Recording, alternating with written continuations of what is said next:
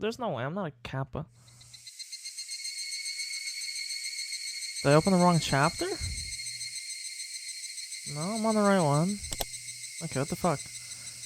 Okay, so yeah, I was a little bit of a Kappa last time around. I actually didn't feel good for a few days, but then finals rolled around, and I was very worried about my first exam, so put way more time into studying on it, and then just fucking around, so I'll give it like another minute just to ensure the VOD is unmuted, to whom it may concern. I'll show my my theory booklet here. Again, we haven't really oops. It's a little bit off center now. One sec, let's fix that. Okay. So basically, the only thing that is really important is that we met who I assume is Rina's mom, who is also named Rina. So we get another two characters that sound like they have the same name. Very exciting. If my memory does not fail me, this is also the girl that turns up dead from living with Tepe. If I recall right. I don't actually totally remember. But I'm pretty sure this was Rina Mamiya, was what her full name was, and I just remember the last name specifically. Not too sure about the first name. I know they said who the victim was at one point, but of course the gap that we've had since is it's been a little bit long, so my knowledge of the finer details has sort of faded out a little bit.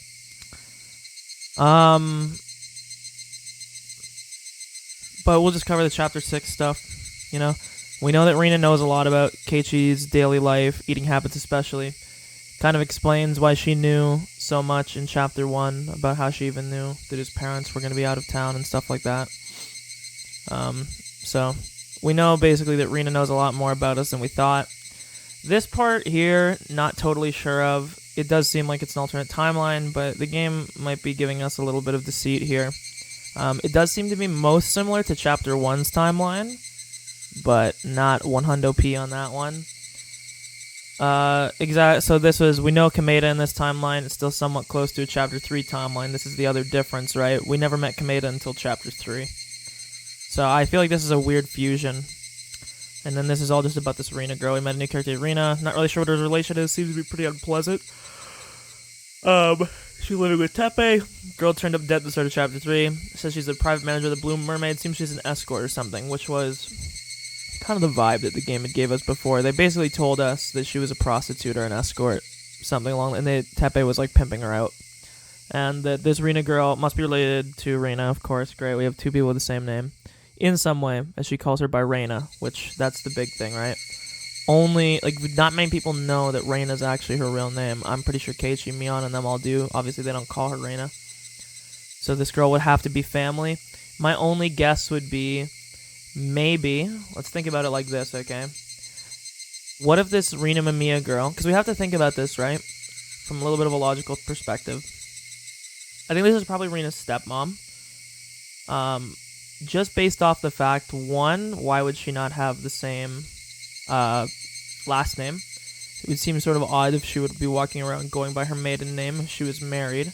I guess there is the potential that she is not married to Buddy's point, but that's still, I guess that still makes my point. Put it this way. I think this girl is related to Rina. I don't remember if Rina said she had a step-parent at all or not, so it could be totally off base. But basically, I think this girl is Rina's mom. She talked about her mom being unpleasant, then all of a sudden this girl shows up. This Rina girl, again, I want to almost call her something different because it sounds like I'm just repeating the same name. But this Rina girl, the new one, pink-haired Rina, if I recall, at the end, she was talking about bringing a strawberry shortcake back home, right? She must live with her. As far as I know, Rina doesn't have siblings. Now, if she did, this age gap is quite apparent. So I think it's just her mom, stepmom, whatever, you know? Same difference at this point. And we knew that Rina has kind of been trying to keep Keiichi away from her parents. So I wonder if her parents are gonna... the mom definitely has a bigger role. Put it this way, if a character has a sprite, they have some big role in the game. So, they're not just gonna exist for no reason. Okay. No fucking around. Let's get this bitch rolling. It's been a good-ass hot minute since April 6th, dude. Looking to go somewhere in the realm of 6 to 8 hours today. We will finish this chapter tomorrow. So whatever we don't finish today will be finished tomorrow. So I will now talk about the plan, I guess, for going forward. I have 2 finals this week, so it is currently Sunday. I have 2 finals on Thursday and Friday. They're my last 2 finals. So the plan is going to be, we play this game, we beat this chapter tomorrow, then I come back on either Friday or Saturday. It depends on how I feel on Friday after the exam. The exam's somewhat early in the morning. It's before my regular stream time, so, depending on if I'm tired or whatever, if I stayed up the night before to do it, we'll see. But we're going to be continuing on the weekend. The plan is, so currently it is April 18th, Sunday. Plan is, we finish this chapter tomorrow on the 19th. We start the next chapter 7, either the 23rd or the 24th. And I have both chapters finished by the end of the month, or maybe a day or 2 into it. Then maybe I take a few days off and we come back with... I'm not sure if I'm going to do a different game in between, Yumi Neko. I might play like a rather short game just as a stopgap, so we're not going like directly into it, and it's not it's not directly into it. So I want a little bit of a break from all the reading. We'll probably play maybe Bug Fables or something. Some other game, it's not too important, whatever it is. We'll think about that more as I go on. Plan is basically I want to have this finished by the end of the month. I'll be done school after Friday of this coming week, which means I'll have much more free time. So I have no more excuses at that point then for not streaming. So we'll start now.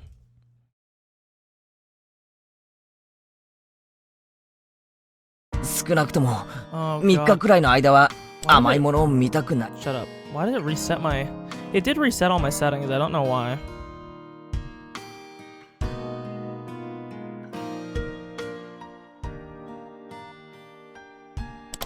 Cringe.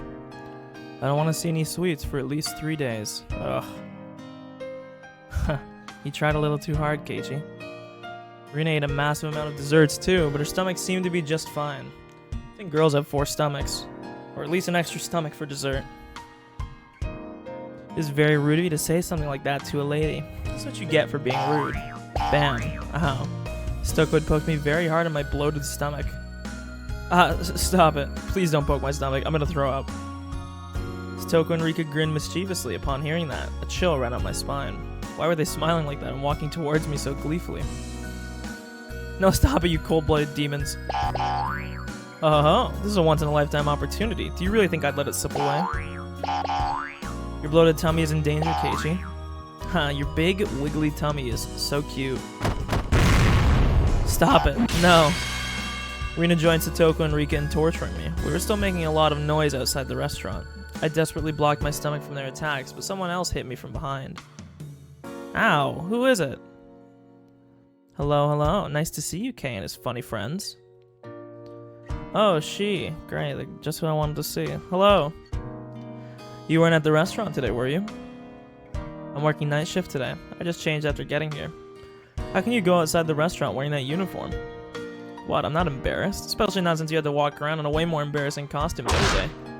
Damn, but I was just getting over it. She just reminded me that I'll never be able to get married. Yeah, he had to walk around... Oh, yeah, because it was... Yeah, the competition... Yeah. Yeah, it was the punishment game. I think it was the maid costume you had to wear. Anyway, Artie went crazy in the restaurant today. Ha, we did. We had to since it was a club activity, you know? We made a big mess in there. Looks like Sis felt guilty, so she's helping the waitresses clean up the store now. I still think we should help them clean. Oh, don't worry about it. We can't let customers do that. Plus, me made most of the mess. Yeah, that's right. Everybody nodded in agreement. She told me to tell you guys that you don't have to wait for her. You can go home now. No, we're gonna wait. Right, everybody? Rina asked for our agreement. Of course we decided to wait without hesitation. Stoko, Rika, and I all nodded along. Since we can't help her clean, that's the least we can do. While she says we can go home, I'm pretty sure she'd be sad if we really did leave. Wow, okay, you grew up. I'm impressed. He grew up alright. It's because we've been training him well, right?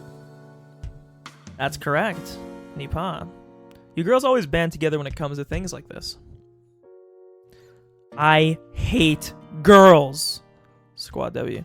They get along so easily just because they're girls. In the end, we ended up making a lot more noise, even dragging Shion into the mess this time. Shion, get back in here and help us clean. Where did you put those washcloths? Oh no, I guess I have to go back to work now. Me? Do you think it's gonna take a while? What? Why are you still here? Are you waiting for this old man? Don't worry about me. I'm going home already. Mion looked happy to see us waiting for her, but she always says the opposite of what she thinks. I wonder when she'll grow up to be able to just honestly say thank you. We're friends, remember? We'll wait until you finish up. I wish we could help you. I feel bad. I told you, you don't have to wait for me. I'm gonna wait for Shion to finish work tonight, then head to her house in Oginomiya afterward. So you really don't need to wait for me. I do appreciate it, though. Are you sure? I still feel bad. Yeah, me too, me too. We have enough people, so really, don't worry about it. Go home before it gets too cold. We understand. Me, I hope you can finish cleaning soon. Go for it. Yay. Woo! She turned into Ric Flair. Woo! Thanks. Okay. I trust you to escort the ladies home safely. Please protect them from assassins on their way home. Looking around, I didn't see any ladies who needed an escort. I felt more like I was the one who needed protection. Anyway, we said our goodbyes, making it easier for us to end the day and go home. Goodbye, me. See you tomorrow. Yep, see you tomorrow. Alright, let's go then. Yeah, so sorry, I'm still trying to wrap my head around whether this is a Chapter 1 or a Chapter 3 timeline. It's still kind of a... Sorry, I'm fucking yawning so much, I don't know why. It's still sort of a brain buster to me. Because, for the most part, it feels like this is, Hey, what's up? For the most part, this still feels like it's, a Chapter 1 timeline, but it's definitely more similar to 3.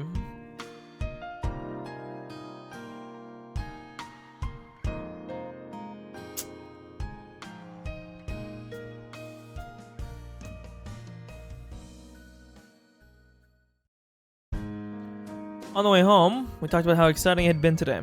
It looked like everyone was still fired up. We had the horrifying punishment and the competitive eating contest, which turned into an unprecedented battle involving all the customers in the restaurant, and after that everything got crazy and messy. At first, the waitresses didn't know what to do, but after a while they ended up joining in. We had a blast. It was wonderful. You see what Tomita and Okamura did? How amusing it was. I felt sorry for Kameda and Airi. So did I, but... Didn't you think my speech was great? Everyone in the restaurant was on my side after that. Keiichi, you might have been somebody really important if you were born in a different era. What, this idiot? He's too full of himself. An idiot will always remain an idiot, no matter when or where he is born. A little bit of a kappa. If he was born 100 years earlier, he might have gotten printed on bills. True, actually. Money with Keiichi's face on it? How pathetic. That would only be worth 200 or 300 yen at the most. Stoko and Rika kept up their continuous chatter. I was a bit tired after the day's event, so I just listened quietly. I noticed the wind was getting colder. Our shadows were growing longer as well. Stoko and Rika still had a lot of energy left, but what about Rina? She'd been very quiet. Maybe she also had a stomachache from eating too much. I looked at Rina to see. Rina's fucking flipping the double birds at you. However, I was wrong. Rina was... I don't really know how to describe it. She looked very satisfied. She looked like she really did have that much fun. She looked like she was as happy as she could ever be. I could tell all that without her saying a word. When I looked at her, it made me realize that the word fun wasn't enough to describe what we did today. Seems like you had a lot of fun. What about you, Keiichi? I had a blast too. I wish we could have as much fun tomorrow as the day after tomorrow too. And the day after tomorrow too. I feel the same way. I wish from the bottom of my heart that the time we spent in the restaurant today would last forever. Wow, that's kind of poetic. Don't you agree, Keiichi? Rina didn't notice that I made fun of her. I might have been a little tactless. Suddenly I regretted having said it. I do. I totally agree with you. Wait, how did he make fun of her? Oh, I see. I was like, huh? But you know something? Today's not the only day that's filled with happiness. A cool wind blew through her hair. She smiled at me, and for some reason she looked very mature. Her appearance made my heart skip a beat. My nose is itchy. Every single one of our days in Hinamizawa is a wonderful, precious, and irreplaceable day full of happiness. Including the boring days when our club activities get cancelled. Rina, you think about things in a very mature way. No, I don't. Honestly, I'm still not done playing around yet. Maybe it's just because I'm still excited. Rina laughed, and that made me laugh too. Stoko thought that we were laughing because we said bad things about her, and she started bugging me about it. Once again, we made a lot of noise like we always do. Well, Stoko and I are taking this turn here. Rika, why not walk with them a little further and turn where the tobacco store is instead? Did you forget our nightlight burned out? Without that, it's too dark for us to sleep. Oops, I mean skip. Oh, that would be quite the problem. Oh, I see. You need to go to Makino's general store. Then I guess we'll say goodbye here. You better take this turn or you'd have to go a long way around. Makino's general store? Oh, right, that's where it is. If they wanted to make a stop at the store before going back to the shrine, turning here would be the quickest way. Okay then. Bye Rika, bye Stoko. I'll see you tomorrow. See you tomorrow. Farewell, Keiichi. Farewell, Rina. See you two tomorrow. How many more times are we gonna say tomorrow? Bye-bye. Rika and Satoko waved at us many times, then took the narrow path through the field. Once the noisy girls were gone, it went especially quiet all of a sudden. It even made me feel as if the sun had set in an instant. I could see my house by now, which everybody called the Maybara Mansion. I didn't notice it early because of how fired up we all were, but my stomach was about to burst. The growling in my gut felt like thunder. I'm assuming he's not saying he's hungry. I think Buddy's about to release a mud flow. There was no way I was eating dinner that night. I'd need to tell my mom before she started cooking. But before anything... Oh god, I gotta mute 1 sec. Oh god, oh god, oh no.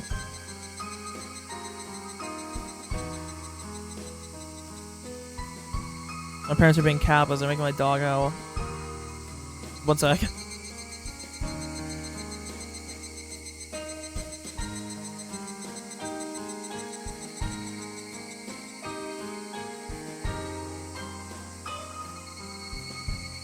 Okay, we're good. I forgot that I pressed my Discord mute button, but my Discord mute button doesn't, it doesn't actually work.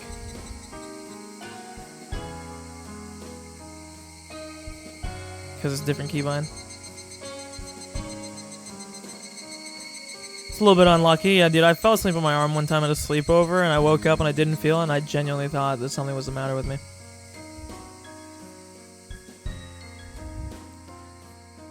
We got to the place where I'd always meet Rina in the morning and say goodbye in the evening. I really did have a lot of fun today. Me too. Are you feeling okay, Keiichi? My stomach's growling. I guess I just need to get some rest. No, dude, you need to take a massive fucking shit. You need to drain your stomach, huh? You ate about as much as I did. How did you fit all that inside your tiny body? Okay, chill, bro. A little bit. Hee. That would be a woman's secret. Rina giggled and tried to avoid giving me an answer. She'd probably hit me if I pressed her about it. If she punched me in the stomach, I'd throw up for sure, so I decided not to go any further. Goodbye, Rina. See you tomorrow. Yeah, see you tomorrow. You know, I used to live in the city. Yeah? She's like, okay, bro, what the fuck does that have to do with literally anything we're talking about? I never managed to enjoy each and every day like this before, but after moving to Hinamizawa, you know, I think I've found happiness. I feel the same way. I moved to Hinamizawa a year ago. I can't believe I'm as happy as I am and spend every day having as much fun as I do. I see. I'm sure tomorrow will be the same. That's right. We had so much fun yesterday and today. So tomorrow will be the same. With all the fun we have every day, I sometimes feel like I'm going to trip and fall sometime, and it kind of scares me. You fall when you fall no matter how careful you are. True. That's why I believe we have to enjoy every moment as much as we can. You're right. We gotta enjoy every day as much as we can. Well, it's probably about time to go. Please say hi to your parents for me. Well, I still have a lot of energy left. How? So I'm gonna go treasure hunting. What? Are you going there now? Sure, resilient. I'm impressed. What about you? Would you like to come along? Found a new trash pile that I haven't dug up yet. I might find something totally cute in there. I'm sorry, but I gotta pass. Besides, it looks like a storm's brewing. I think you should go straight home, too. For a second, I don't think he was talking about a storm brewing in the sky, man. I think he meant he was about to fucking shit his pants. I usually find something cute when I've had a wonderful day like today. So I'm going there just for a few minutes. I felt sick enough that I didn't feel like going with her. If I felt better, I would have gone treasure hunting with her, for sure. She didn't want to go home yet because she didn't want the fun day to end. It's exactly how I felt, too. I understand. Bye then. I hope you can find something cute. Yep, thank you. Bye-bye.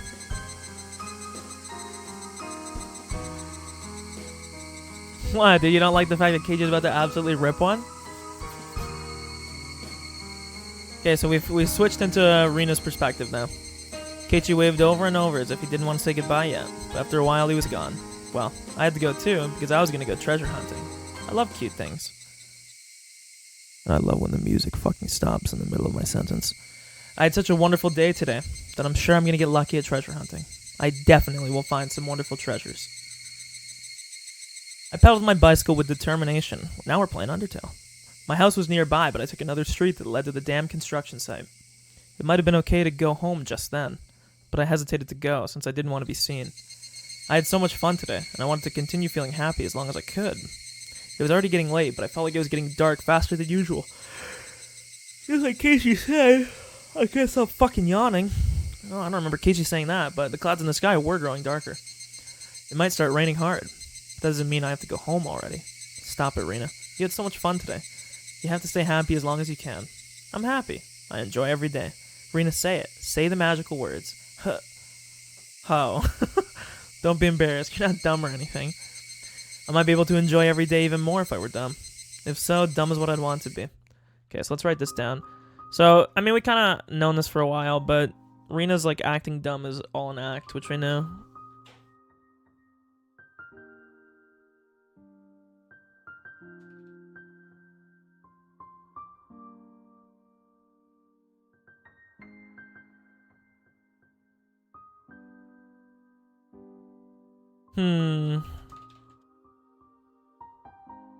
I don't know, man. Rina talks like she's depressed. She doesn't show it, but obviously when you're depressed, you're not always constantly walking around like, you know, depressed. So, seems like obviously there's something more. Her home situation is probably not good, considering I know she said that she doesn't like her mom, you know. I'm gonna find something so cute and take it home with me. There, I said it. I'm sure I can find something cute. As long as I believe it's cute, anything can be that way. I should fill my heart with happy memories of today and yesterday. I should look forward to the happiness I'm going to receive tomorrow and the day after tomorrow, too. I reached the damn construction site. A mountain of trash loomed before me. I parked my bicycle and walked down the mountain of trash and scrap. This place is my castle. It would be incredible if anyone else came to this mountain of trash. I've come by here many times, and I usually stay for a long while, but I've never seen anybody walk by. This place is the village's blind spot. I heard that many people came here all the time during the dam wars, but it was abandoned after that. The villagers no longer need to come here, and some people even forgot about it entirely. Seems like they dump trash here at midnight, but I've never seen a truck actually dumping trash at least. If they dump new trash more often, it'd give me more time to kill, but it looks like it's not going to happen for a while. I walked down the slope of the trash pile, all the way down to the bottom, and headed behind another pile. Nobody ever comes here. I've come here many times and I usually stay for a long while, but nobody has ever come to mess up this place. Not even the other kids from my school come here. They all believe that the arm of the manager of the construction site is buried somewhere in the trash piles, and they also believe the whole place is haunted. They told me that a ghost with one arm still wanders around here looking for his missing limb. Sadly, I haven't seen the ghost either. Hey, one sec, I'm also going to write something down here.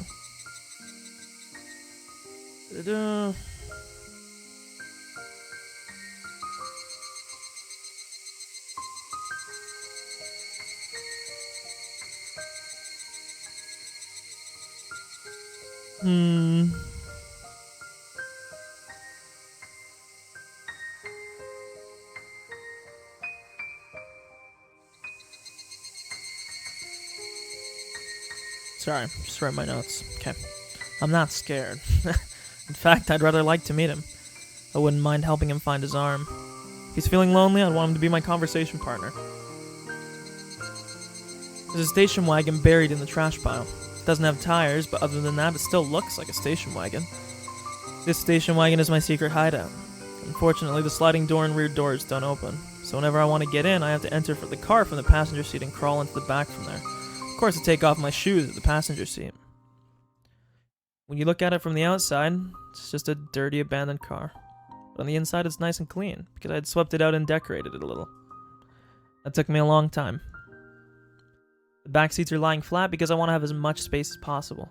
I found a mattress in the trash pile and put it into that space instead. It was a bit dirty, so I brought a bed sheet from home and covered the mattress with it. I put my favorite cushions on top, and with that, it turned into a perfect bed. I put cushions and stuffed animals everywhere. It's not at all. Look at this. I have a bunch of sweets here too. I have a bag of fruit candy in 4 different colors and some cookies, but they're going bad. I'll have to throw them away. My bear-shaped water bottle is empty. Oh, that's kind of cute. When I come here to spend some time on Sundays, I usually bring this water bottle with some sweetened tea in it. I have a box of tissues. Hey, we know what those are for. Actually, wait, never mind. A flashlight, extra batteries, and the other daily necessities in here. I also have a few books to read in order to kill some time while I'm at it. This is kind of sad, dude. I mean, I knew Rena kind of lived sort of a somewhat sad life, but this is, it's like next level, you know? And I have this. What do you think this is? Look, ta-da! My hideout is suddenly lit up, thanks to the table lamp. There's an electric outlet on the side of an old nearby construction office. I thought they'd have cut the power years ago, but to my surprise, I was wrong. Electricity is still being supplied to the outlet. When I found tons of extension cords, I came up with the idea to connect them all and make the electricity come all the way to my hideout. Dude, this girl is pulling some fucking hardcore current. It's gonna cause a fucking blackout in the town. Now I can spend time here comfortably with some sweets, books, and lights. If I wanted to, I might be able to spend a night here. But I may catch a cold since it gets very cold at night. See? This is a very nice hideout, isn't it? At first I thought somebody would find it and mess with it. But that hasn't happened so far. It's because nobody comes here and everybody forgot about this place. As of this place became my perfect secret hideout. Fortunately, I ate so much today that I'm still full. I can tell them that I was playing with my friend at her house and ate dinner there. Them, assuming her parents is what she means. I'm going to stay here for a while and relax. And I'm going to treat myself. I loved the water gun battle yesterday. My heart had been pounding when I fought one-on-one with Keiichi.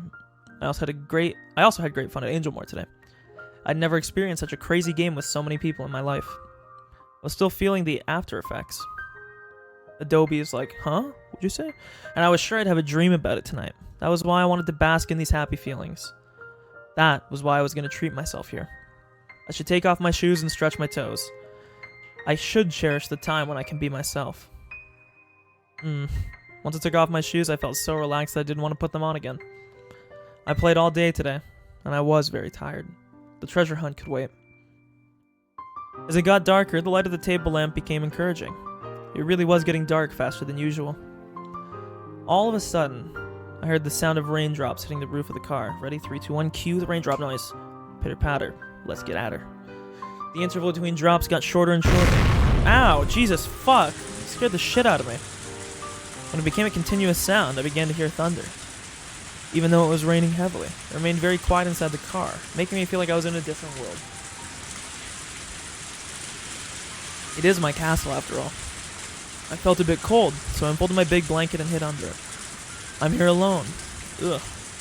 Hitting puberty, I guess. I don't know why AutoMod stopped you. I'm here alone under this warm blanket that has my scent.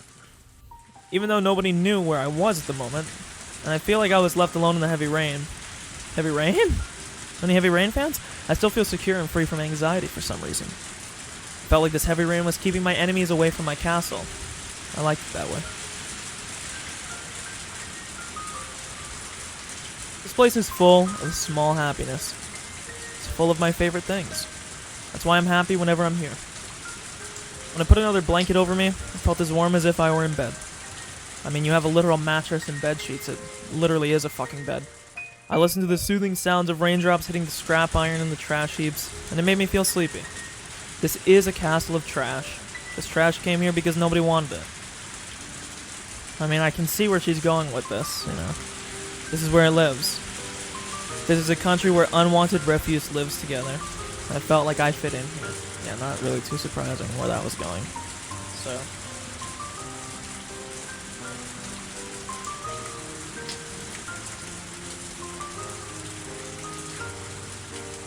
Second.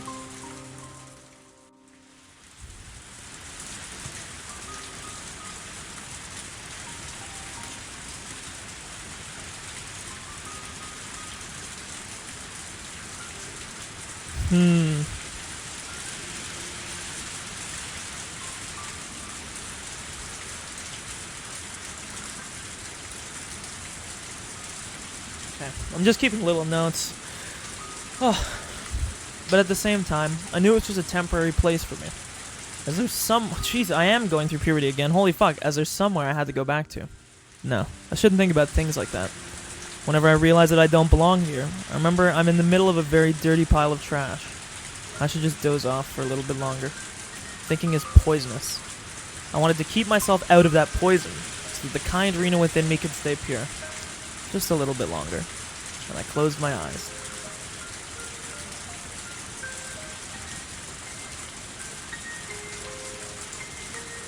Basically, I just put a note. I guess her home life is a lot worse than even we thought, because she is, like, talking about some really bad shit. My mother was a very busy woman. The harder she worked, the more her work was valued, and she kept getting promoted. She sought to go higher and higher. She was always shining. She was my hero. My mother started her career as a fashion designer at a small clothing factory in Okinomiya. My father was a designer too. They met through their jobs and soon got married. Okay, oh, sorry, I'm going to keep notes here because it's probably going to be important later.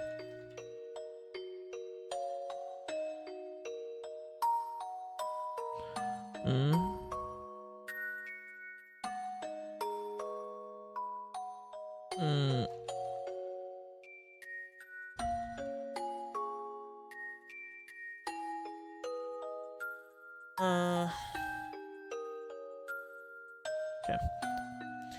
But they moved to my grandma's house, our current house, in Hinamizawa when she got pregnant with me. We lived there until right before I went to elementary school. Now that I think about it, that was the happiest time of my life. I felt happy every day and believed without a doubt that tomorrow would be the same. I was so happy that I took it for granted and didn't even feel the happiness. I really did feel happy every day. I was small at the time and didn't really understand what was going on, but it seemed like the company my parents were working for was having financial difficulties. So my mother and a few other young designers started talking about leaving the company and going independent. After many things happened and the situation grew complicated, they got an offer to work at a big design firm in Ibaraki and they took the offer. At that time, I heard my mother saying many difficult words like limited partnership and business alliance, but in short, what she wanted to do was move to Ibaraki. My mother and her peers were hired because their talent and experience made them immediate assets at their new company. However, my father wasn't one of them. Unfortunately, my father wasn't as talented as my mother was. So, moving to Ibaraki meant that my father had to give up being a fashion designer. My mother's new company had high expectations of her talent and promised her a reasonable project. She didn't want to waste her growing talent and passion by living in a rural town like Hinamizawa. So my mother convinced my father to quit his job and move to Ibaraki to support her and to help her build her career. Also, I want to say one thing. This game does have a few jank translations here and there, but for the most part, I gotta give credit to whoever localized this game, because this game is probably like hundreds of thousands of words long, I would think. And it's honestly quite impressive that it reads as well as it does. I mean, I guess that's the job of the localization team, but they did a good job. Especially considering, well, I mean, I know this game is popular, but, you know. I don't know if I quit that. Oh, so my mother convinced my father to quit his job and move to Ibaraki to support her and to help her build her career. Back then, moving meant that I had to say goodbye to my close friends.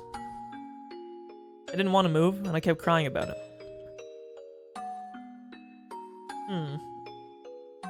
After we moved to Ibaraki, my mother was a big success. Not only did she have great leadership skills, she was full of energy, and I believe she made the best use of her talents to succeed. She came home late every night, and barely had any days off. When she had a big project, she often stayed entire nights at her office.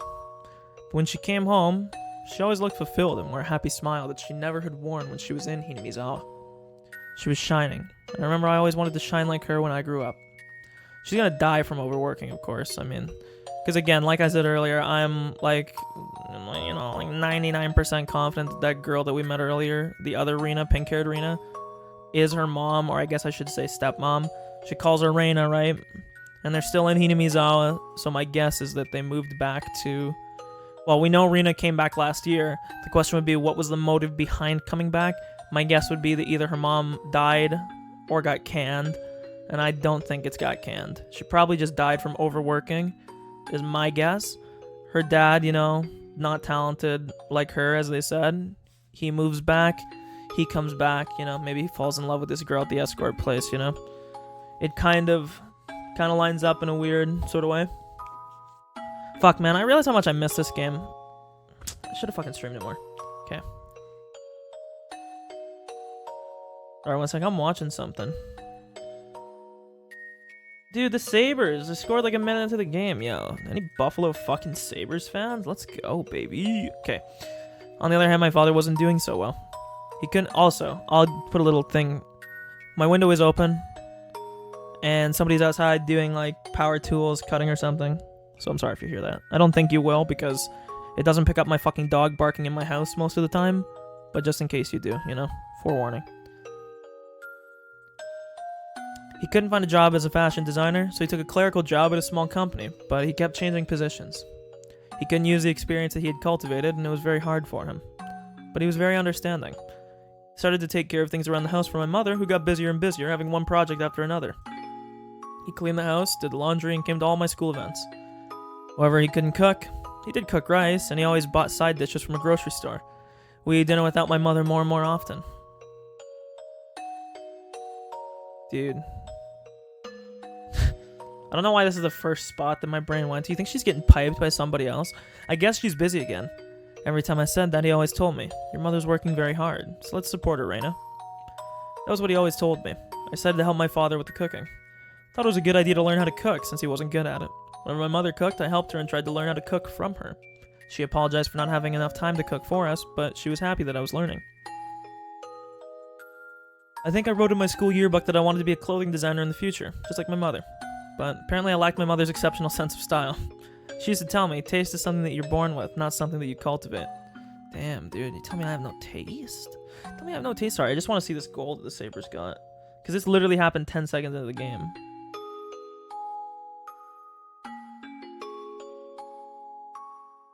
Oh, what a beauty. That was a nice one. Yeah, sorry. Okay, pay attention. I remember I was discouraged to be a designer because of that. That was why I decided to reach her by getting... That's why I decided to reach her by getting better at things she wasn't so good at, instead of trying to be like her. I wanted to be good, not only at cooking, but also at doing things around the house, such as cleaning, doing the laundry, and grocery shopping. I remember my father was really happy that I did all that for him, because he wasn't good at it at all. Dude, I'm a chronic yawner. I don't know why. I yawn even when I'm not tired. He couldn't find a job and spent a lot of time at home, so he seemed to enjoy spending time doing the housework with his daughter more than anything. I started to become better and better at filling in for my mother. Oh god, I don't like where this is going. She started to get more busy to... And she started to... See, this is me doing my up and down dyslexia. I started to become better and better at filling in for my mother, and she started to get too busy to do any of the housework at all, and she moved on to a more responsible position at her job. She took me out to many places as if to compensate for leaving me alone all the time. She used to say, let's go eat something delicious without telling your father, and took me out to a restaurant. That's kind of fucked up, what the hell? Why would you not take the father too, man? Dude, this girl's getting piped by someone else. $1 million on it. She took me to she took me to high-class restaurants and amusement parks. Sometimes it was only me and my mother, sometimes it was with her friends from work. She took me to a beach barbecue one summer with those friends. I was introduced as her daughter, and every one of them pampered me. I still remember there was this one guy who particularly doted on me. He was a good-looking young man. I called him Uncle once, and he got mad at me. Who was nicely tanned with dyed brown hair. This young man often came with us when we went out. Yeah, dude, she's getting piped. When my mother took me somewhere, she usually made several phone calls for her work during the day, and sometimes she took me out to a place where she could also do her work at the same time. So, I didn't feel awkward when people from her work came with us, but I always preferred to be alone with her, so I was happier when we could do that. One day she took me to a very high-end part of town. Of course, she always spoiled me whenever we went out. She bought me things and let me eat whatever I wanted. But she especially spoiled me on that day. She took me to many expensive-looking boutiques and accessory stores. She was about to buy me something, but I told her not to get it because it didn't look good on me. Without hesitation, she bought it anyway. I remember there were many zeros on the price tag. On that day, I realized my mother's design work had made her a very successful woman, and she was earning a lot of money. A lot of money.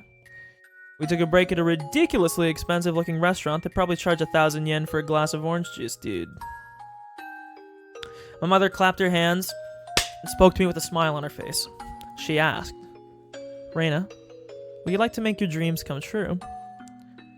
When I was in kindergarten, my teacher gave students a topic to draw a picture of. My topic was my dream, and I drew myself eating a mountain of fruit parfait all by myself. What my mother meant to say was that she was going to make that dream come true for me. It was a normal day.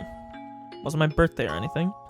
But since my mother always spoiled me when we went out together, I didn't feel awkward about it at all, and I accepted her offer with a happy smile.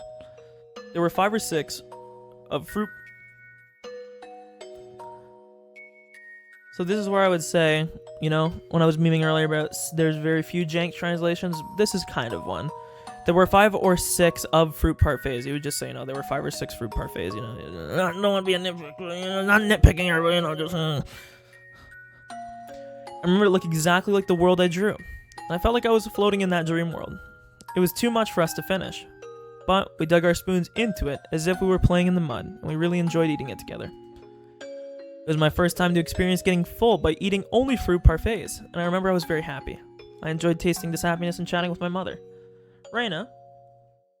Oh no. This is what you're gonna say. Reina, do you remember that guy that, we went to the movies with? He's actually been blowing my back out on the daily. I don't love your father anymore. Reina, do you remember the man who went to the movie and had dinner with us last time? Are you talking about Uncle Akihito? Okay, one second, I'm gonna write a note.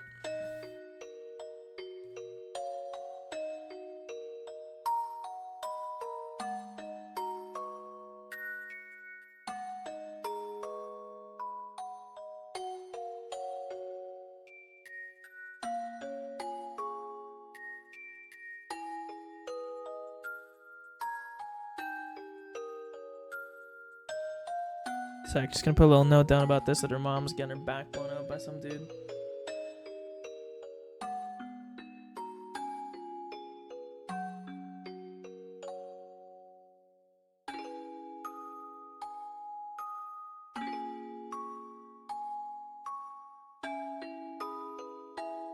Okay. How? Though I can't call him that or he's gonna hit me. Reina, do you like Akihito? I hate him. He always teases me. It's because he likes you. You got along with him well at the barbecue. Well, I get along with him every now and then. Every now and then. My mother laughed. I didn't know why she brought up the subject, but I didn't really pay attention to it because I was too young. Now that I think about it, she was breaking the news. I just didn't notice it. Yeah. Reina, who do you like better? Your father or me? You. It wasn't that I hated my father or anything, but I thought giving her the answer that was appropriate after she spoiled me so much. Giving her that answer, not the answer. If I said I'm gonna live in another house away from your father, which of us would you like to live with? I'm thinking about divorcing your father and getting married to Akihito. Wow, you don't say. That was...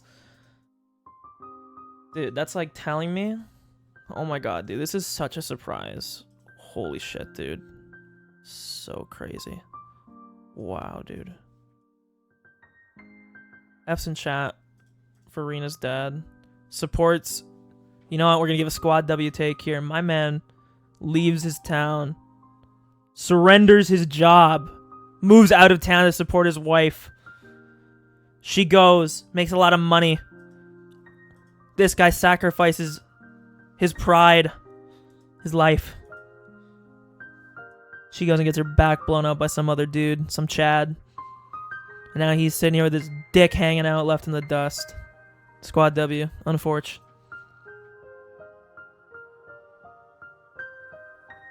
It's kind of a weird champius by Irina's mom here. At that time, my mother was a very successful woman. I didn't know this at the time, but she was drafted by a headhunter to work at a bigger company, where she was promoted to a higher and more responsible position, one where she could bring out the most of her talent. Of course, the position wasn't the only thing she gained. Compared to my father's low salary, my mother was earning enough money to support a family of 3 and still have some left over. I had kind of realized it from the way she spent money. The greater a position she achieved, the more she spent time with people at her level. All of them were bright and talented. Compared to them, my father might have looked unattractive to her. I liked Uncle Akihito, but I liked him as one of my mother's friends, not in the same way I liked my father. I liked my father and mother equally, so it was very shocking to me that my mother wanted to divorce him. I felt as if the ground below me was beginning to crack. That expression, I realized, actually fit my situation very well. Yeah, I mean, your life's kind of getting torn in two. I had to choose which side of the cracked ground I wanted to stand on, yeah. My mother told me to live with her at her new house. Her new house meant the house that Uncle Akihito lived in. I thought a house was a sanctuary for a family. I believed that a house was a holy place where strangers couldn't easily enter. That was why I couldn't believe her. How could she let a stranger invade such a holy place so easily? Damn, bro, how'd you let him capture your flag that quick? Why do you hate my father? My mother looked down and didn't answer. I asked her another question. Why can't you stay with my father? I think that was the hardest and the most heartbreaking of all questions for my mother to answer. In short, my mother had cheated on him. No! Holy. Wow, didn't see that one coming. That came out of left field. She loved another man who was more attractive than my father. It was just that and nothing more. I knew more than anybody that it wasn't my father's fault. First of all, he decided to move from Hinamizawa. Exactly. Squad W, give the Squad W take, Rina. First of all, he decided to move from Hinamizawa to support my mother as much as he could. For him, nothing good had come from that. Actually, I think he had a very tough time since we moved to Ibaraki. Huh, so now I'm trying to think here. There actually is a potential that that girl that he met, or that we met earlier, actually is Rina's mom. It's just her last name is now this Uncle Akihito guy's. So it wouldn't be the same as Rina, because Rina would obviously keep, well, maybe not obviously, but Rina would keep her last name that she was given from birth, which would be Ryugu, probably her father's last name. But obviously, if her mom divorced, got married to another guy, she's not gonna keep the fucking last name from her first marriage, which would make sense that maybe if this guy's name is like Akihito Mamiya, you know, she takes his last name. So I'm gonna put this in the notes, because I kind of put down before that I thought it was her stepmom. Okay.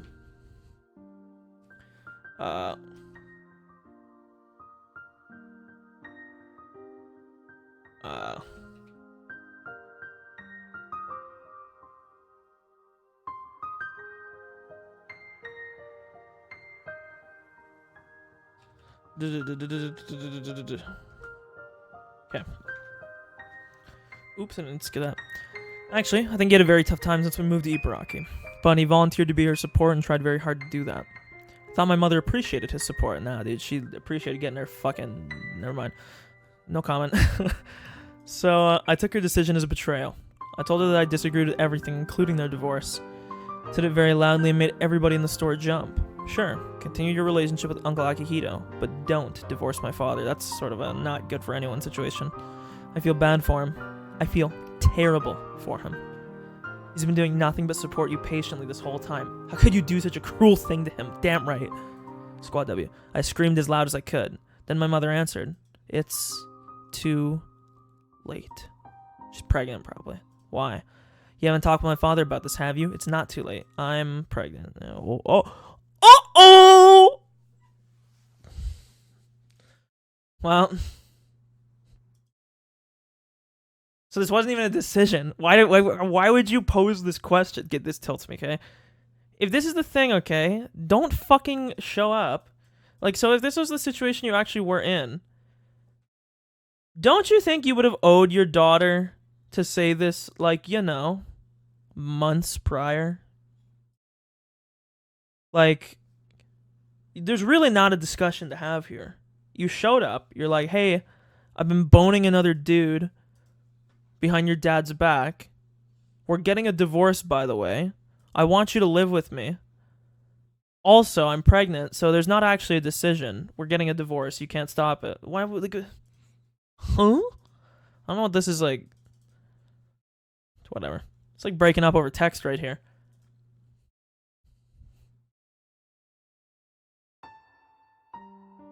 I don't know whether my mother actually told him about the divorce in person. A middle-aged woman who called herself a lawyer came to the house several times to talk with my father on my mother's behalf. She sometimes called him, too. My father begged the lawyer to let him speak directly to my mother many times, but it never happened. I could tell by the way they talked that he had no clue when my mother told him she wanted a divorce. Well, again, I'm not even sure if she told him in person. Damn, dude, she's breaking up over text, but before text was a thing. The lawyer told him not to meet my mother, not to call her at work, and many other things too. To top it all off, she told him not to see my mother ever again. He wanted to talk to her. He called some of their mutual friends, but he only found out the name of the guy she was having an affair with and nothing more. He asked me, "Do you know the guy?" I told him, I do. I also told him that he was a funny guy and had given me candy many times. I'll never forget how he looked when I told him that. He hit me for the first time. He hit me so hard that his handprints stayed on my cheek for a while. Then he fell on the floor and cried loudly. And then I started to cry too. I didn't cry because he hit me. Uncle Akihito was kind to me, so I liked him, and talked to him out of courtesy. Now that wasn't it. Girls had to be kind to everyone. I don't know about that, but that's what I thought. But I was wrong. I learned in this world there are people you should be nice to, and enemies you shouldn't be nice to. The enemies are the ones who would destroy my life with their very existence.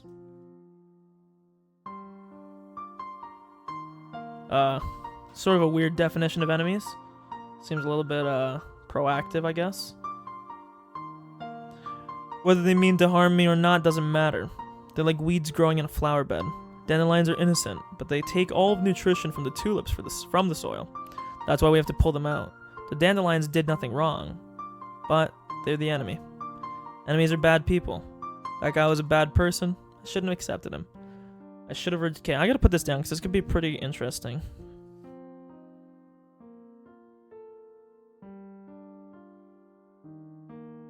I feel this might be very important later.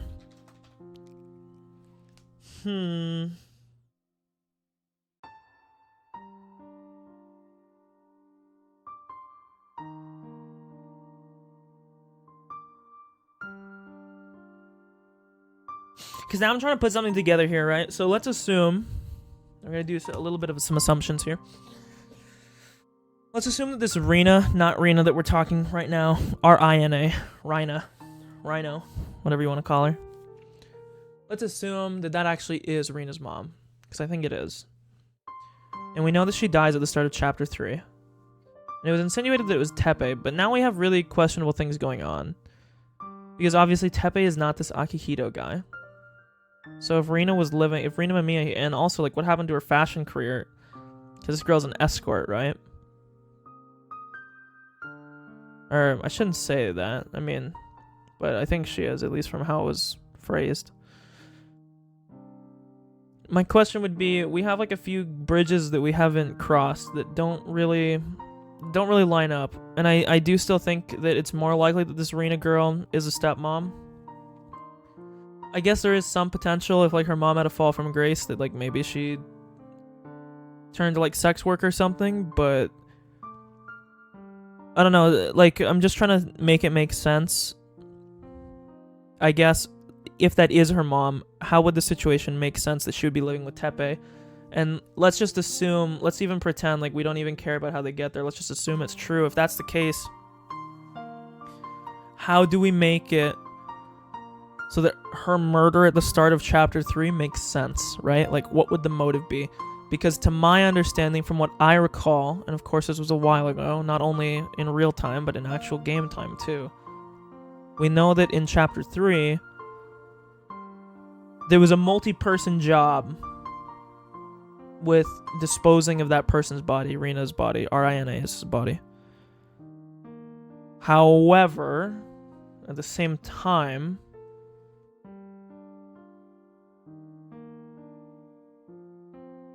yeah, it's fine. I'm just talking to myself out loud. I'm just trying to vocalize my thought process so that people understand what I'm thinking. We know from chapter 3 that it seems as though Teppei was not involved, although he did skip town, so he at least had knowledge of the murder. They were dipping into the Sonozaki Protection Fund. so it was assumed that the Sonozakis were involved. However, if I recall on later, we didn't really ever go too deep into it, but from what Oishi said at one point, doesn't seem like the Sonozakis were directly involved with the killing. So the question becomes, what person would have a motive? The only thing I could think would be that she returned to Hinamizawa and was living with Teppei because she fell out of her job, and maybe Rina's dad killed her, you know? That's the only thing that would make sense to me. But I'm going to write down the thing about what Rina said about enemies, because it could be very important, just because it seems very odd.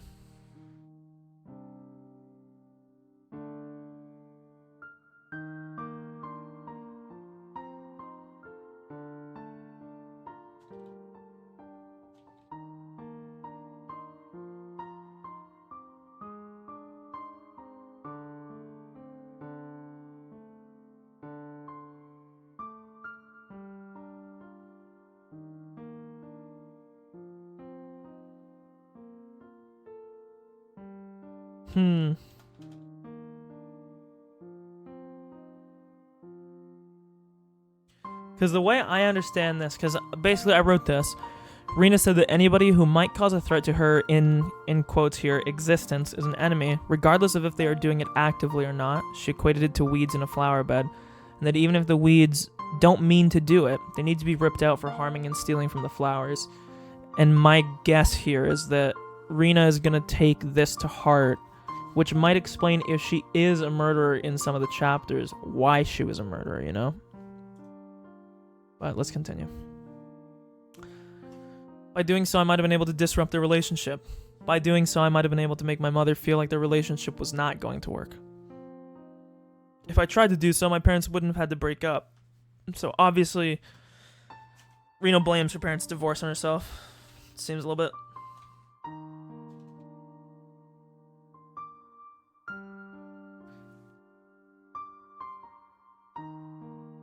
My father and I cried together, but we cried for different reasons.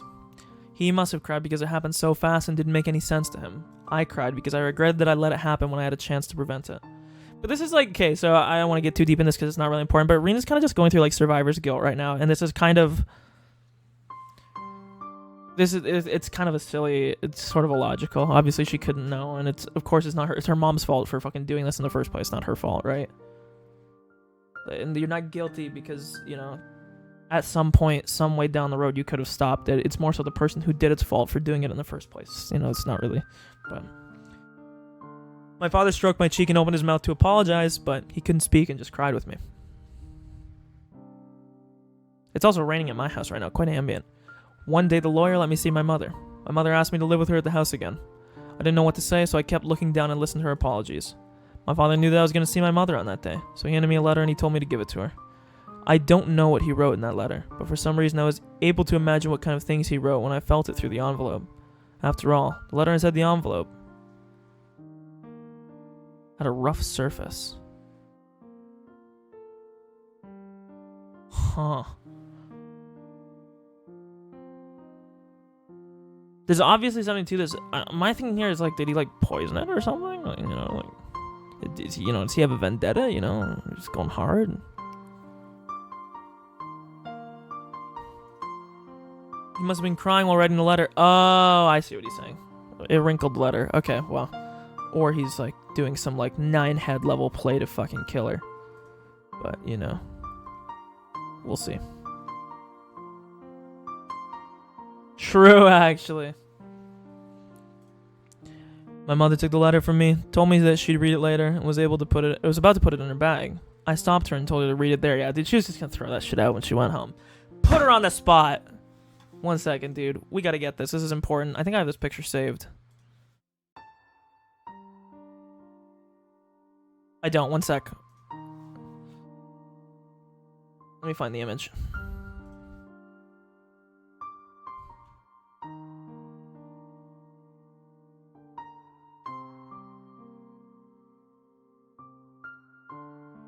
Okay. Boom. 1 sec. We're doing something very important here. Okay.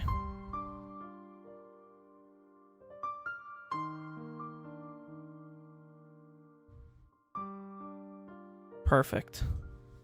Okay. Let's go. Destroy her ego. I wanted to see how she was going to take the last words that my father had left to her. But my mother didn't read it. Okay, never mind. She told me she wanted to read it alone later, and she put it in her bag.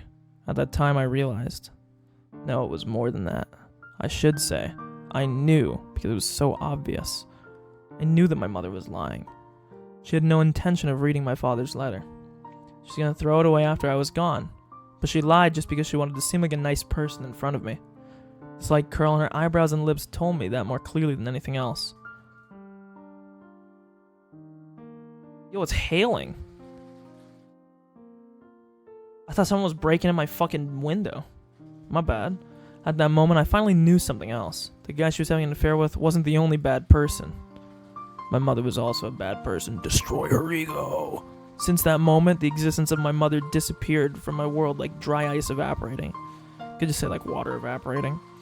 I didn't have to hesitate about whom to live with anymore. Holy fuck, dude. Are the cars gonna get dented? That is loud.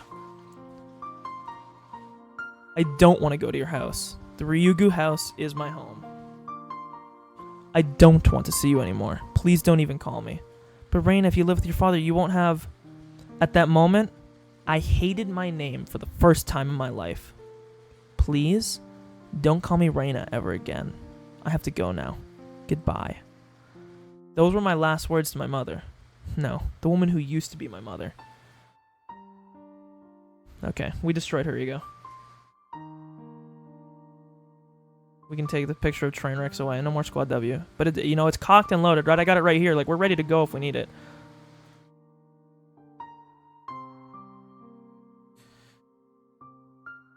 So I wonder if this means that she hasn't talked to her mother since.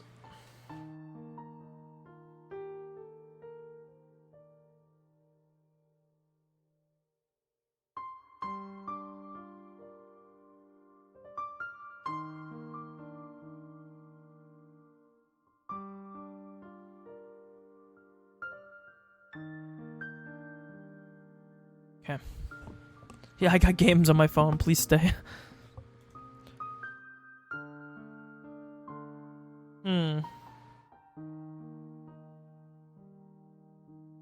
After that, I spent many days without feeling anything. I didn't know if the days were long or short. I didn't know which season I was living in. It's open season. I was supposed to be nothing. It was supposed to be nothing out of the ordinary, not having my mother around. But every time my father saw things that reminded him of her, like her toothbrush, her teacup, or her favorite books, he shed tears which left me frustrated. That's why I decided to completely remove her belongings from the house. I roughly threw her things into a black trash bag. I started to do it so frantically. By the time I knocked down her wardrobe, threw her music box hard on the floor, and broke her mirror, my mind was already not working properly. When I try to remember what happened after that, I feel disoriented. Because the pills the doctor gave me back then made me feel disoriented and lethargic every time I took them. Seems that the dullness hit me especially hard. Since every time I try to remember that time, it makes me feel disoriented and lethargic just like the pills made me feel. I destroyed everything that smelled like my mother, but the thing I wanted to destroy the most might have been myself. Even after I threw all of her belongings away, I still couldn't stop feeling regret, and I decided to blame myself in the end. Maybe I was thinking that I wanted to do damage to her reputation and successful life by destroying her daughter, destroying myself. When I was about to reach that very last resolution, Oyashiro came to me. Oh, Monka W.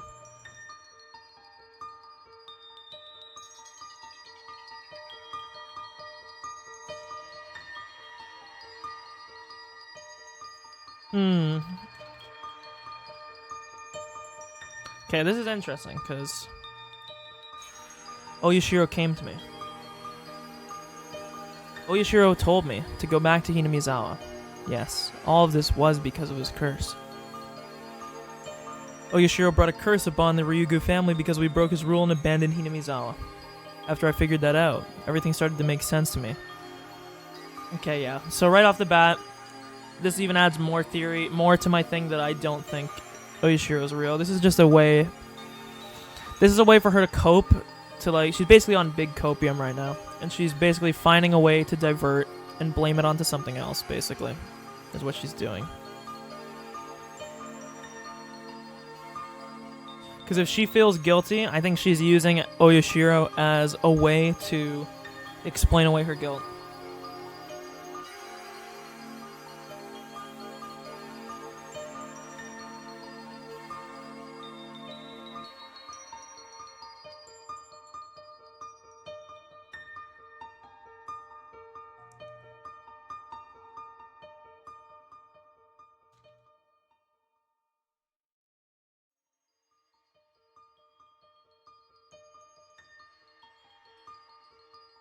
Yeah, man, she is on some fucking high-class reefer right now. After I figured that out, everything started to make sense to me. All the crazy things that happened after my mother was gone. The curse of Oyashiro did all of that to us, sorry. It was Oyashiro's voice that was telling us to come back to Hinamizawa. That's right. We should have stayed in Hinamizawa. Everything went crazy because we moved. We had to go back to Hinamizawa. I started feeling disoriented again, and a dull pain ran through my head. It might be a scream from within. From within me, telling me not to push myself too hard to remember any further.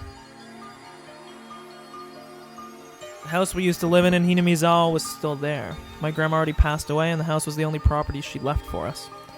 I remember that I used to live in Hinamizawa, but all I remember was that it was a village I used to live in until right before I went to elementary school. I remembered the atmosphere of the village too, but that was all I remembered. I forgot the streets and even the names of close friends I used to play with. The neighbors knew that the son of the deceased woman had come back divorced, but they didn't know us and we didn't know them, so it was almost like we moved to a new place. However, as far as I was concerned, it was still my hometown that I had come back to. At first, everything was inconvenient compared to my life in Higurashi, and it was hard for both of us to adjust. But we renovated the old house, and it was only me and my father. Life here seemed to make my father forget his pain from the divorce. Mia was very kind to me, and I started to get used to living my new life as well. I totally butchered that, but I kind of made it better, you know? I did everything around the house, and we gradually went back to a time when we used to live happily. Anybody can live a happy life. People sometimes say that some people are born to be unhappy, but I believe that's just an excuse for people who don't even want to try. I won't give in to fate. I'll never give up trying to recapture the happy times that I lost.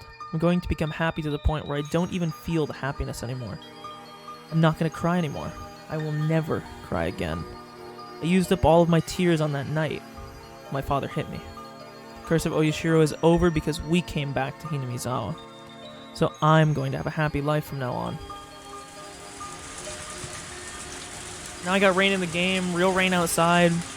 All of a sudden, big raindrops hit the roof of the car, and I recovered my senses. It was still raining hard. It had already gotten dark outside. The shadows the table lamp created were very dark, and it looked as if nothing else was around me. 1 second. Yeah, if there's nothing else around me. If I turned off this light, would everything in the world disappear? I turned off the light. Darkness swallowed me. But the cold air and the sound of rain didn't change a bit, and that made me realize I was still in this world. The curse of Oyashiro almost said Sama. Did the curse of Oyashiro do those crazy things to my family? Or did I convince myself it did as an excuse for myself because I didn't want to feel guilty about the divorce? It's definitely the latter, bro. Sometimes I'm not sure. Since that time, Oyashiro hasn't come to me. I sometimes feel like it was a delusion I created because I was mentally ill. But he did come at that time. I'm sure about that. Am I right, Oyashiro? I was unhappy after I left Hinamizawa, but I came back and I'm happy now. But where am I supposed to go now that I'm unhappy in Hinamizawa? Where... Let me write this down.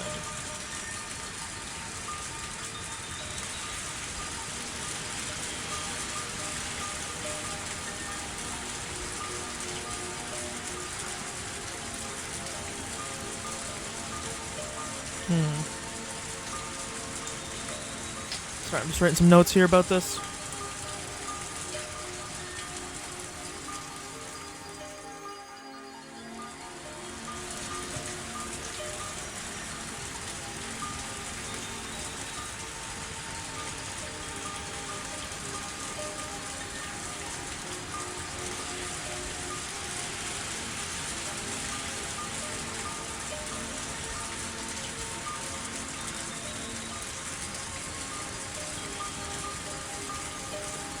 Uh...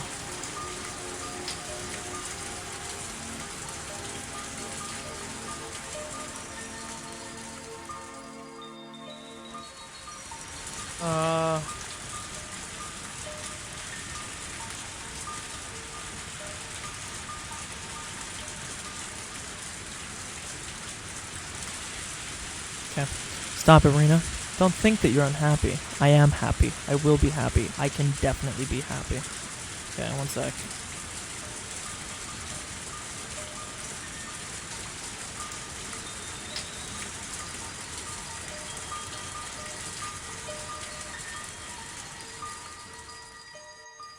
So basically I was right. I mean, she tells herself she's happy constantly, but in reality she's not. She's like seriously depressed.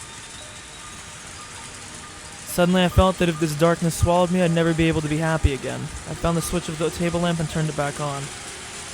When I looked at the clock, it was already past 11 p.m. I had to go home. I wouldn't have time to prepare my lunch for tomorrow. At least I'd have to set the timer on the rice cooker. It didn't look like the rain was going to stop anytime soon.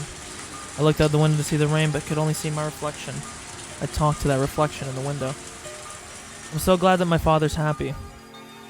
He'd been acting like he was dead for a long time. The smile on his face is a good sign that he's regained his former happy life. He became miserable because of me. That's why I don't mind doing things for him until he regains his smile and we become truly happy. When I stay here alone for a while, it gives him some time to be alone with her. Plus, I don't have to fake a smile. But then my reflection in the window tells me, Rena, you're such a good girl. You're kind to everybody and love them equally. You can make anybody like you. But did you forget something? In this world, there are people you should be kind to, and enemies, that you have to reject with all you've got. I thought you learned that lesson. No, don't listen to her. My reflection is always mean. She always says mean things and makes fun of my worries. But she always tells me things that I can't say myself. Let's go home, Rena. To your home. Forget about the mean Rena in the mirror. I was a bit hungry by then. After all the desserts I ate, I still got hungry. I almost forgot. Rena brought me a shortcake. I've never had a shortcake from Angelmore, but I bet it'll taste good. I'd have to give my thanks to Rena the next time I see her.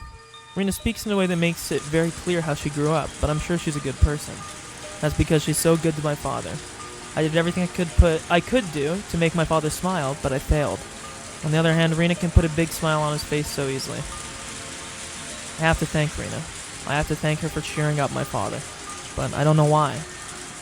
I just don't like her perfume. Oh, there's something uncanny, or not uncanny, something a little bit unsettling about that.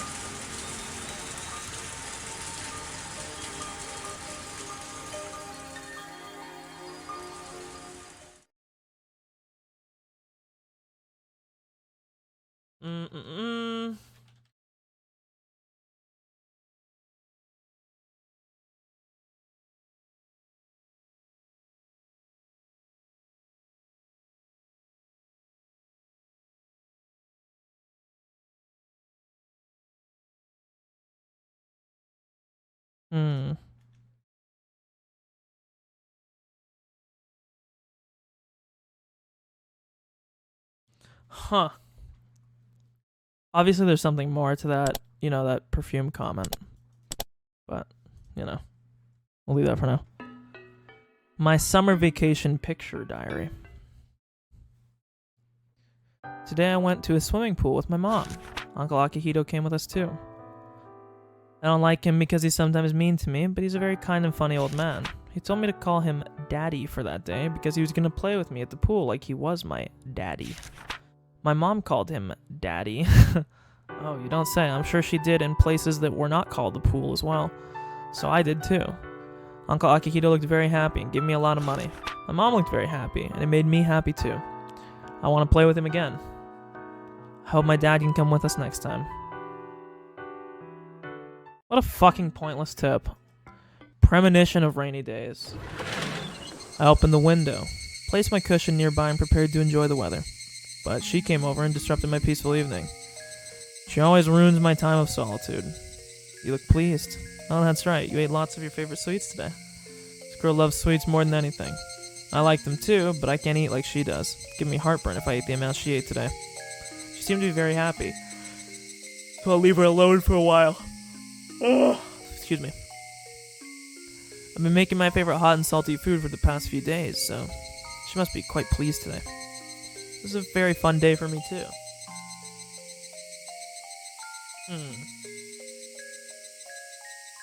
I just wanted to enjoy the memory of the excitement I felt today by sitting here and quietly enjoying the sunset. When I looked up at the sky, I saw some thick clouds. Yo, thick as in like big or thick as in thick forming there. The wind was a bit cooler than usual. It might start to rain soon. People say that when deep sea animals come up to the shallows, it's a sign of a big earthquake or something. Fuck you! Scared the fucking shit out of me again.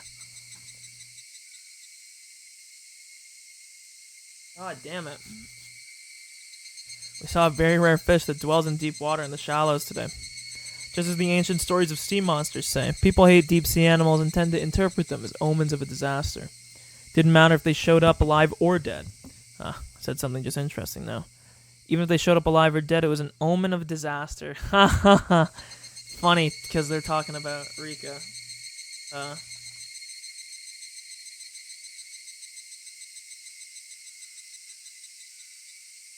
One sec. So let me just make sure.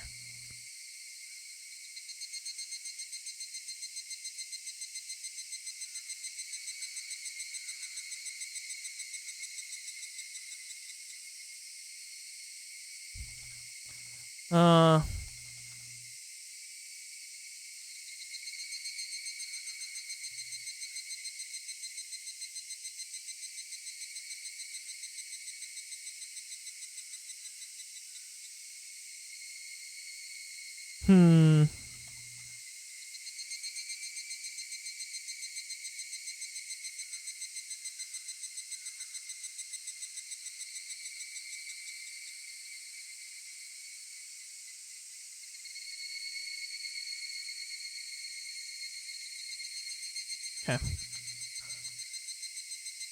Oh, might start raining soon. Yeah, I know. You don't have to tell me. I'll get the laundry. I grabbed a basket and went outside to take the laundry in. The clouds were getting darker. I normally like rain, but I didn't think I'd enjoy it today. Okay, well, there you go. Continue. Game. Hey, good morning, Rena. You're late today.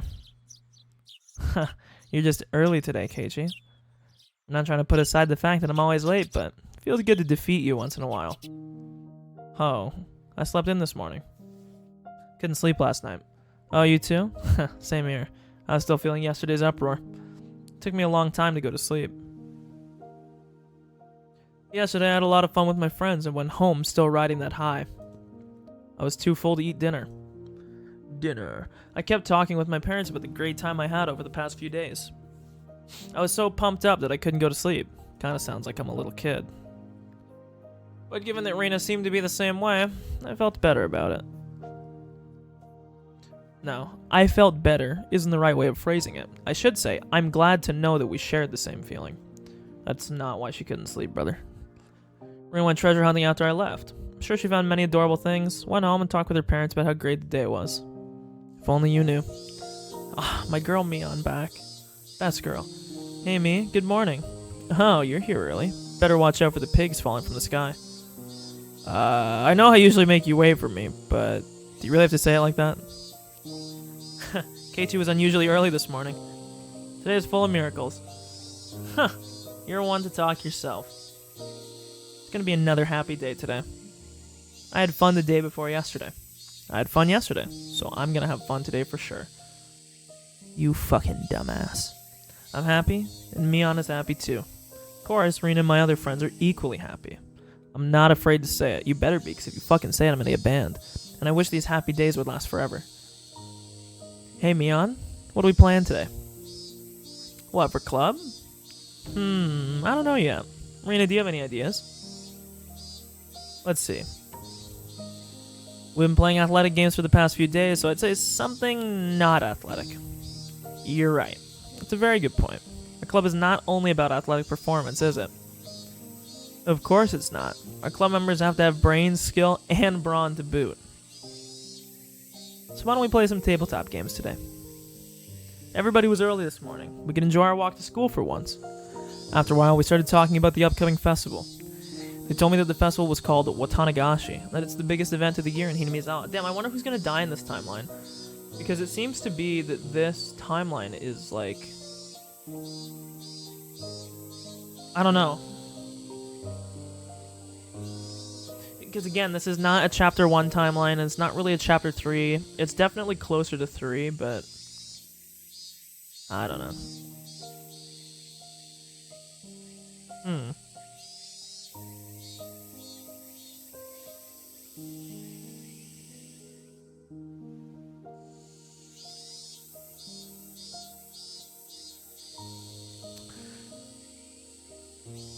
Yesterday, my relatives gathered at my house in Okinomiya, and they started talking about you, Kay.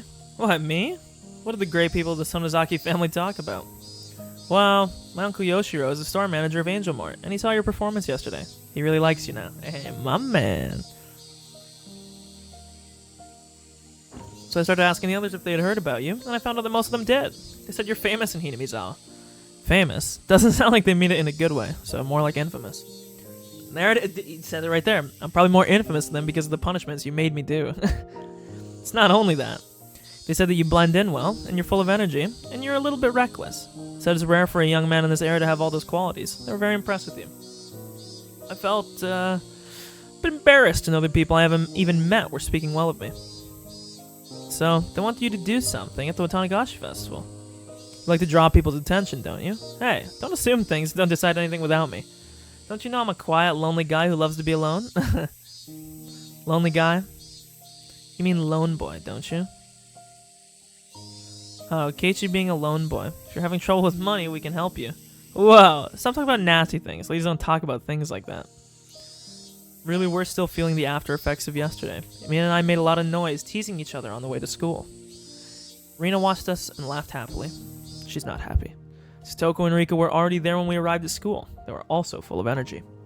Tomita... Oh my god, dude, I am hitting fucking puberty again.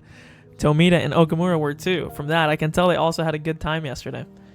Everybody's been having a good time, really. Hinamizawa, everybody's happy. Real voice dance game? It hasn't even been a year yet since I moved here, but... what is it? Well, I'm just glad that I moved here. What's wrong, Kay? You're being sentimental. I understand. I understand exactly how you feel. Oops. You feel like everything is perfect. You've become happy since you moved to Hinamizawa. I think this village has some kind of power to make people feel that way. Are you happy, Rina? Yeah. I'm happy every day here in Hinamizawa. Yeah, me too. Hey, don't leave this old man out in the cold. Let me in on the conversation too. The sky was clear, and the few thin clouds were pure white. The cry of the cicadas was telling me that summer would be coming earlier than usual. Watanagashi is just around the corner. I'm sure we'll have great fun at the festival too. There will be more and more fun days to come. I'm sure of it. Summer is just around the corner. Okay.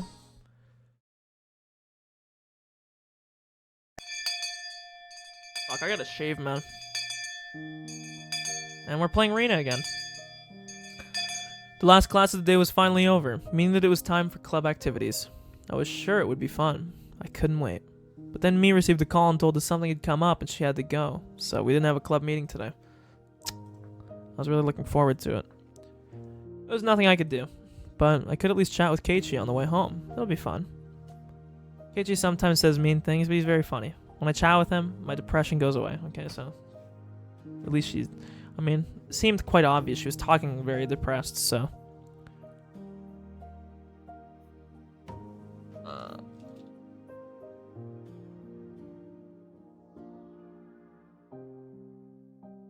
Wait, what did I just say? Am I depressed? I have so much fun every day, and I'm as happy as I can be. What did I have to be depressed about? Unfortunately, Rina, it doesn't work like that. Sometimes you get depressed for no reason. What was obvious? Because of other Rina, my father's happy now. Before he met her, he was like a lamp in broad daylight. Honestly, he was like the living dead. But after he met Rina, he started to smile like he used to when he was living with my mother. He enjoyed talking with her and started going out with her. You could probably say they went on dates. Now he looks 10, no, 20 years younger. Rena gets along with my father very well. She's very kind to me, too. There's actually no reason for me to hate her. But the bitter memories of my parents' divorce and many regrets were gradually eating away at my heart. Was it okay to accept that woman? I think she has a part of her that's afraid that if she accepts this woman, this mother might do the same thing that her fathers do, you know? Or sorry, yeah. I have no. I'm sorry, I just blanked totally. She's afraid that this girl might just be 2.0 of the last one, you know?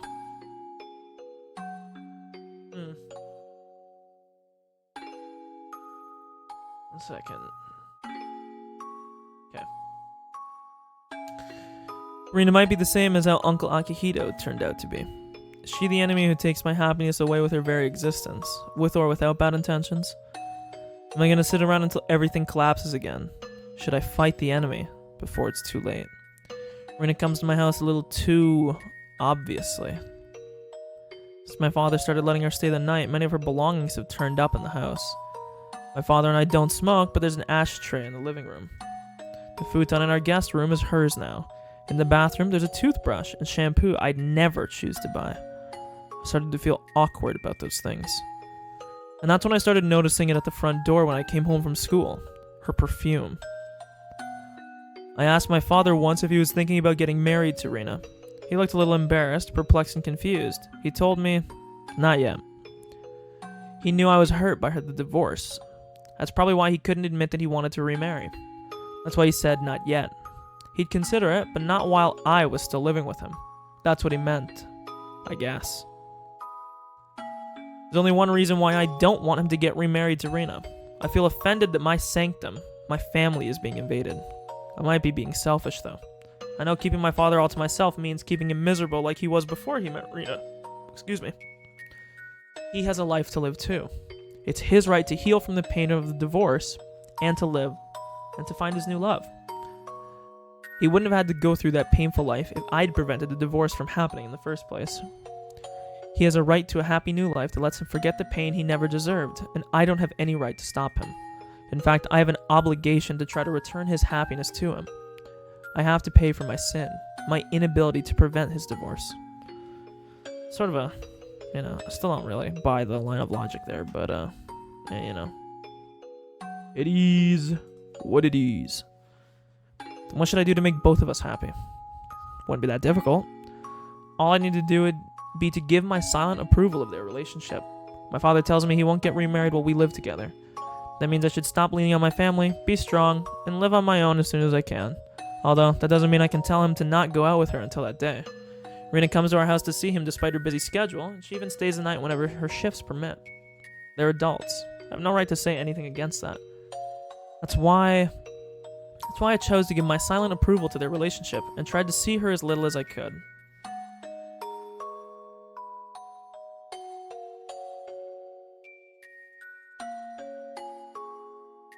So it's not, it's her stepmom, but not really. I guess she would be entitled, I guess, but not really married, she's not really, just kind of just father's girlfriend.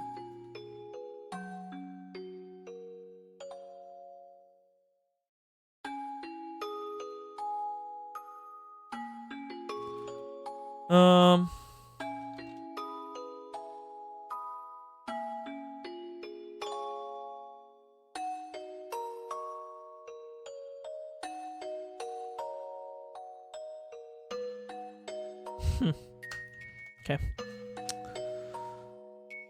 I get along with Rena on the surface. I know my father would have a hard time keeping face if we didn't, but it's a very exhausting and painful thing to get along with a person I don't really like. So whenever Rena comes over, I spend as much time as possible outside, then head home late.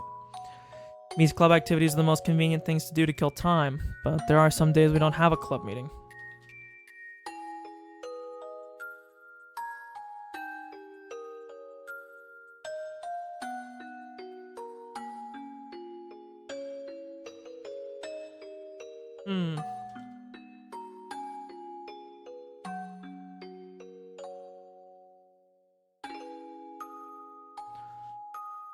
On those days, I while away, I waste away, I spend my time at the garbage dump hunting for treasure alone. And that's how I started to make my secret hideout. My father can do whatever he wants with Rena at home. I don't have to see them together. I can spend my time peacefully at my hideout. I sometimes feel depressed about my life. I sometimes want to talk to somebody about it. But nothing will change even if I talk to somebody. This is all I can really do. The most important thing for me should be to overcome the sadness of losing my family as fast as I could and to regain my own happiness. I have so much fun every day. I'm happy every day. Even on the way home, Keiichi was talking about funny things that made me laugh. My feeling gloomy in spite of that was kind of rude. My father should be happy. I should be happy. I just feel sad because I still can't separate from my father. Compared to the unexpectedness of the divorce, Rena's invasion is a very slow process. I think Rena understands how I feel. She treats me very kindly, but she doesn't do more than that. I think she understands that I'd be uncomfortable if she did. I respect Rika, because she's strong even without her parents. Compared to the pain of losing both her parents unexpectedly, my problem is like nothing. I respect Satoko's toughness too. She lost her parents and was forced to live a painful life under her uncle and aunt. Compared to the cruel treatment she had to go through, my relationship with Rena is a blessed one. Yeah, but, and this is sort of not really related to the point, but just because somebody has it worse than you doesn't mean that you can't complain about the current situation or feel bad in the situation you're in. Because if this was the case, you'd never be able to feel bad about anything because there's always somebody who's had it worse than you.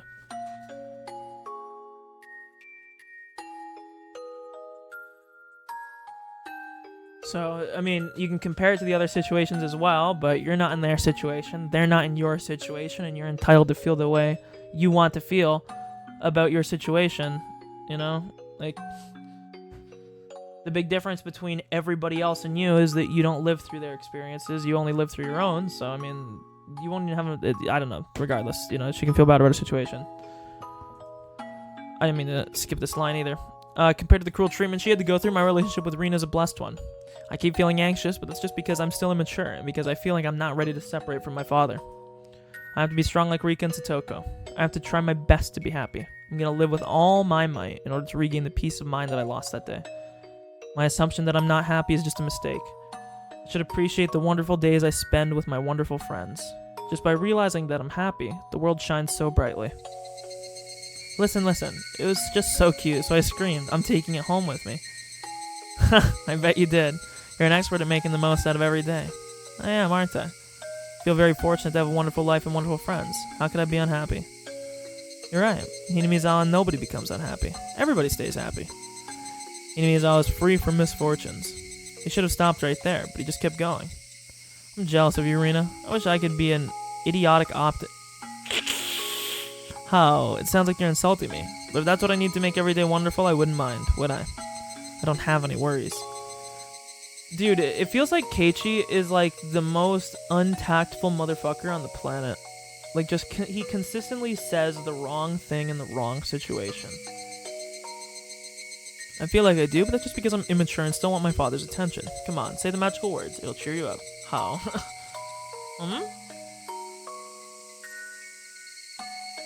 It didn't make sense to say it now, but I was going to say it anyway because this is my magical phrase that always cheers me up. Okay.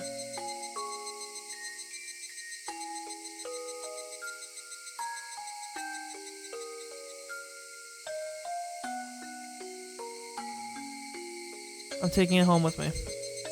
What's wrong with you? That's so like you, but still. That's right. This is me, Rena. I'm not Rena.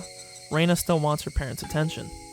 Rena's a goofy and carefree girl. She knows that every day is full of happiness, and she has the kind heart to appreciate it, too. She should forget about icky things. She should live a wonderful life free of anything icky. Icky starts with I, and that's why I got rid of the I in Rena. I'm Rena. I'm going to recapture the happiness I lost when I left Hinamizawa. I will overcome any pain and hardship. I can be happy, because I got rid of icky things. I'm sure there are only incredible things waiting for me. Oh, incredible starts with I, too. Could say wonderful. But I was almost home, and when my house appeared, I noticed something different there. There was a truck parked in front of my house. There was nothing on the back of it, but I can tell it brought something here because I saw some cardboard boxes, blankets, and ropes on the ground. From the front of the house, I heard voices of two young men saying, "Well, we'll be going now." They passed by me as I walked towards the front door. They were wearing some kind of work uniforms. They looked like delivery people. I wonder if they were movers. My father was about to close the door when he noticed me. "Hey, I'm home. What's going on?" "Oh, Reina, I have a surprise for you." My father looked to be in a good mood. I didn't know why he was, but whenever he smiled like that, I just wanted to smile back at him. His eyes used to look like those of a dead fish no matter how hard I tried to smile at him. But these days he could put on a big smile just to surprise me. He has been literally coming back to life since a year ago when we moved back to Hinamizawa. No, since he started dating Rina. When I see him smile like this, I'm happy, but at the same time I feel confused because I don't know whether I should thank Rina or not. "Look, doesn't it look great?" He took me to the living room. He was probably expecting me to go all ooh and ah. So whenever there was something in the living room or not, I was ready to go ooh and ah for him. Wow, what is this? What did you do? I tried to sound excited and surprised. He was standing behind me, probably smiling with satisfaction at hearing my excited voice. I, on the other hand, was desperately trying to understand what was going on. For a moment, I thought I was in someone else's house. You see, the living room had been completely redecorated. The furniture we had was all basically from the former house in Ibaraki. My parents bought most of the furniture when they got married, so it was all old and a little dirty. Some of them still had crayon scribbles I drew when I was very little, but all of that was gone. Everything in the living room had turned to pastel color, looking very sophisticated, like the rooms you'd see in soap operas. The new carpet looked very tropical. The new curtains matched with the carpet, so the carpet does match the drapes. Good to know. The new sofa looked very expensive. The living room in general looked like a resort hotel. The channel switcher of our old TV was broken, and we used to have to use pliers to change channels, but it was gone too, replaced by a new one with a big screen. The room's lights had also been replaced by nicer looking ones. The living room looked like a totally different world under the new fluorescent lights. This looks great, Dad. What made you do this? I did it to get a fresh start. It's been a year since we moved here. I thought it was time for me to reboot and finally start a new life. I suggested redecorating the house once in order to cheer him up, because he was still in pain after the divorce. But he wasn't interested at the time. He didn't want to get rid of the old furniture he had chosen with my mother, because he still couldn't get over her, even though she cruelly broke up with him. I wanted to suggest it again when the time was right. I never thought he'd do it on his own initiative. That was a good idea. This beautiful living room makes me feel refreshed. I love it. I knew you would. Raina, you always wanted to have a rocking chair, didn't you? I haven't set it up yet, but look, I got it for you. Dude, he's such a good dad. Dad, thank you. This is mine, right? Hey, this is for everybody, not just for you. I understand, but I'm not going to get off the chair once I sit on it. My father explained the details of his redecoration proudly. He told me that he only did the living room this time, but he's going to redecorate all the rooms. He sure had become more active. There were some parts about the redecoration I didn't like, but I still thought it was great because it made him happy. I worry, though, that there's more to this, because I'm trying to think, right? Her father's, I don't want to say poor, but her father doesn't make a lot of money, right? You know? So the question is, like, you know, a full reno costs a lot of money, brother. That's a lot of money. Especially labor costs, too, for the guys that probably installed everything. Where the fuck you getting that money, brother? I don't like it. And considering what we know about Mrs. Rina Mamiya here and Mr. Tepe Hojo, I also question if she's not two-timing him. You know? I found the old furniture outside in the yard. Are you gonna throw them away? Yeah, I think we should. A delivery company is coming in later to pick them up. Getting rid of the old furniture means putting an end to my mother. I hated the furniture because it smelled like my mother, and I tried to break everything once. I understand why my father wants to take this opportunity to get rid of them, but for some reason this new living room makes me feel like I no longer belonged here. My father didn't choose the new furniture. Rena probably did. Most likely my father and Rena decided to redecorate the living room and went to a furniture store to buy everything. So I think what she's saying is she feels like this is just a repeat of the last time, you know?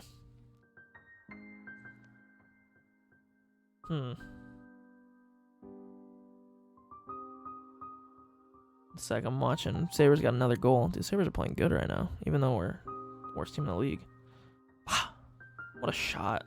Okay. I tried to think positively. The reason why my father didn't tell me about the redecoration was because he wanted to surprise me. No, my father never really considers things that deeply. So, I suppose he didn't tell me just because he didn't think he needed to tell me. Sure, he didn't redecorate the living room to make me feel like I was no longer welcome. Don't be angry, Rhea. My father didn't have bad intentions. He doesn't want to get rid of me. He doesn't think I'm the reason he can't get remarried. And yet, why did I feel sad looking at the old furniture in the yard? Because, I mean, whether or not... This is the thing, okay? It's unfortunate for her because she has good memories about... She has good memories, and I guess she remembers the good times before things were bad, right? And I genuinely want, I genuinely think that Rena, even though she hates her mom, you know, there's a part of her that's a little bit sad because, you know, getting rid of the last thing that ties you to your mother in this situation, your divorced mother, who is now estranged, that you don't talk to. You know, it's like kind of, even though you have told yourself that you hate her, this is truly like kind of killing her off. It's the last thing that, you know, reminds you of her, that, you know, oh, that's mom's furniture, you know, whatever. So I think that I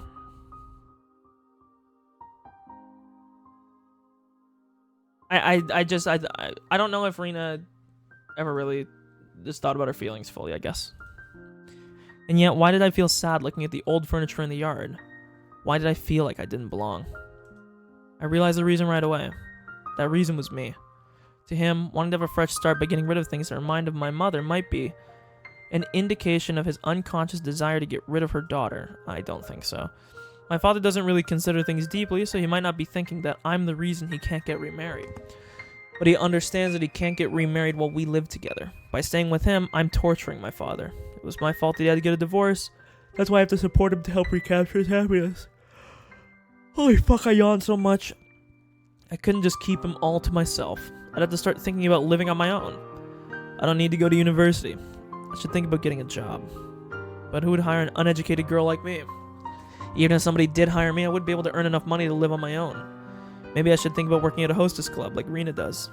People only choose the jobs they can. A girl like me doesn't have a lot of choices. Not a lot of companies would hire me or pay the amount of money that I'd need to live on my own.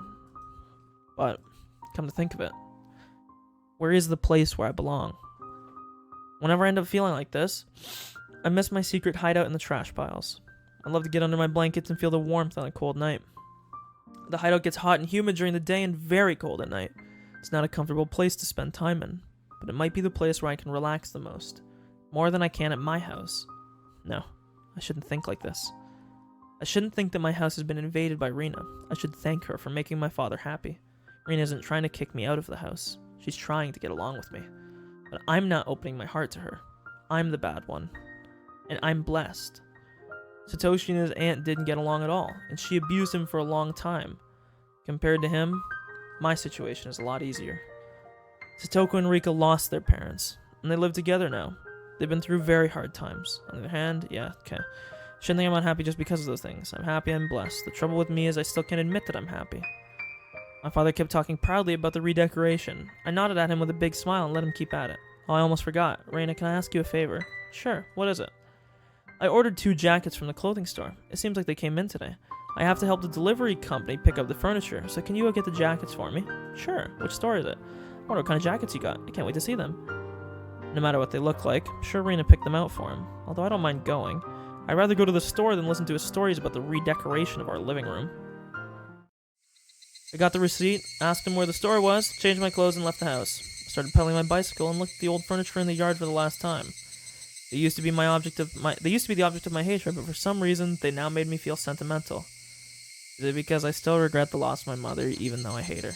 Yeah, because again, as I said, it's the last thing that ties you to her, whether you hate her or not. And this will be the official end of her. I couldn't let poisonous emotions take over my heart. I understood that in my mind, but I just couldn't get rid of that feeling. The old furniture wasn't the only stuff that was kicked out of the house.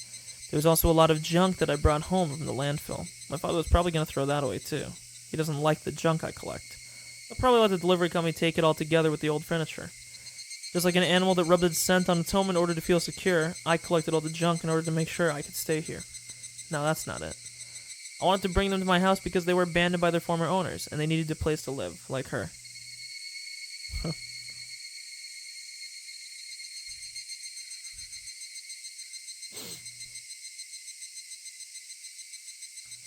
I still question the other Rina's motives, Rina's motive, you know? Because, like, I still question whether she is not two-timing, and it's not to be rude, but, like, oh god, I don't want to perpetuate a stereotype, but, I mean, we already know she had a thing with Tepe being pimped out, you know? She works as a host at a hostess club, like, I don't know. The store my father ordered the jackets from is a fancy boutique. It's hard to believe my father would shop at a store like this on his own. I could tell right away that Rina took him there. I handed over the receipt to the cashier. A short time later, the store manager came out wearing a perplexed look. Ryugo, I'm very sorry, but it seems like the truck carrying your jackets is stuck in traffic. It should be here soon, though. He said the driver called a while ago. Told him he just got off the highway and would be there in about an hour. I didn't need to know the details, but he explained them to me anyways. I asked him if I should come back tomorrow. He insisted that I should wait because the truck would be coming shortly and urged me to take a seat on their sofa. But I didn't really feel comfortable waiting there, so I told him I'd be back soon and left the store. I wondered if there are any fast food restaurants nearby. I might have to go all the way back to the station. I looked around and found a coffee house. The glass on the door was black, so I couldn't see inside. But there was a poster saying the price of a cup of tea is lower than normal for women on weekdays. Hell yeah. Squad M, dude. I'd just be going to get a cup of tea to kill some time. Should be okay. But still, I hesitated to go inside before opening the door. Her first impression of the coffee house was the smell of cigarettes. This is like a narrator. This is a different color of text. Because obviously, it's not... One, they're talking about cigarettes. She's going to see Rina here, I'm telling you. I think she's doing some questionable shit. But this is a... You know, unless my eyes are starting to fucking die on me, this doesn't even look like the white text that you normally see in this game. This is almost like... maybe it is just white. I don't know. It looks like it's tinged a little bit to me, like a little bit yellow.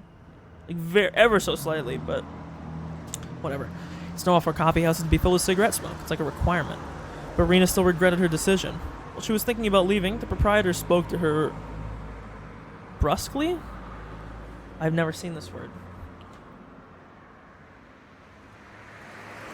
I thought it was maybe briskly, but it's not.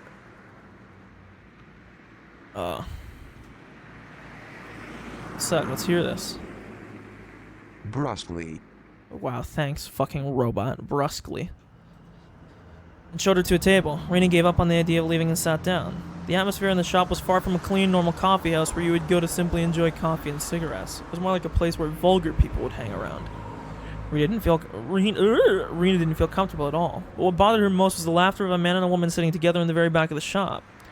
Her table was behind a planter, so depending on how one looked at it, one could say she was in a spot most protected from their laughter. But Rina looked as though she wanted to leave as soon as she finished her tea. The bell hanging from the entrance door rang, letting her know a customer just came in. It was a little surprising for her that a coffee shop like this could draw in so many customers. Rina peeked at the newcomers from behind the planter. There were two of them. They looked like vulgar men, the kind of people you didn't want to get involved with the instant you saw them. The proprietor tried to show them to a table, but they ignored him and walked towards the back. They walked up to the couple who had been laughing loudly and greeted them with a bow. Hey, you finally made it. Sit down. And it was Tepe, see? The couple stopped laughing and the man told the newcomers to sit down in a threatening tone of voice. As instructed, the two of them took a seat. Also, maybe I might throw a flag on this plate. Do you think that this is maybe prior to Chapter 3 is all these events right now? That's what I thought before. Maybe that's what it is. As instructed, the two of them took a seat. So, what happened? We're very sorry. We tried to cut it, dipshit. Just hand it over. Two of them looked at each other before they each took an envelope out of their pockets and put it on the table. The man roughly grabbed the two envelopes and tore one of them open. Inside, there were many wrinkled 10,000 yen bills bound into a bundle with a rubber band. He opened the other one to make sure it also had cash in it and threw it to the woman. Count 'em. I fucking knew it. See? Rina.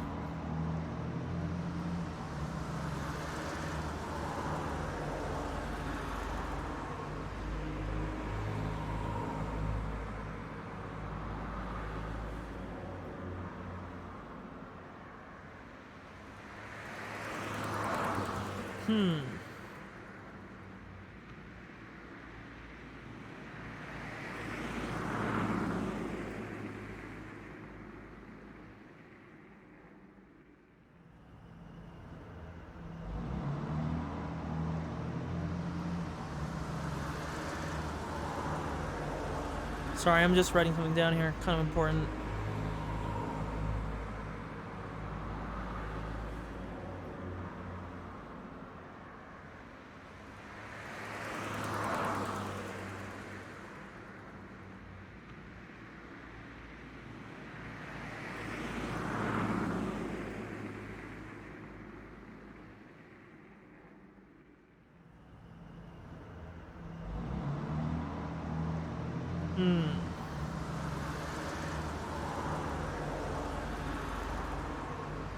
Hey, don't order me around. This is originally my money, you know? Shut up. Just count them. The man yelled at the woman. She licked her thumb, looking annoyed, and started counting the cash expertly.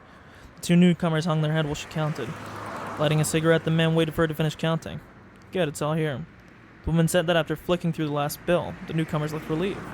The man, however, didn't look satisfied as he stared at the bundle of bills the woman was holding. Ritsuko, how much is there? What? I told you it's all here. Huh. I'll write this down, too.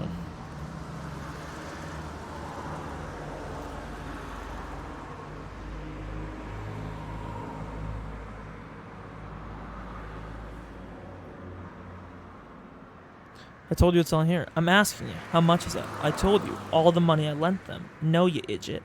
I'm asking you if they paid you the interest. The man and Ritsuko yelled at each other.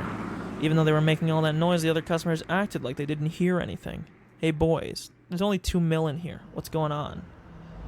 Huh.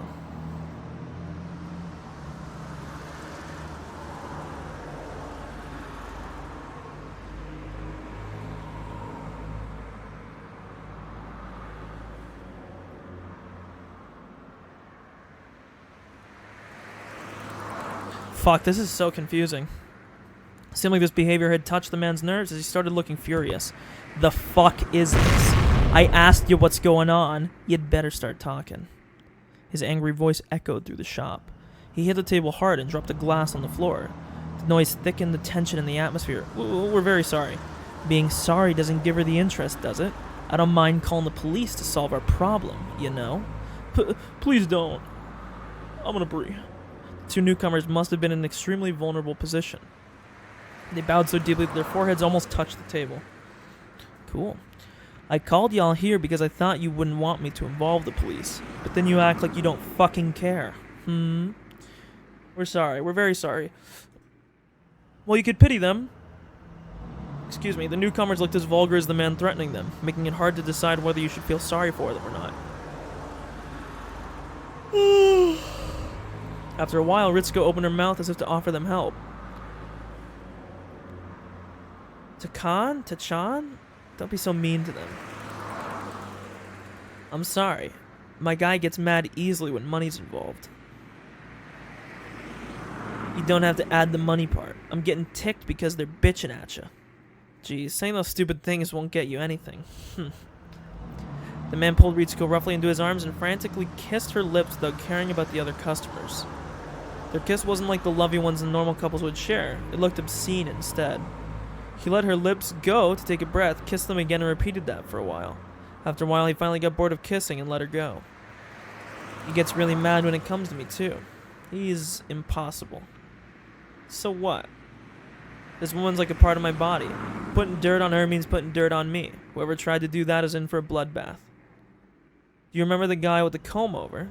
I forgot what you did to that guy after you took him outside. I remember him. He challenged me, wanting to take it outside. He said he did karate, so I got a little excited to see what he had. I punched him in the stomach, but then he just kneeled down on the ground. I was disappointed, so I took off his pants and underwear and made him clean the public toilets with them. See, I'm helping society. I deserve an award for that one. I can't believe you made him do that. You're so gross sometimes. They started laughing loudly like they were doing earlier. Their laughter obviously intimidated the companions. Listen, you two. Tachan is actually... Okay, I'm just calling him Teppei. Teppei is actually in a very good mood today. Usually he'd start yelling, "This isn't enough money," and you'd be thrown in the OG River by now. Naked by now. We truly apologize for the inconvenience. Well, you forgot about the interest, but you still did put together all the rest of the money in time. I'm impressed. So I'll be nice and take that into consideration, you know? Anyway, his interest rate is a little high, but it's only 5 if you pay it today. If you wait even a day longer, it'll be doubled, so he's a loan shark. And if it's doubled, I don't think you'll be able to pay it no matter what you do. So I'm gonna make you a deal. Teppei, would you give us a minute? Sure, I guess it's okay. I'm gonna write this down.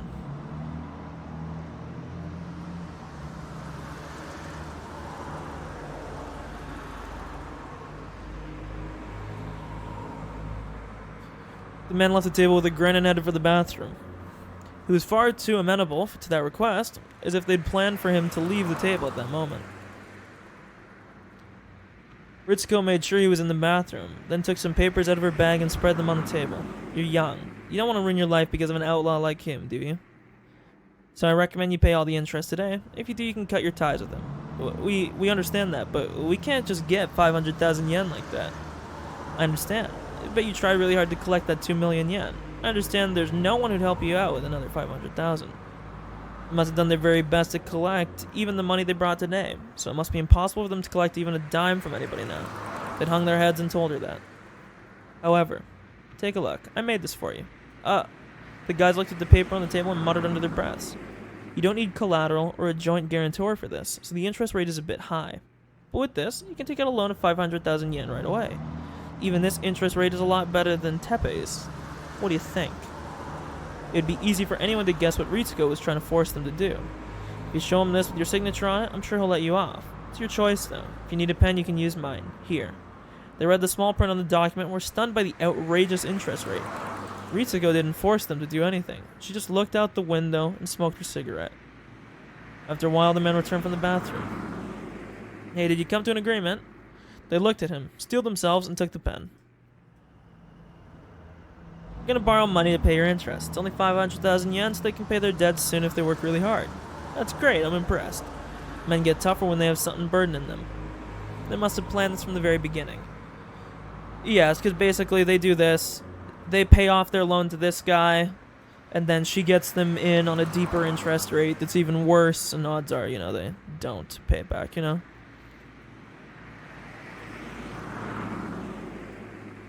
So.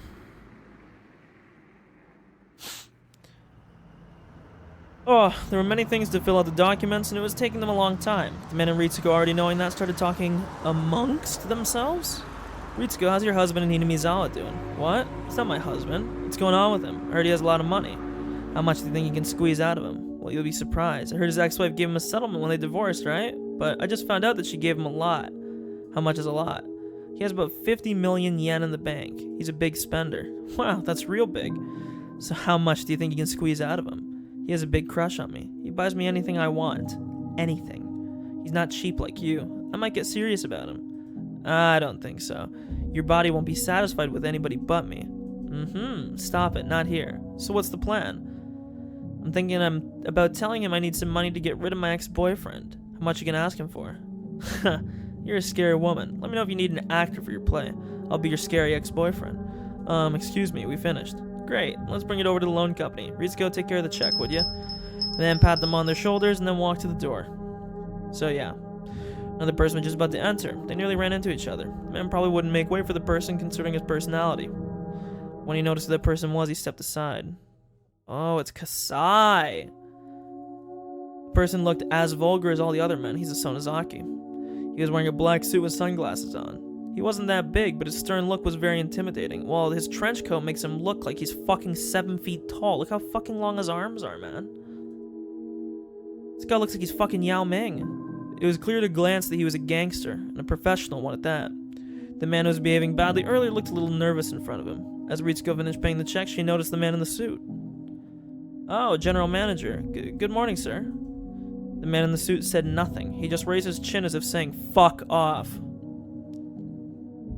Ritsuko and the others bowed to him and left the shop in a hurry. The proprietor noticed the man in the suit and greeted him with a bow. Who could he have been? He appeared... I should say sedated. That's not really... He appeared sedate compared to the other men. But he must be dangerous, because he made even them step aside. Everybody in the shop thought the same thing and tried not to look at him. The man in the suit looked around and found the menu on the wall. The proprietor walked up to him hesitantly. Hey, waiter. Yes? Is there anything bothering you, sir? Do you have this seasonal dessert?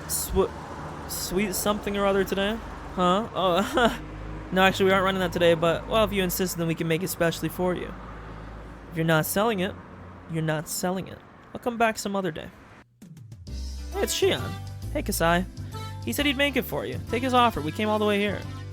The girl seemed to be the only one who couldn't read the heavy atmosphere in the shop, and she came in laughing cheerfully. It was Mion Sonozaki's twin sister, Shion. Yeah, ex-murderer.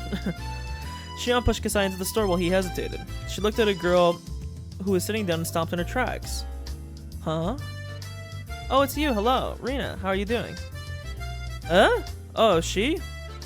I'm surprised to see you here. Huh? Are you here by yourself? You waiting for someone? Is it my sis? Or maybe could it be Kay? She. Who is this? Are you talking about Kasai here? He's like my bodyguard. He'll protect me when my life is in danger, won't you? I'll give my life for your sake if that's what you want me to do. Wow. Kasai, if you were 20 years younger, I might have fallen for you. He looks scary, but he's a real funny guy. This is Rina Ryugu. She's Sis's friend. My name is Kasai. Nice to meet you. Kasai? Do you know the people who just walked past you? Kasai nodded, indicating that he was familiar with them. Who are they? I've never seen them before. The man is Teppei Hojo, a skunk of a human being. Shion seemed to know who he was once she heard the name Hojo. And the woman? Rina Mamiya. I believe that's her business name. Her real name is Ritsuko Mamiya. She's a hostess at Flower Road. Well, her thing said Blue Mermaid, because I actually wrote that down. So...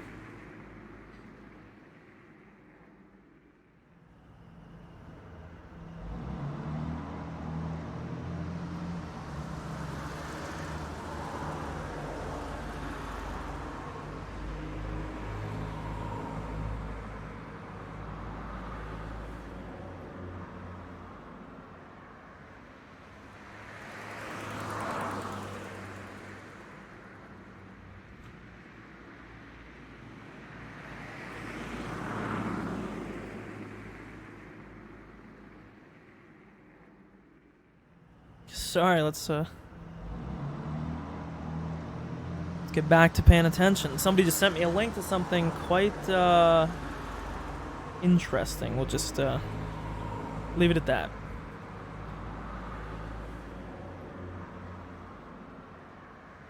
Kasai, do you know what he is to her? They look like a couple to me. Hojo is Rina's pimp. They're very, very bad people, so you should never get involved with them.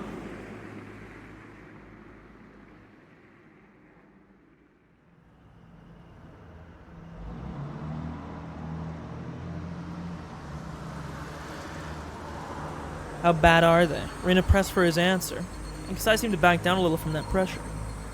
It's more courteous to stay out of a woman's private affairs. How bad are they? Please don't ask. How bad are they? Rina kept asking the same question until she got an answer. Shion sensed how desperate Rina was and cut into the conversation. Kasai, why don't you just tell her? I don't think she's asking out of curiosity. Am I right, Rina? There was tension developing between Rina and Kasai. Shion seemed to be the only one who couldn't read the mood. Kasai finally opened his mouth. They're both skunks, really. I've heard they make a living by gambling and blackmailing people. So let's write this down.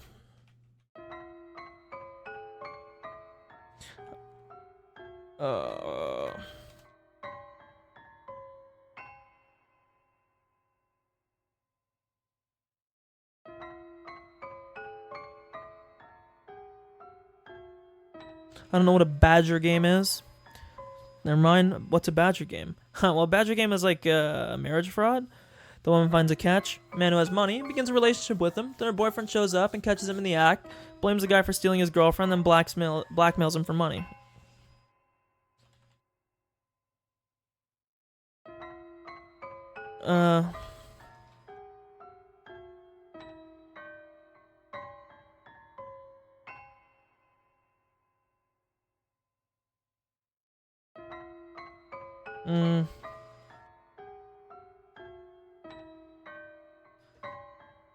First, the woman makes him buy expensive stuff for her, and then she and the boyfriend take all his money. There's a rumor that she's got herself a big catch recently. Wow, whoever that is, I'm so sorry for him. Well, the guy had some fun with her too. I guess he gets what he deserves. It's a little harsh, Shion. A man sometimes falls for one very easily. Oh, really? I wonder whom you fell for. Waiter, bring the dessert to us, please. Wait, where did she go? She just took her leave. Rina was already gone. The door, which had just closed, looked as if it was the only thing that knew where she went. So there you go. Rina actually had the correct judgment on the situation.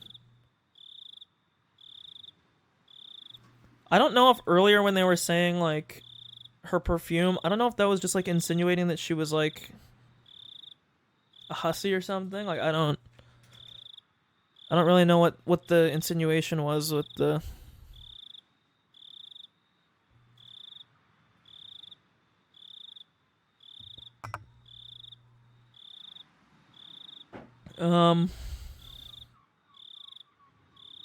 When I got home, the door was locked. I used my key to get in, and I found a note in the living room. Something's come up, so I have to go. I'm gonna eat out tonight, is what the note said. Wasn't the first time he's done something like this. Each time he only told me he had to go to Okinomiya for something. But I knew the real reason, because I heard him talking on the phone once. Rina must have had some free time between jobs, and asked him out to have dinner together. I heaved a sigh, looked at the new living room I hated, and went to my room. Thought back over what I just heard at the coffee house. I tried to rationalize the meaning of her actions there. Maybe she had to pretend to be a bad person because she was being threatened by the man. But even after the man she called, Tepe, left the table, she continued to threaten the guys and push them into signing the loan contract immediately. If she was threatened to play along with the man, she wouldn't have done that. If she was pretending to be a bad person, she could have shown a little bit of mercy or sympathy when he left her alone with them. It's like holding water in a bowl you made with your hands. No matter how sturdy you made the bowl, water would leak from your fingers. True. Mercy and sympathy leak out from you. But nothing, not even a drop of water, leaked from Rina. Her hands weren't even moist. They were all dried up. There was no water that could leak through those hands. Rina was threatening those guys as much as the man was. Neither was leading the other along. They were doing it together. That was it. Rina is a bad person. My brain cells accepted the idea with applause. After all, I always hated Rina. I just couldn't accept the feeling because my father liked her. But at that moment, I could finally accept it. She is a bad person, just like my mother. She's an existence that will ruin everything and destroy my father's happiness just by being with him. But I wonder if my father would understand that Rina is a bad person if I told him so. My father likes her so much that he would jump over a cliff if she asked him to. He thinks everything she does or says is great, and he interprets everything about her in a positive way. He protects her and praises her without her asking him to. I'm not a kid anymore. I understand how a woman can tame a man. It's different from love. Love is about trying to build a relationship. Oh shit, dude, we're getting some, Quick, we're entering Squad W territory. One sec. Also, I want to crop this a little bit, because... There we go. We're in Squad W territory currently. It's different from love. Love is about trying to build a relationship. Taming is just a way of satisfying the lust to dominate. She's just trying to make him into her slave. Women can deceive men, even my father. They can use dirty methods to ensnare men like they're following, like a manual. Fuck! They can ensnare men like they're following a manual. It's the weak point all men are born with. Even with a strong will, they can't resist it. That's why we hate those women who exploit the weak points to deceive men. That's why I couldn't bring myself to like Rina. I don't know about all this gibberish, but for the sake of the argument, let's assume I acknowledge an unreciprocated love like that. But that would only be as long as it was love. If it wasn't love, it was just a method to threaten and squeeze money out of him. I would never forgive her. I remember their conversation at the coffee house. Rina said that my father is a big spender. In fact, I think he spends more money without hesitation than before he met Rina. I was happy that he started to regain an interest in going out into the world again, but now I don't know whether I should be happy or not. He controls the money of the Ryugu family overall, but since I do the grocery shopping, he often gives me his bank book so that I can withdraw money. Because of that, I know where he keeps his bank book, his personal seal, and other important stuff. They're in one of his drawers, which he usually locks. I know where he hides the key, and I know the combination of the cash box inside the drawer. He might be coming back soon, so I felt a little nervous, but I had to make sure. I opened the cash box, which had some bank books, personal seals, stamps, and unused postcards. I removed everything from the cash box to get at the bank books, then I found something new. On the bottom of the box, there was a bundle of new 10,000 yen bills. Its thickness wasn't something I could ignore. There was also a paper wrapper that looked like it had been bundling the bills. The wrapper had a stamp that said it was a bundle of 1,000,000 yen. Usually kept some cash at home because it was troublesome to go to the bank every time he needed money. Okay, well, I think we're done with the Squad W part. But it was usually around 100,000 to 200,000 yen at most. He's never kept such a big amount of money at home before because he knows it's unsafe. The extraordinary amount of 10,000 yen bills was abnormally intimidating.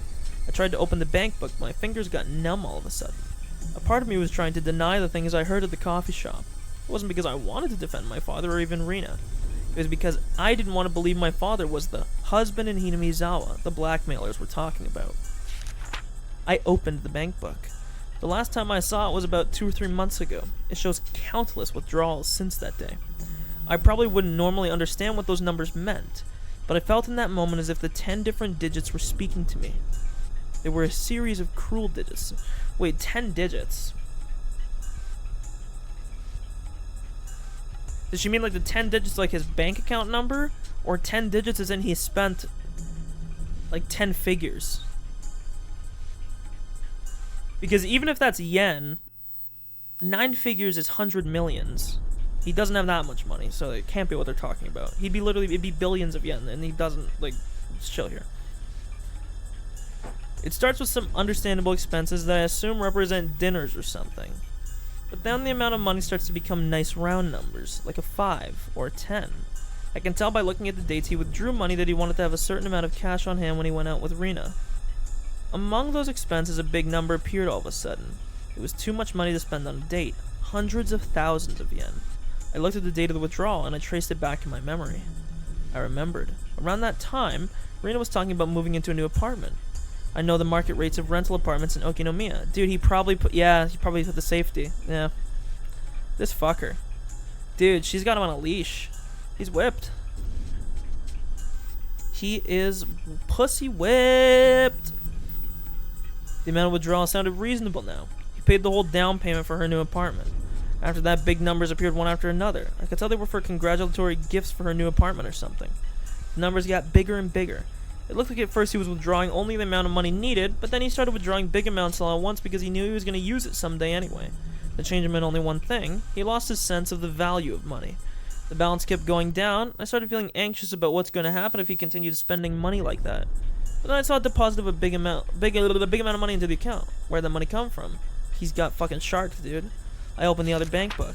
It was easy, like a puzzle for kids. It was like playing with an easy jigsaw puzzle that comes with huge pieces that you don't even have to put together to see what the whole picture looks like. My father was using money from his time deposits. In other words, the settlement my mother paid my father when she divorced him. To him, it's cursed money. I'd understand if he wanted to use it to get new love. But that was just an excuse to use the money for his time deposits. Money's money. Even though it's his divorce alimony, it's still important money for our future. Even though it's cursed money to him, that doesn't mean he can waste it. Big expenses started appearing one after another. There are many expenses, upwards of 6 digits. For some reason, I could immediately tell they were for buying electric appliances and furniture. He must have been buying everything she asked him to. If from the beginning Rina was only seeing to check if he could end up being a big catch, she must have been trying to find out how much money she could squeeze out of him. And my father bought her anything she wanted, no matter how expensive it was, so she probably thinks of him as the perfect catch now. The numbers in the bank book told me so. The simple numbers and dates on the bank book had started talking to me. Around the time he started withdrawing big amounts of money, Rina started coming to the house more often, and she started spending the night. To Rina, my father was at first just a guy who spends big money, but around that time she landed her big catch. My father used to refer to her as my friend in Okinomiya at first, but he started referring to her as Rina around that time.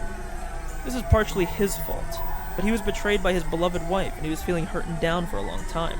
It's also partially my fault because I caused it, and it's my fault. It's just a slippery slope. That's why I didn't want to blame him. And he's not that good looking either. There's no way he's immune to women. He must not have been able to resist an attractive lady who aggressively approached him when he was feeling down. He's crazy about Rina, and he can see nothing other than her. I can't blame him, because Rina trained him to be that way. I put the bank books and other things back into the cash box. This cash box is just like my father's heart. Rina is eating up the contents. What should I do? Think, Ryuga. Should I tell him about Rina's scheme? No, that probably because he wouldn't believe you. The whole point of taming an animal is that it won't run away from its own. Yeah.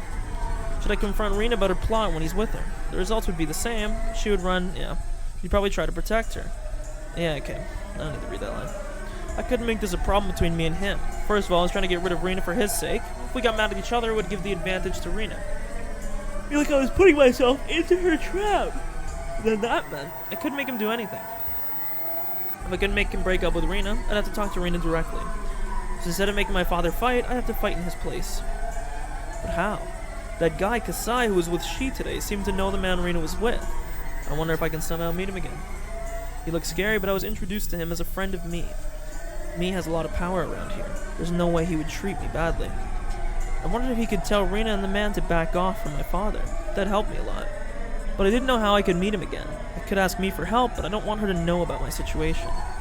This is the problem, or this is a problem of the Ryugu family. This is nobody's business but mine. Yeah, this is a battle that I'd have to fight alone. I regretted my parents' divorce. I wept about the tragedy I could have prevented if I had tried. I wasn't gonna weep this time. I wasn't gonna let the chance slip away. This time I would fight for my happiness. Huh. So she was like a hundo P on the mark about that girl, you know?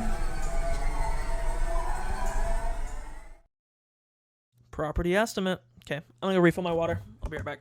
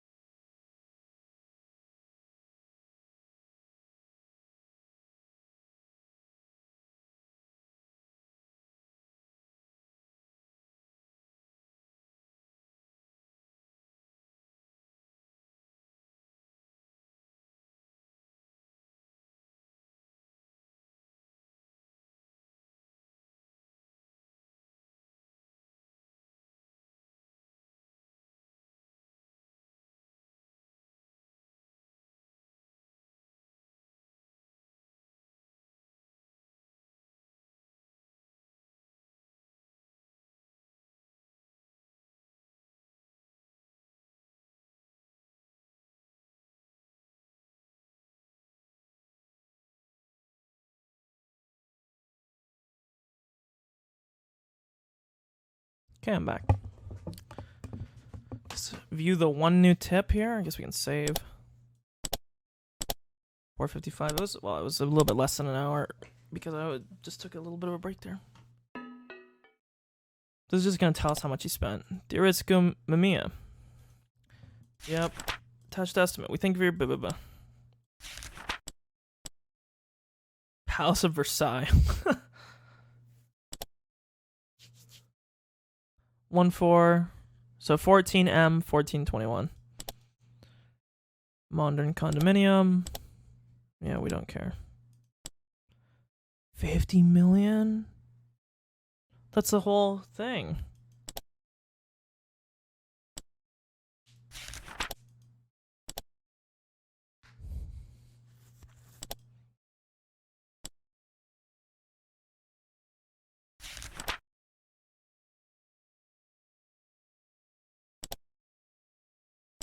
Huh. So you can buy more. It's basically a raffle. Raffle for the fucking house. Nice.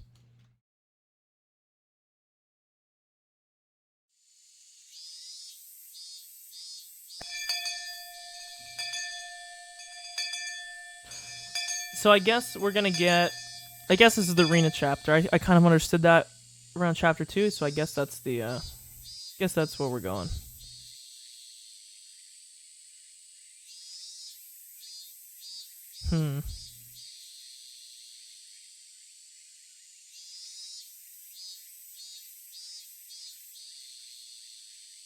Okay.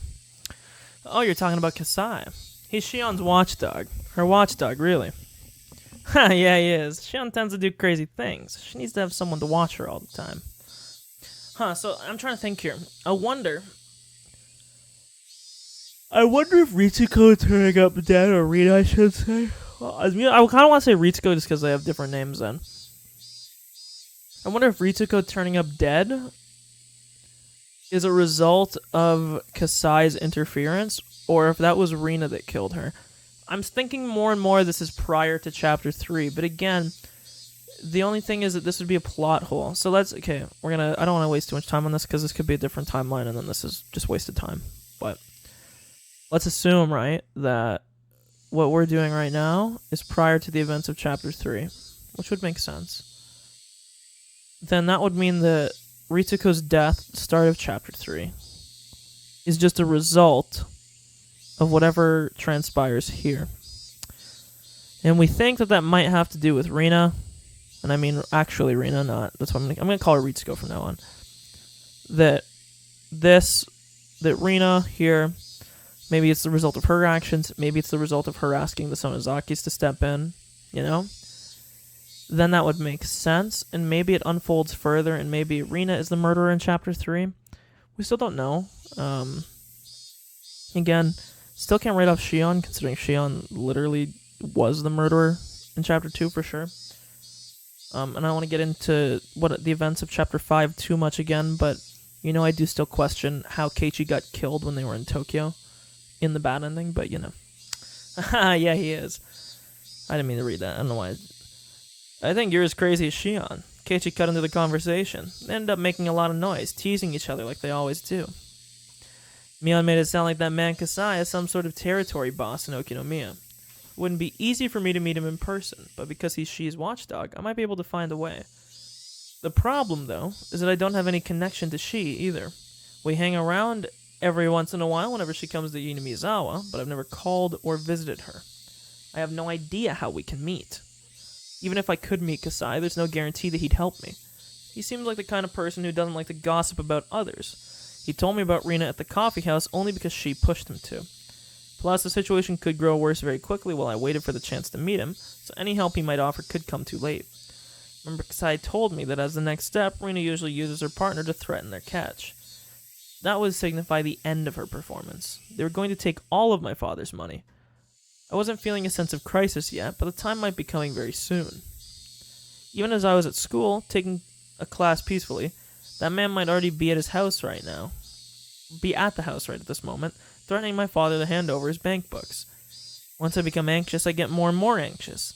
I could feel a big pressure on my chest as if the ceiling had collapsed on me. I think it's what it's called, a panic attack. Man, I'm so bored. My life is too peaceful.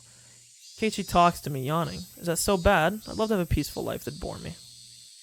I don't. I wish some kind of big event would happen, like aliens coming to attack us or something. I'm not saying I'd like to have something like that every week, but at least at the end of every month or so. Oh, and that doesn't include our monthly test. If aliens really did come, destroyed the Earth, and burned all of Hinamizawa, would you be satisfied? Would you? No, that's not what I mean. I'm just saying that I want some kind of excitement because I'm bored. He had no idea of what I've been going through, of course, and that's why he says that. But I was still irritated by his insensitivity. Yeah, he seems to constantly do this. Like, he's just a fucking loudmouth, man. That's really about it. I couldn't understand why he wouldn't be satisfied with such a peaceful life. He never has to doubt that today and tomorrow will be as fun as yesterday. I was all too aware that boring and peaceful days could be destroyed all of a sudden. I knew that boring and peaceful days could come to an end all of a sudden because your mom wanted to divorce your dad. It's a little bit narrow-minded, but yeah. I knew that you could feel like you didn't belong anywhere in your own house because your dad had gotten a new girlfriend. Even so, you had to repeat the same kind of day over and over again.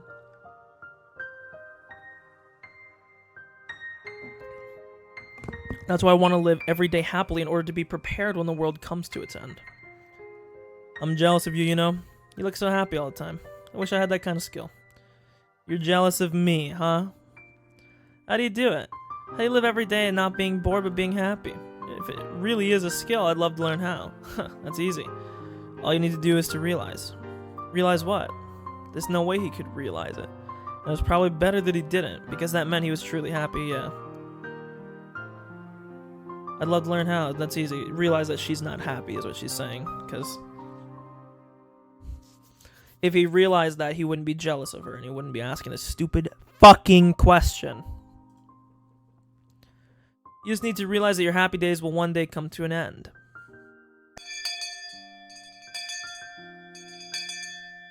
Or that. Maybe she meant that too.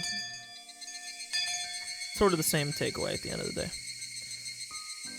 Bye, Mion. Love you. 3 of us walked home from school like we always did. Mi said goodbye to us at the corner of the street where she took her separate way home. She walked away waving, but I chased after her. Mi? What? Mi apparently thought she dropped something and she looked around to see what she dropped. Huh. I almost forgot to tell you. I saw she and Kasai yesterday at a coffee house, and I picked up something that Kasai dropped while he was there. Of course he hadn't dropped anything. I was lying. If I could meet him, I'd just show him whatever. Tell him I thought it was his and apologize for my mistake. Oh, well thank you then. I'll send it over to him in that case. I'd really like to give it back to him in person. Me looked surprised. Couldn't blame her. I'd met him only once. It's weird to want to give something back in person to someone you barely know. Well, that's alright, but why?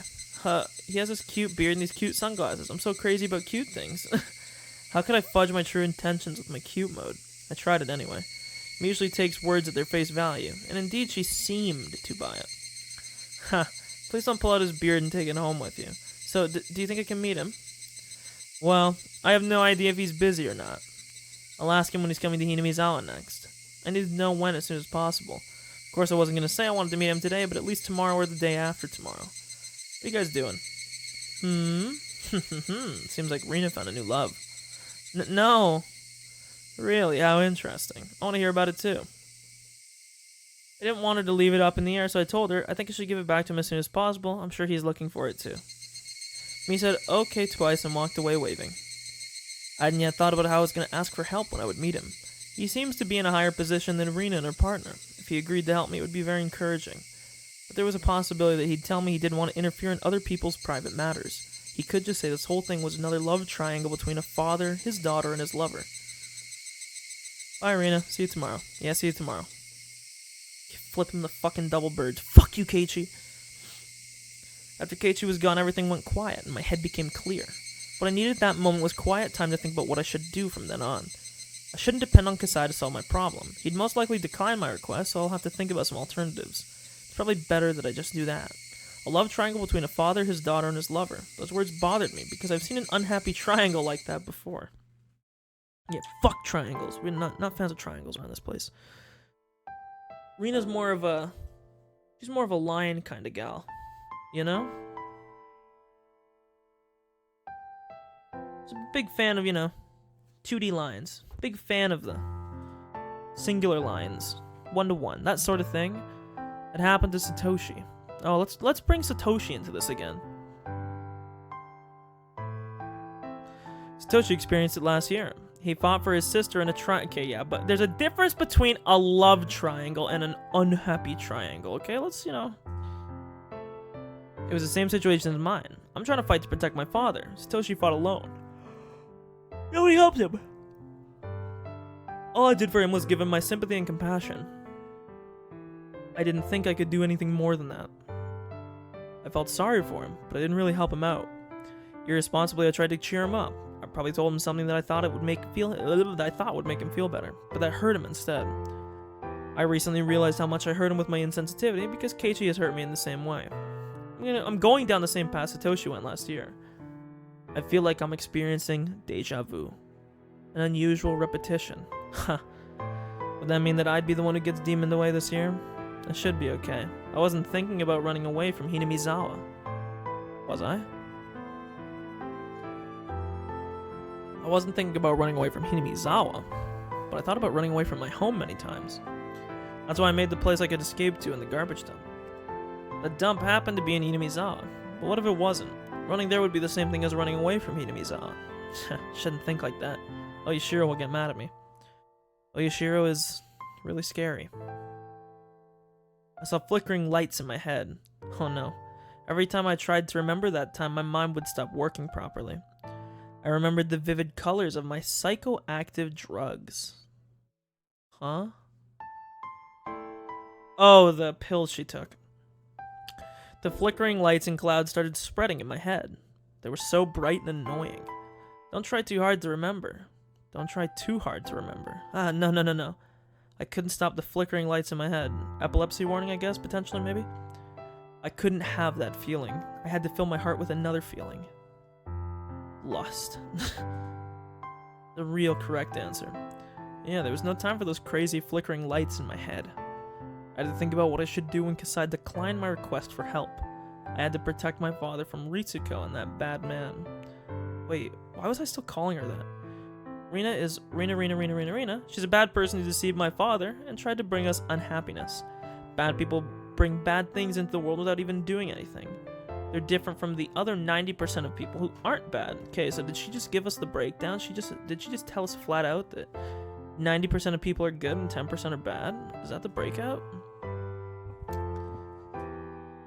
You let them loose, they'll even ruin other people around them. I guess that's one way to put it. When you have one bad tangerine in a box, it spreads its fungus to the other tangerines around it. That's what bad people are like. I couldn't remember how Satoshi resolved his triangle last year. But I could still see the flickering lights in my head. I know how he resolved it. He fucking bashed his aunt's head in. So, I mean, that's one way to solve it. Maybe not the most, Okay, they're still flickering. We get it, dude. Just as the swirl of flickering lights were making me dizzy, I saw my house. I also saw Rina's scooter parked by the side of the gate. The moment I saw the bike, the flickering lights disappeared and I regained control of myself. Rina spent the night last night.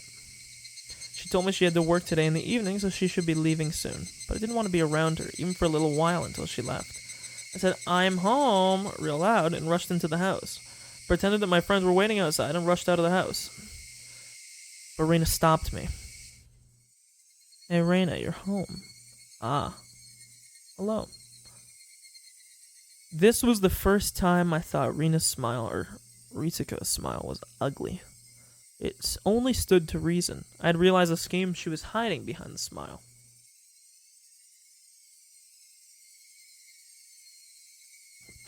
Your father and I went to Gogura for lunch today. There's a restaurant there that makes delicious Indian curry. My father poked his head out of the living room as he says, "I want to go there again next time we go. I really like that curry." I wondered if he meant with me next time, or with me and her. Anyways, I hate when Ritsuko says, "your father." We brought you some curry home from the restaurant. Try it later. It's very good. Have you heard of the restaurant, Reina? I did know the restaurant she was talking about. I saw it in a magazine. It's a new restaurant that just opened recently. I also remembered that it was an expensive restaurant. The amount of money they spent on take-home curry alone must have been enough to cover the cost of all of our dinners for several nights. Since I was aware of what was in the bank books, it was hard for me to stay calm. I'm looking forward to it. Fuck, I'm tired. I'm not tired, I just keep yawning. Thank you so much, Ritsuko. Reina, your friend and I would like to talk about something with you. I'm sorry, but my friends are waiting for me, so I have to go. We're going to go treasure hunting at the garbage dump again. Ha, you really like treasure hunting, huh? I'd like to go there sometime. Well, I've got to go. Bye. Every time Rina moved her arms or heads, the scent of her perfume struck my nostrils. I hate the smell of her perfume, so I couldn't stay there any longer. I rushed out of the house and started running to get away from her perfume. The rubber band inside me, the one called Rina, was stretched all the way to its limit. I'm pretty sure I'd explode and go crazy if the rubber band broke. I didn't want to feel that inside my own house. Feel like that inside my own house. My house was supposed to be the place where I could open my heart freely. I ran away. I ran away from there. Yeah. It's not that I had a destination in mind. I was just running away. I was running to escape to a place where I did belong. Didn't I decide to fight against that woman? Didn't I decide to fight against her either by myself or with my father? But then once I saw her fake smile, a chill ran up my back. Dude, Rina is like insanely Squad W, man. Like insanely Squad W. It was like I picked up a stone, found a carpet of bugs underneath it, and put it back on the ground in a hurry. I rushed out of the house as fast as I could. Did I want to fight? Or did I want to run away? Was I just choosing to spend a peaceful time in my hideout, believing that tomorrow would be the same as today? I couldn't do that. I didn't know when they'd spring their trap. I couldn't afford to waste any time. I knew that deep down. I knew that, but I just wanted to run away. I couldn't stop myself from running away, and so I did run away. At times like this, the mattress in my hideout would feel so soft. That I knew.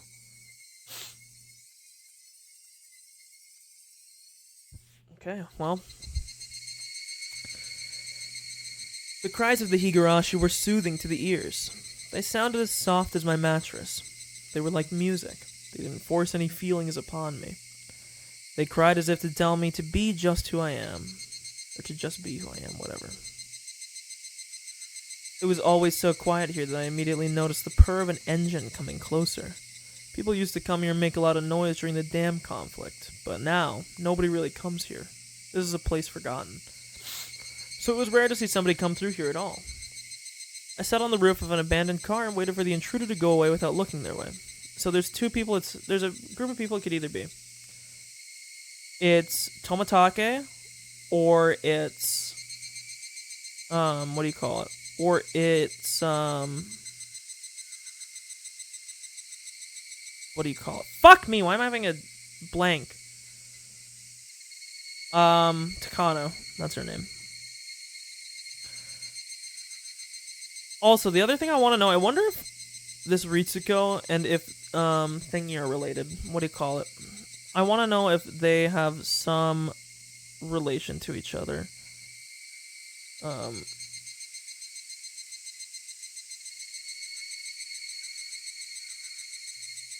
I wonder if Ritsuko and Takano have any relationship to each other, just because they kind of seem like the same type of person. Probably not. But the purr of the engine stopped. I'm not stupid. If it stopped, I knew exactly who it had to be. I heard the person calling me, but I ignored it once. The person came closer, making it harder for me to ignore her. She called my name again. So it's just gonna be Ritsuko. Rina. Rina, are you hard of hearing? Sorry, I guess I couldn't hear you because of the wind. Huh. She seemed to buy my poor excuse. She smiled and said, yeah, it happens sometimes. Are you here alone? Where's your friend? I'm playing here alone. Well, it's rare for a girl your age to play alone. Rina stretched and looked across the huge garbage dump. Can't believe people throw so much scrap out here. Did you know? There used to be a place near Hirosaka where people threw tons of abandoned cars without wheels.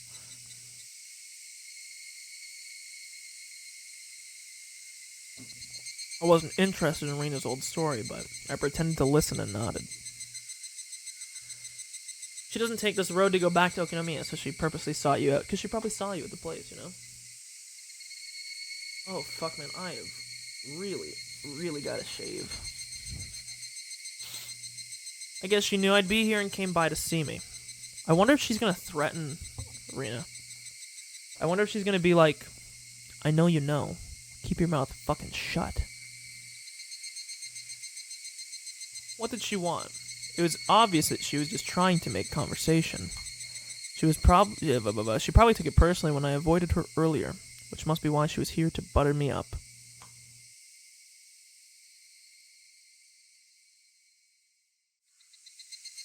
It would be better for her not to have any conflicts with the daughter of the man she's seeing, no matter what the intention of seeing him is.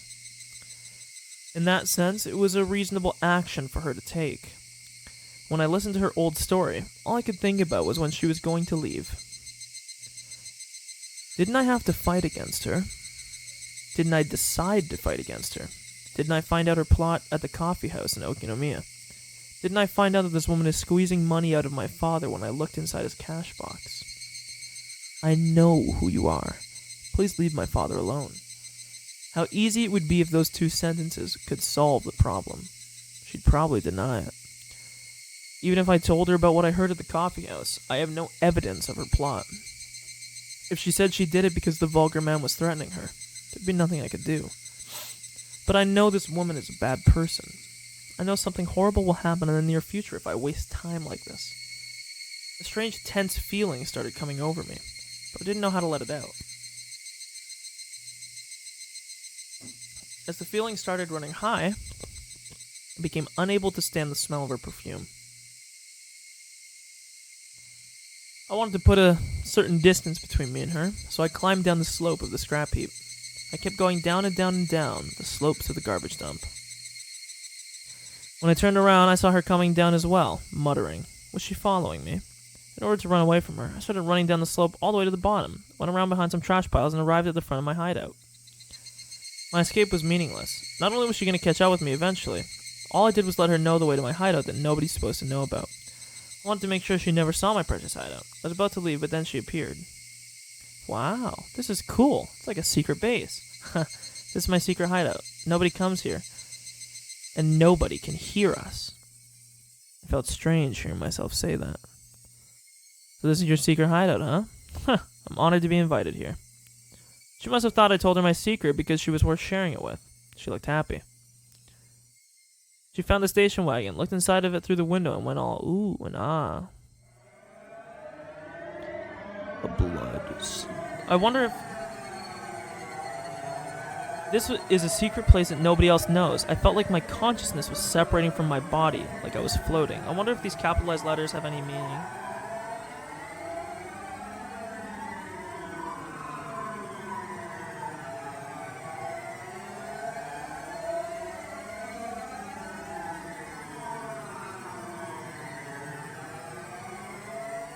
I don't think it does.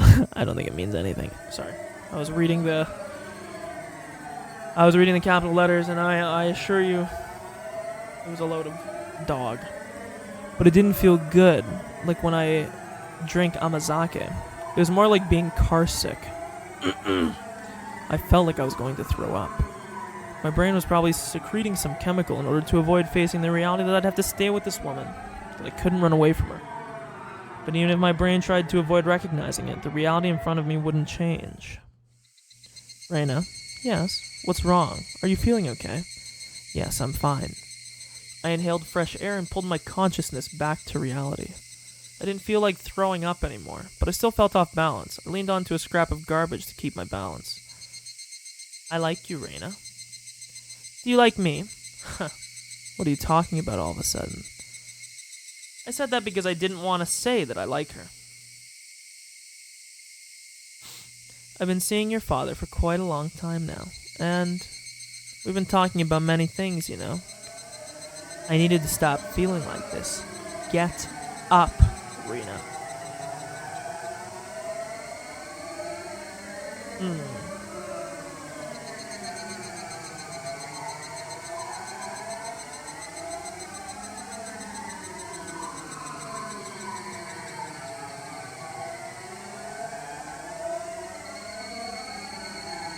Dude, I spent so long looking at... You know what it was, I think? I think I've spent so long looking at this pink text that it actually, like... You know when you stare at something that's really bright? Actually, okay, look. You ever know... Maybe you've seen this before. When you stare at a picture, it's like a color picture, right? And you stare at it, and then they flip to a grayscale picture, and all of a sudden you can still see the color. I think that's what's still happening because of reading this pink-colored text. Because I just looked down at my phone, and I was like, oh my god, am I having am I having a stroke? Is blood bleeding into my fucking brain? Because I'm reading, like, the white text on Twitter, and it looked yellow, and I was like,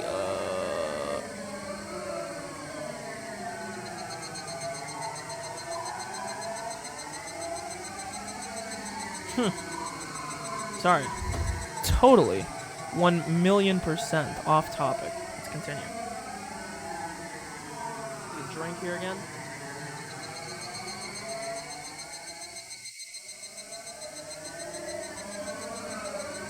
I needed to stop feeling like this. Get up, Reina.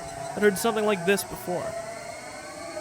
A part of me was trying to understand what this woman was trying to say, but another part of me was trying not to. I felt as if her words were bouncing around in my head, and I started having a headache.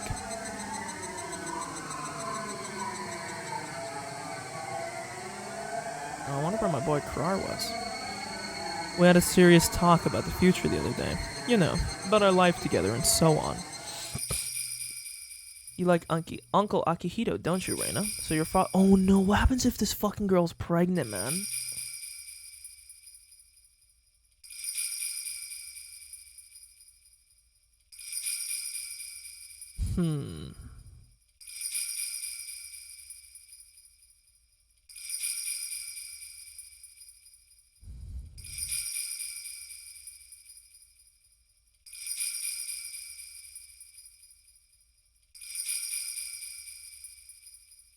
And also, I'm done with writing down the fucking ringing. The ringing doesn't mean fucking anything, dude. I looked way too deeply into this. The ringing doesn't mean dick fuck all.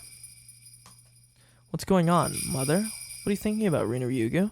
This is an important moment. You're about to have a one-on-one battle with Rina. No, Mom, what about my dad? What about me? I don't want you to divorce him. I don't want you to get remarried to anybody else. No, please don't divorce him. I'm not going to let you do that. I'm not going to let you get remarried. I'm not going to let you get married to my father. What? I don't care if you go out with him, but I'm not going to let you get married to my father. Hey, what's this song? Hey.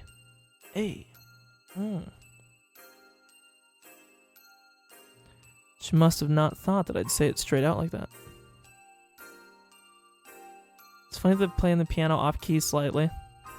Every few things, it's like someone's mispressing a key, you know? Bang.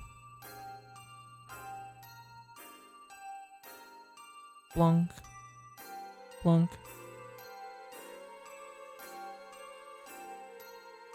I think I was doing it at a regular interval, but he's not. She looked stunned. After a while, she broke the silence with her laughter. Ah. I thought you might reject me, but I didn't think you'd say it straight out like that. You thought I might reject you. I'm surprised you even noticed that I was doing it. Of course I did. You always ran away whenever you saw me. You thought I didn't know. That's why I hate kids. She frowned, revealing her ugly self. It should have been the first time I saw her face like that, but I wasn't surprised at all. Her face had looked like that to me from the beginning. I wanted to get along with you if I could, at least on the surface, but I guess it's hard to do that now since you hate me so much. What do you hate about me? I'd like to know for future reference. Everything. I hate everything about you. I hate your smell, too. One vicious word came out of my mouth after another. I didn't have wings, but I felt as if I was flying up to the sky. I felt weird and uncomfortable, but also exhilarated. I felt as if I was letting another me use my body. I was in the middle of a disastrous battlefield, but I felt like it wasn't even my business. That's just fine with me, because I hate you too. I guess we're even. You little fucking brat. You better shut your fucking mouth or I'll make you. Never come to my house again. I'll never let you get married to my father. I don't need your permission, you know. Why don't you try and stop your father from remarrying? Let's see what happens. I think you're wasting your time, though. She didn't look intimidated by me at all, and that made me feel a little intimidated in return. Why was she so confident in her absolute control over my father? She had to have more than confidence to be able to act as fearless as this. So again, I'm going to say it again, and I think it's going to be similar to the last situation. I think somehow this girl has leverage in the situation, and I think that leverage is that she might be fucking pregnant, dude. And I think she might use this as I don't want to say a bargaining chip, but she might use this to hold it over him. She must have something tangible. Before I asked her what it was, she told me herself. There it is.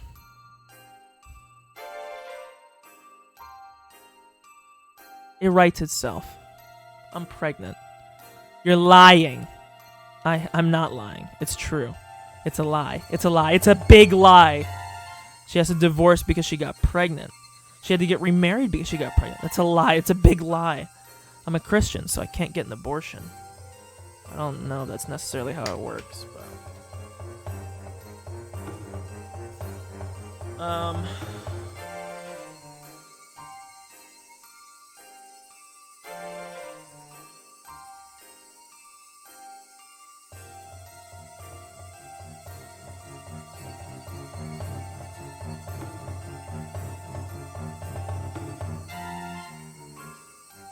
I don't want to be rude and not perpetuate any stereotypes, but this girl kind of gets around. There's a very good possibility the kid is not her father's.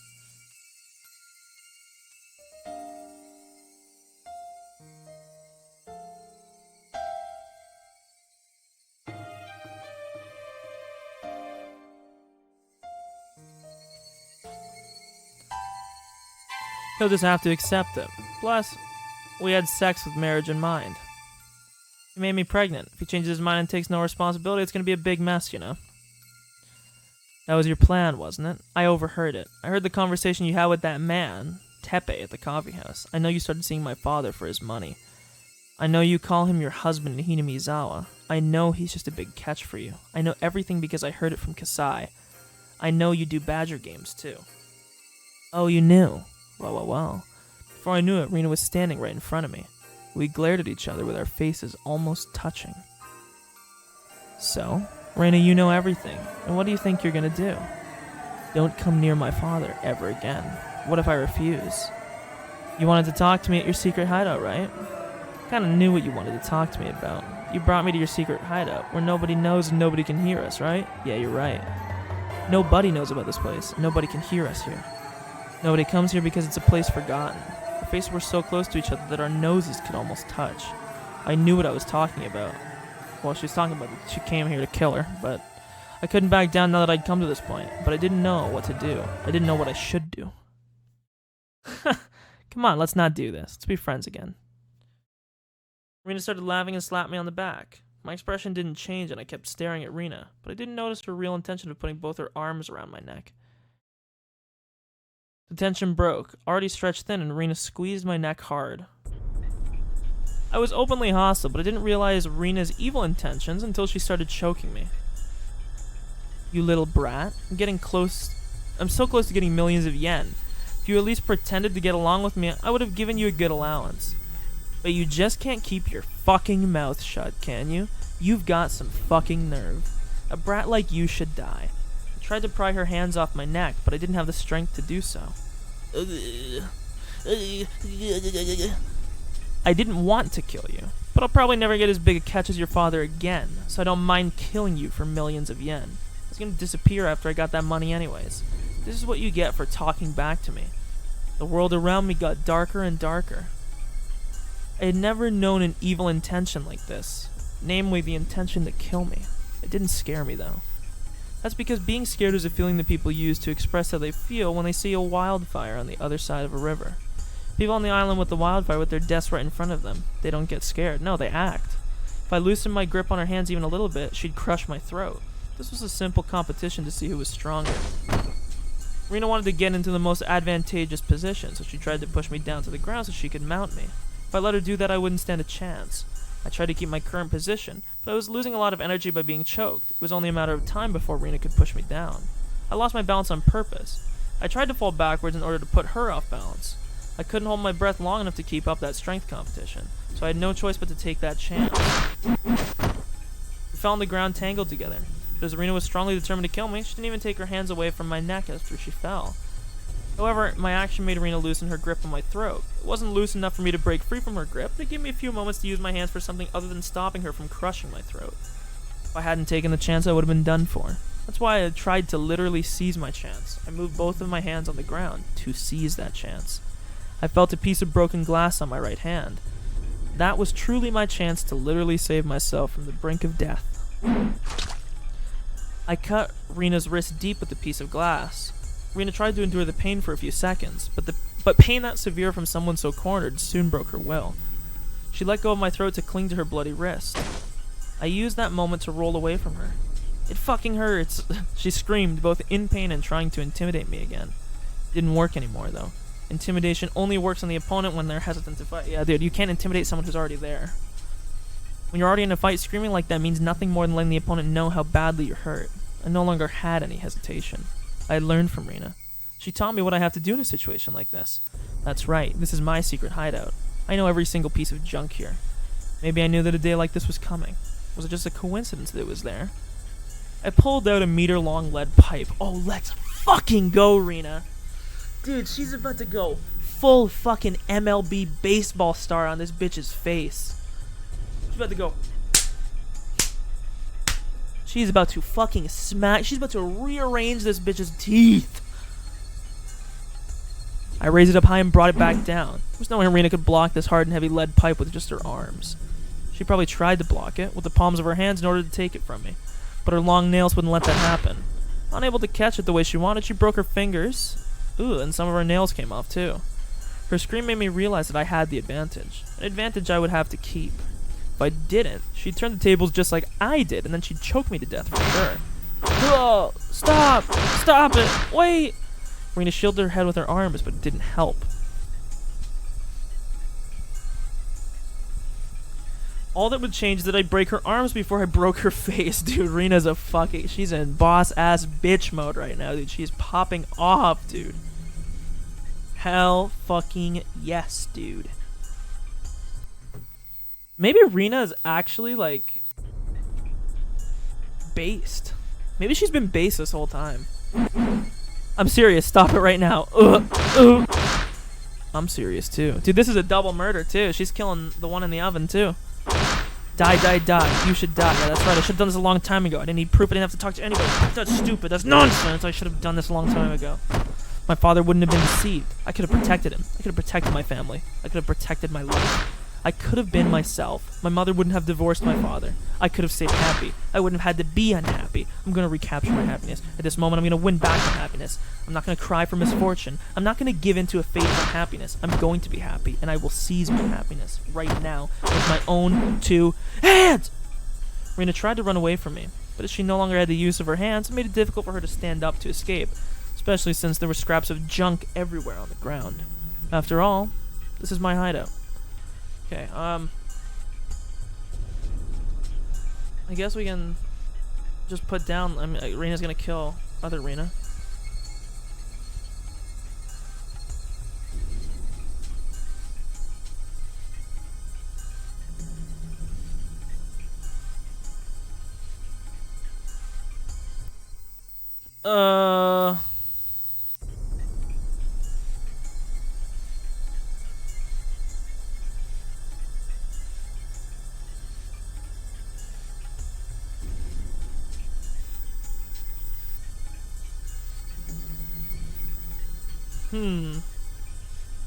After all, this is my hideout.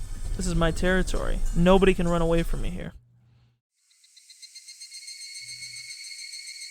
Again, dude, I say it every time, and it's not because, like, I mean, I kind of do want to see it. It's not because... I wish this game had more gore art. Because I think it would sell... Because this game is supposed to be, like, somewhat of a horror game. If this is a horror game, dude, like... If this is a horror game, then, like, you know, everything is a horror game. There's literally nothing.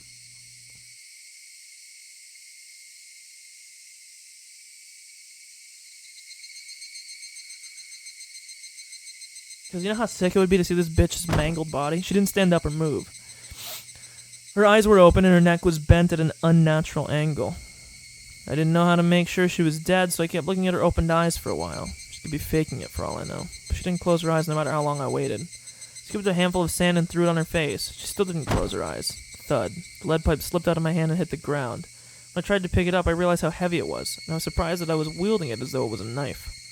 I was sweating all over. The cold wind felt good on my skin. The cries of the Higurashi were calming me down and healing my soul.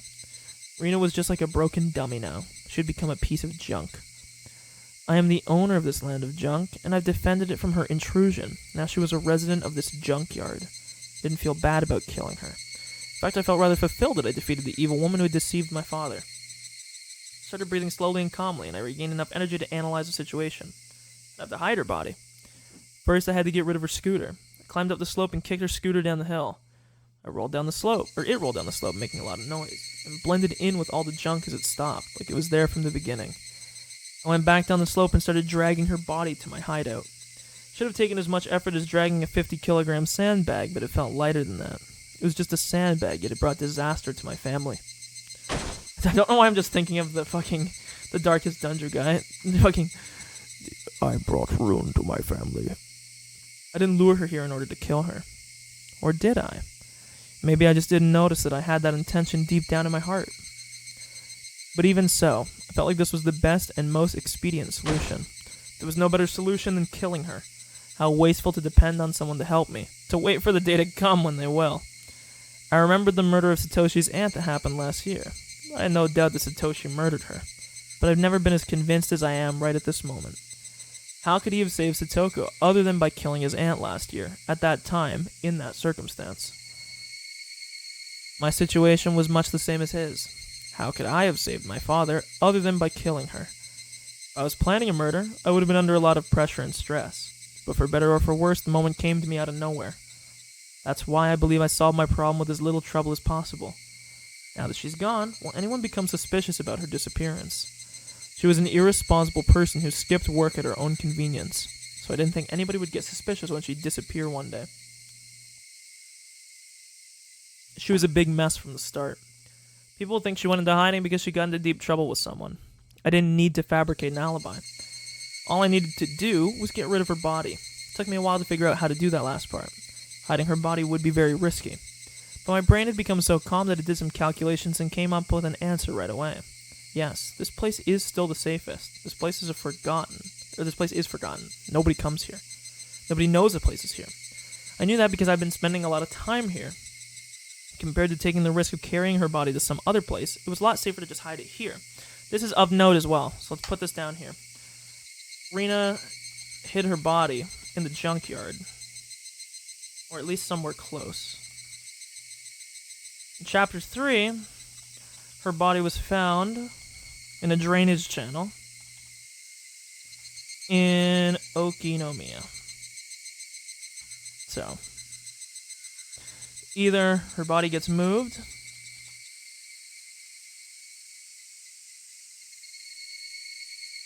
or this is a different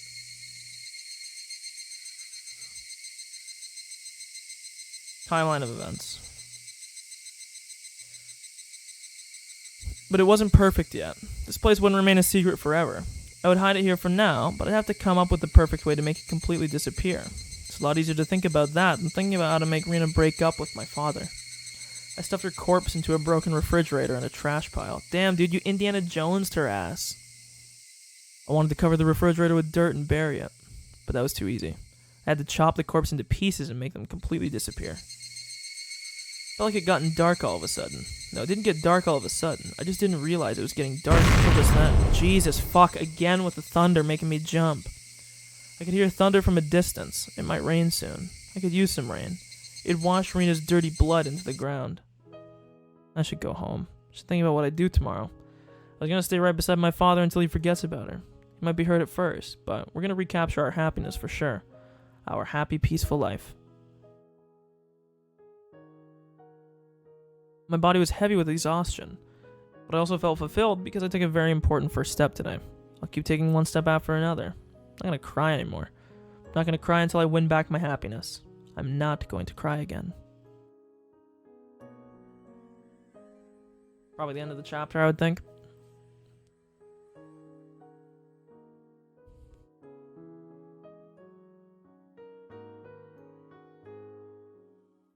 I guess not. Wow. You don't need to get remarried. That was the first thing I said after I got home. My father looked stunned. He noticed the sad tone in my voice, and realizing that I didn't agree with the idea of his remarriage, he looked down. I understand. I know how you feel, Reina. I should have talked about it with you first, and... That woman is lying to you about her pregnancy. Don't talk like that. Reina is... I'll tell you the truth. That woman and a guy called Tepe are a team of bad people. She went out with you only because she was trying to get your money. My father didn't get it, of course. He looked upset instead because I called her that woman. I should have chosen my words a little more carefully, but I think I told him the truth clearly enough. I told him everything I heard and saw at the coffee house. As I expected, he defended Rena anyway. I was upset, but at the same time, it made me certain that there was no other way than to kill her. I felt the pressure on my shoulders lessen for some reason. My father thought he needed my approval for his remarriage, so he held back his anger and put a fake smile on his face instead. Hey Reina, let's sit down with a cup of tea and talk. I'm sure you'll understand once you hear me out. A tamed animal is still tamed, even after the owner is dead. It's okay. I'll open the gate anyway. Even a tamed animal will notice one day that it's no longer in captivity. It's not something that I could teach him. He would have to realize that on his own. I couldn't stand his fake smile anymore, so I left the living room. Time healed the pain from the divorce. Time heals any kind of pain, just like how dripping water will eventually bore a hole through solid rock. I did what I could do. Now I'll have to wait. The day I was going to wait for came earlier than I expected. At midnight of the following day, we had a visitor. It was that Tepe man. Tepe Hojo. Teppei didn't even knock on the door to get in. He broke into the house by smashing the window. At first I thought he came here to ask about Rina's whereabouts, but I was wrong. The real reason why Teppei came here was because it was their plan. It was the last stage of their badger game. Damn, he got him this quick? Or he got him with this timing. Like, this is when this all happened? That's actually wild, dude.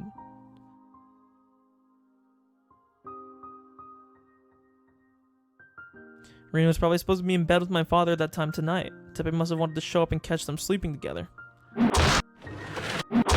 Teppei looked around the house, but he couldn't find Rina. He didn't change the plan, though. He grabbed my father by his collar and started yelling threats.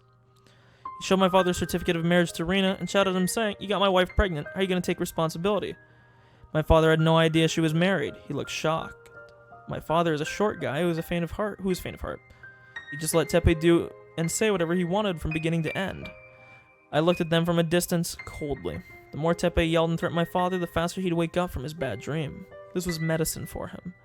Teppei was cutting out the cancer that I was going to depend on time to do. He was doing a great job of it. I wanted to help my father until I was sure that he had finally awakened from his bad dream. I told Teppei that I had something very important to tell him and took him outside. "So, what do you want? Has Rina come back to Okinomiya since yesterday?"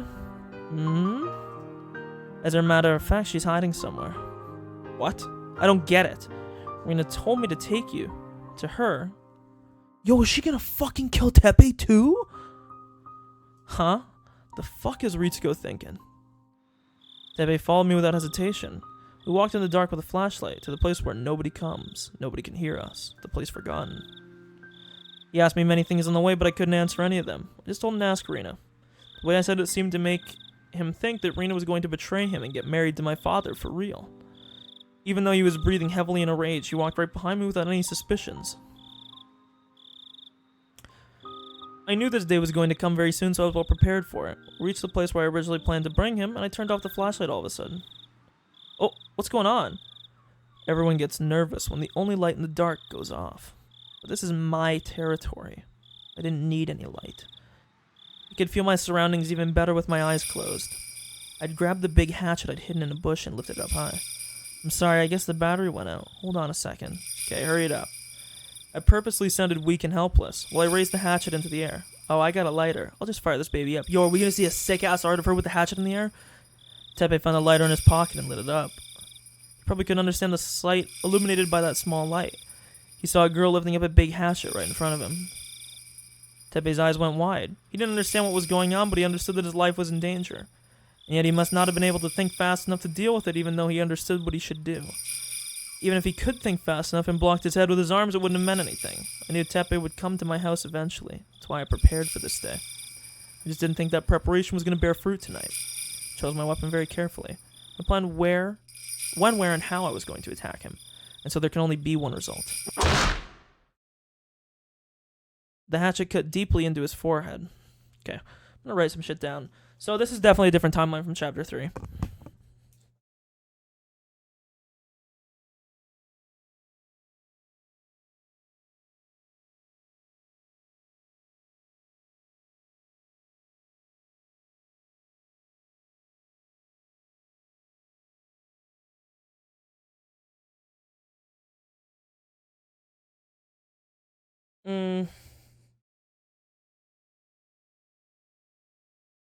Just gonna write a note real quick here.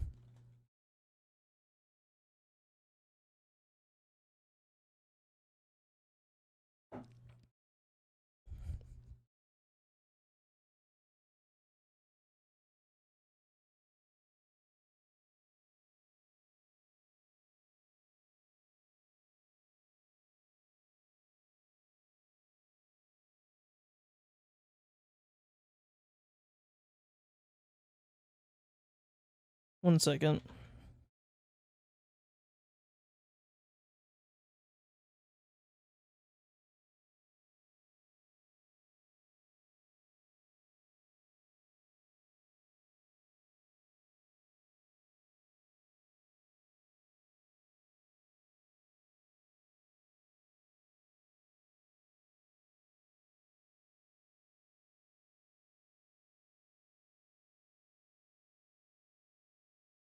Okay, sorry.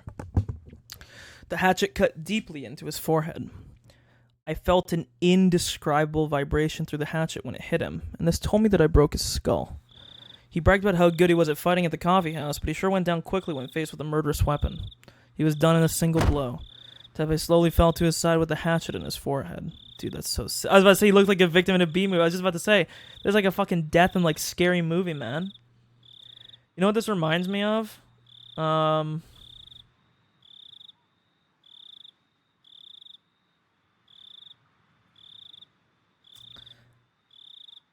show the video now real quick.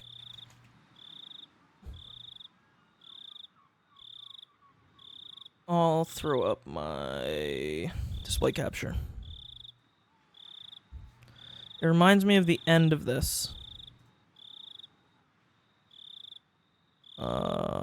Right here. Turn this down. This is Rina right here. With Tepe. Right here. Ready? She fucked his ass up, man. Ready? Here we go. And then this is Rina BMing. This was not our destiny. Times change. This is Rina BMing after she fucking murdered him. Yeah! And there you go.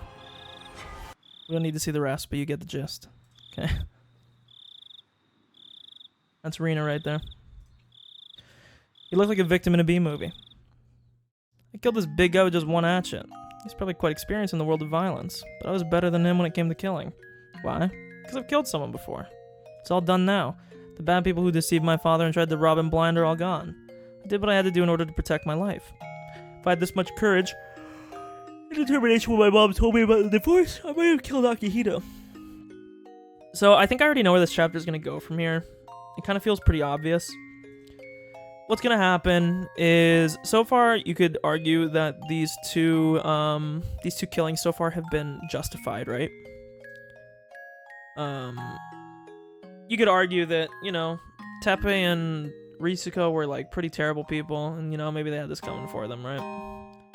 Alternatively, I think what's going to happen in this chapter is the scope of what Rina considers an enemy is going to broaden, and she's just going to become a mass murderer. That is more likely to be what is going to happen, you know? So, I'm expecting that to happen in terms of, I guess, like how this chapter will play out, you know? We'll see, but that's my take on how this is going to go. If I did, I would have taken the life of only one. But technically, if Ritsuko wasn't lying about being pregnant, you've actually killed 3 people. But because I couldn't do it back then, I've had to kill 2 people in the last 2 days. Hell yeah, dude. That's a 2 for 2. Now you just gotta get a few more. You can get the Wendy's 4 for 4, baby. Rina, let's finish it up. There's already a place to hide his body. Took care of everything. My hands are wet, and I shone a flashlight at them. Okay, so let's write this down as well.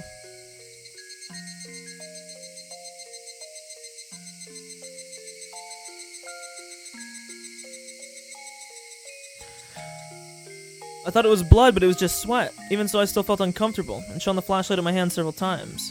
I did all this in order to be happy. I did all this so I should be happy now. Tried so hard that I got blood on my hands. I wanted to get credit for that from him. Oh, Yashiro. Let me ask you a question. I can finally rewind the time back to that day everything started to go wrong, can't I? I'm gonna stay in Inamizawa. I'm gonna live happily with my father forever. Now it's...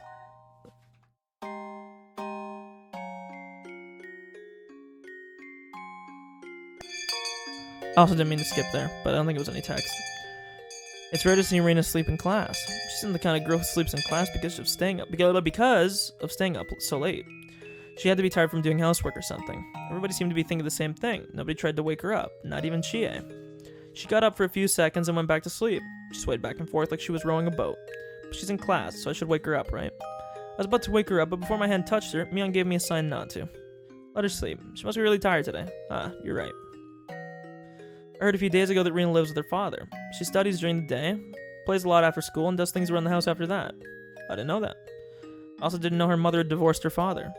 Mion told me that, and she told me not to talk about it because Rena's still hurt by the divorce. Didn't even notice that she's been through such a tough time. Rena's the kind of girl who doesn't show her pain to others. She always looks happy and cheerful, but she might be acting that way on purpose. Rena told me that happy days will one day come to an end. She told me she knew that firsthand. What could she have been through? I had no idea. Probably why she tried to spend as much time as peacefully and cheerfully as she could. Must have hurt her feelings when I said I was bored of having happy days. When I thought about it, I felt bad for living off my parents, who were both healthy and happy. For that matter, Satoko and Rika lost their parents too. Mion lives with her grandmother away from her parents because she needs to learn to be the head of the Sonozaki family in the future. When I realized all of that, I felt bad about my situation. Not to feel bad about living with your parents. Mion seemed to have read my mind. She said it with a cool expression on her face. Family is the most common community for kids like us to live in. But it's not the only community we have. I mean, friends? Of course, yeah. You're right. You think we're as good as family to Rena. Rena does cleaning, laundry, cooking, and shopping, so she must be tired every day. She could spend her afternoon taking naps. But she doesn't do that. She spends her afternoons playing with us. That means... how should I put it? That means we're best friends. You're saying we're friends with as much value as family to her. Yes. As if she didn't understand what I was talking about. I didn't know what friends meant for you until today, but I believe friends are just as important and valuable as family. It's actually very easy to understand. Rika joined our conversation. The important thing is to have people around you with whom you can feel comfortable.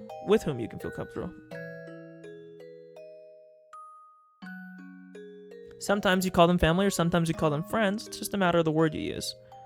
Are friends the same as family to you, Rika? Yes, they are. I believe they are to Satoko, me, and Rena too. I guess that's why we always try to stay together. Do you ever feel lonely when you're with your friends? They're my family, so I'm not lonely. Mia nodded in agreement. Satoko was talking with her other classmates, but I'm sure she would nod as well. Rena would too. I'm a little embarrassed. Why? I've been using the word friends, but I don't think I understood its true meaning until today. Friends are more important and irreplaceable than I thought they were. It's like common sense. So you should take this opportunity to remember that. Yeah, I will. I also recommend that you don't say that again. Okay, you just said something very embarrassing, you know? After all that, Mion still made fun of me. I think I understand a little better why Rena was always so serious about having fun. I want to be her best friend. I want to do my best to be deserving of her effort. Rena snored. Sounded cute. She let her sleep in class, but she couldn't let her get away with snoring. Class president, wake her up, please. Rena, get up. Rena was still half asleep and made a strange noise. Everybody in the class laughed. Rena noticed they were all laughing at her, woke up right away and acted like she wasn't sleeping at all. It looked really funny and I burst into a fit of laughter. Then Rena decided to chop off my fucking head for being mean to her. Outside the window, the sky was blue and the clouds were pure white. It was still June, but it looked like the middle of summer. This perfect weather wouldn't last forever. It could get cloudy and rain all of a sudden. That's why we had to play and raise a ruckus while we still had this perfect weather. The cries of the cicadas sound as if they're laughing at us laughing at us because we still have some classes left. Damn it, I can't wait for school to finish. Keiichi, you look very happy. Did something special happen today? Nothing. Today is today, tomorrow is tomorrow, right? Yeah, just happy that we have perfect weather today. I don't care about the weather tomorrow. I want to enjoy today as much as I can. When the weather changes, I don't want to regret that I didn't. I learned that from Rena. I learned that peaceful days are the happiest days you can have and that they're irreplaceable. Mion, what are we doing today for club activities? We need something very exciting for the punishment, too. Ha! It's a spirit I like, okay? Because you insist, I'll put you through a living hell. Keiichi, don't provoke her too much. Hey, are you scared, Rena? I know you're better than that. Let's show her our true power again. Remember, we haven't brought an end to our last battle. I grinned at her and she grinned back. Aha, I do remember that. Okay, let's do it then. Rena, you certainly got me last time. Yeah. Hurry up, I'm trying to eat dinner. This is very interesting. Yeah, it's gonna be a blast. Ha ha ha. I can't wait for school. I couldn't wait either, but the time we spent together just talking is also very precious. Yeah, it'd be nice if school ended soon. It'd also be nice if this chapter ended soon. Like, right now. Yeah, this is definitely the end of the chapter.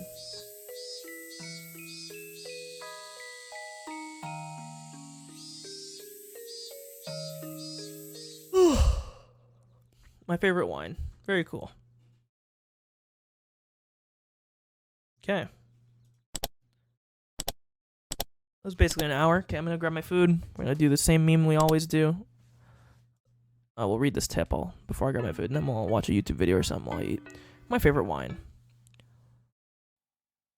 Stoka went to join the children playing in the schoolyard. Since I didn't feel like going, I decided to stay at home. Most likely, she wouldn't be back until the evening. When Stoka wasn't around, I had ways of spending time without her. Besides, that was what I wanted to do anyways. I stuck my hand deep inside the pile of winter futons in the closet and pulled one out. Next, I felt a stylish-looking glass with ice. The ice made in the freezer smelled of chlorine, though, and didn't taste good. Store-bought ice would be the best, but since Satoko kept asking me what I was using it for, I stopped buying it. But it might be worth spending time to think about a good excuse for that if it meant I would be able to enjoy ice without ever again smelling the chlorine. Filled a glass with mineral water, and then poured a little bit of another liquid into a glass. Watching the color mix into the transparent water was a very pleasant thing. This wasn't the right way to drink it, but I liked it that way, and I didn't want to hear any complaints. My body is very convenient because I can get drunk with only a tiny amount. That's why I dilute the small amount with a full glass of water. And thanks to that, I can enjoy a single bottle for a long time. It wasn't bad if you thought about it like that. It was Rika binge drinking? Put a cushion on my favorite spot by the window, and with the glass in one hand, I enjoyed the familiar view and the soft wind brushing through my hair. Slightly sweet, ripened aroma tickled my nose. Just when I was about to start enjoying the atmosphere, the annoying one came back. She didn't like this bad habit of mine, and she complained every time I tilted the glass. She started nagging me noisily. Shut up. Be a little more tolerant. I can drink and eat whatever I want. You can't. Kids aren't supposed to drink alcohol. I tried to ignore her, but she started making a fuss as if trying to ruin the atmosphere on purpose. Didn't know Reno was a little drinker. Not, I keep saying Rena. Didn't know Rika was a...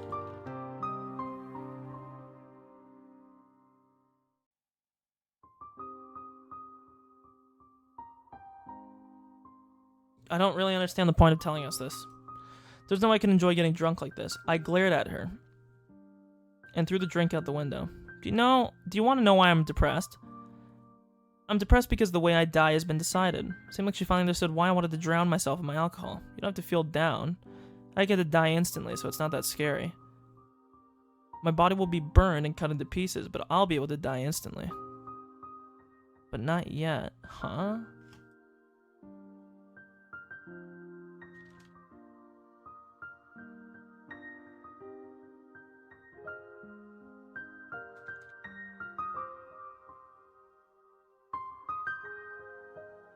But not yet. I know, not yet. When am I gonna die again? I think it's the night of the 25th of June.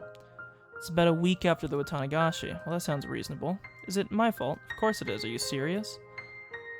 She was the one who asked me, yet she cried when I told her she was right. Ah, geez, she's always so annoying. Let's keep trying. I'm sure I'll get 6 in a row on the next board game. June 25th.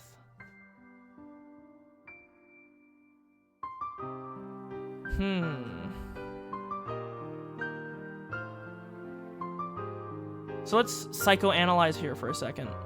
You can't. Kids aren't supposed to drink alcohol. Sounds a lot like this person is not a child. And we're going to cheat a little bit here.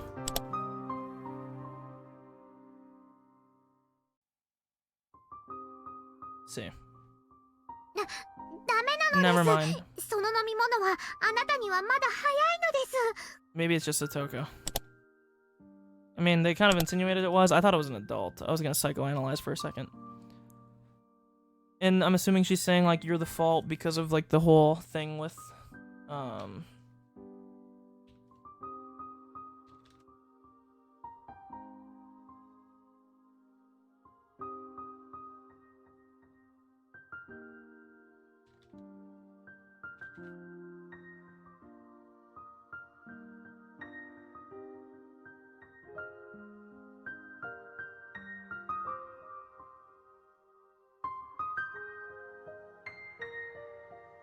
I mean, they kind of, it's kind of assumed it's, Okay.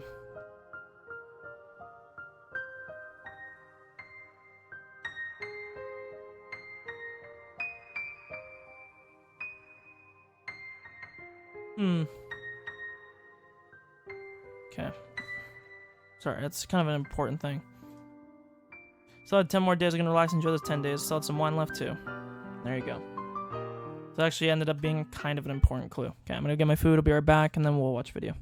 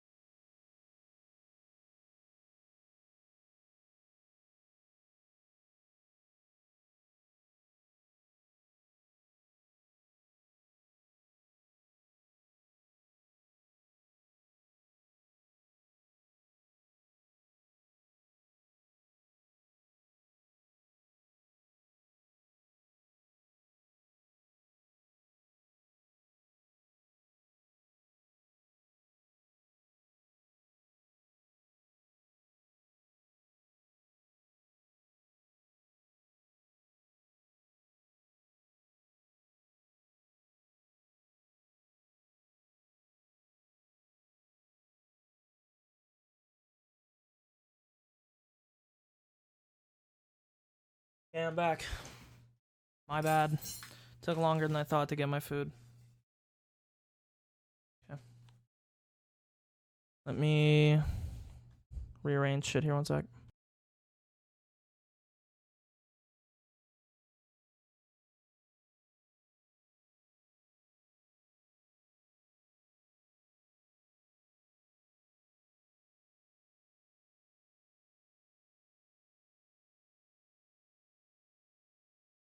Okay. I'm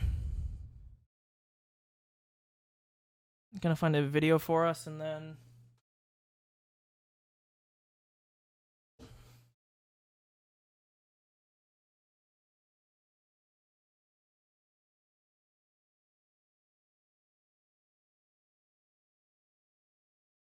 I should turn on my little text thing here that I have. Come on. I hate it. Seems like I always have videos to watch, and then the second that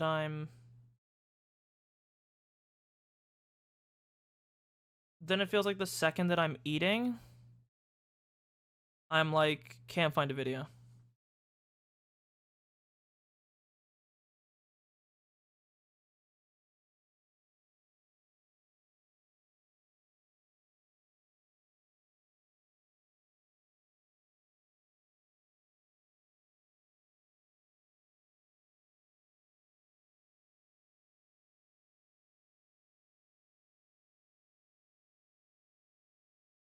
Dude, why can I not find a fucking video?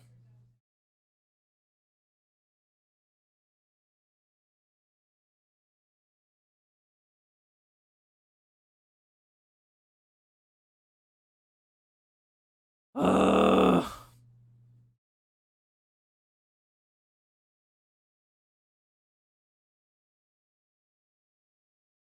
Where is it? I need something to watch.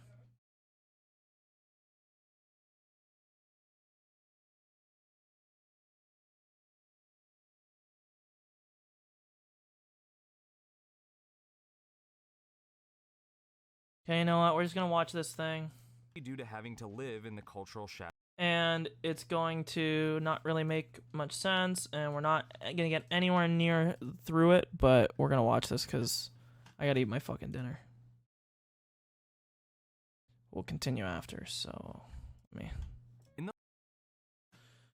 Okay.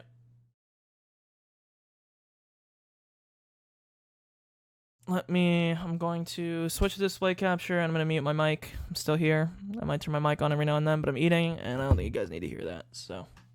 In the late 90s, early 2000s, there was a huge boom of adult animation. King of the Hill, Family Guy, Enjoy the video while I'm eating. South Park, Daria, Beavis and Butthead, and that isn't even mentioning all the other forgotten series that fought to the death for their spot on primetime network TV. Yet, of all the shows from this bloody era, one stood above the rest like Mr. Rogers in a bloodstained sweater. A series called The Simpsons. But The Simpsons has already been beaten to death on this hell website, so we're gonna talk about Futurama instead.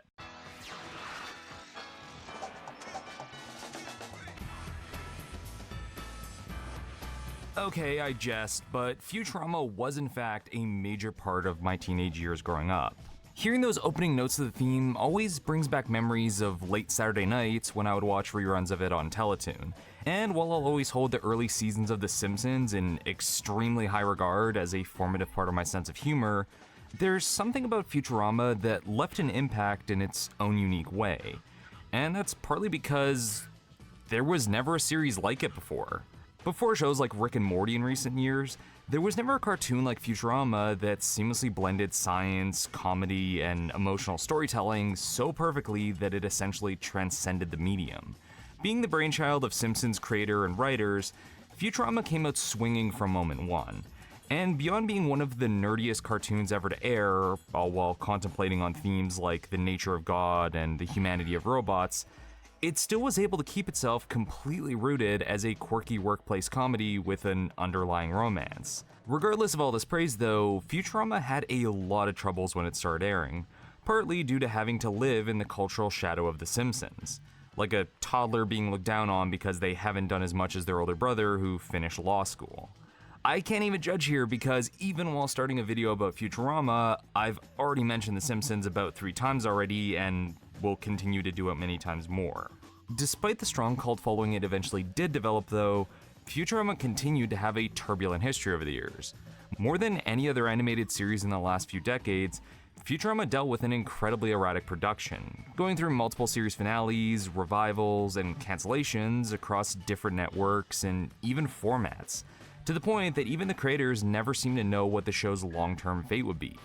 So while The Simpsons was able to maintain over the last 30 years, more than a decade after a large majority of fans tuned out, Futurama had to constantly fight tooth and nail just to stay on air until it eventually lost out. And that of course leaves us the question of why? Obviously the easiest answer would be studio execs are incompetent and just leave it at that, but let's dig a little bit further than that. Instead, let's go over why Futurama was so important to begin with, what made it stand out, and most importantly, where things went wrong over the years.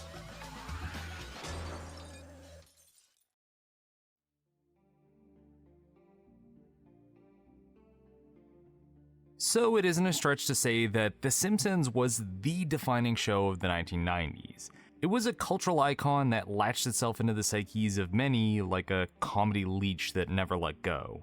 Find anyone who actively watched TV around that time, and even if they aren't a fan, I'm certain they'll be able to parrot Simpsons quotes at you as long as you'll let them. Boo Earns, dental plans, Super Nintendo Chalmers, steamed hams.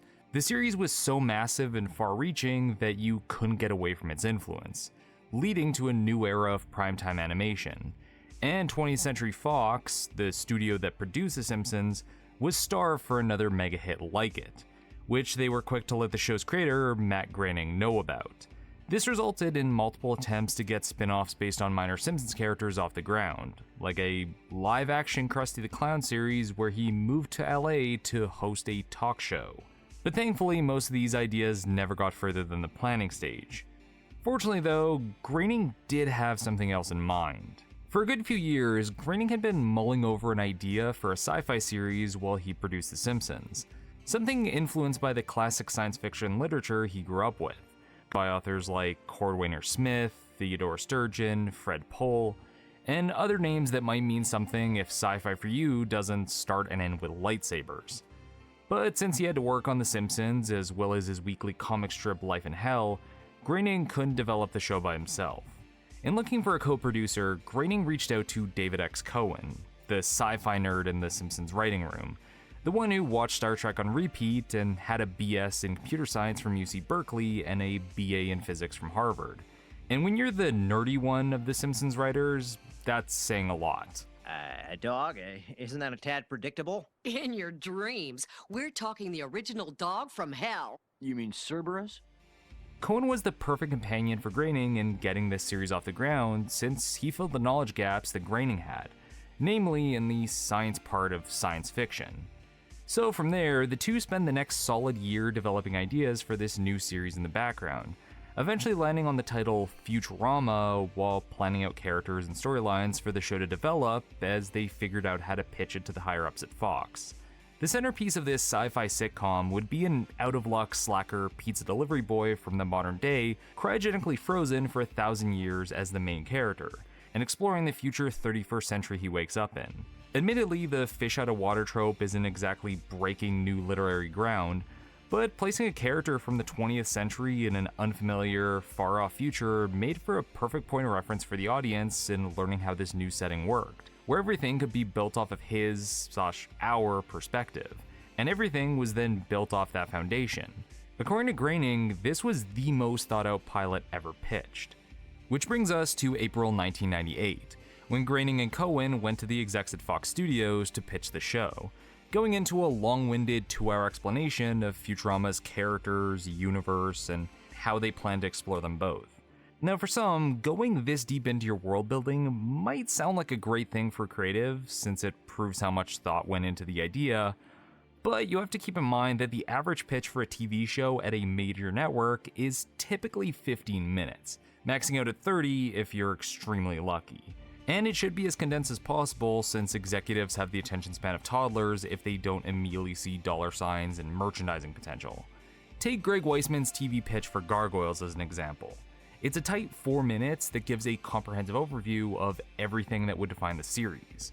So while it might seem impressive that Groening and Cohen did a feature-length pitch for Futurama, I'd say that level of detail speaks less to their thoroughness and a lot more to how willing the execs at Fox were to hear them out for that long.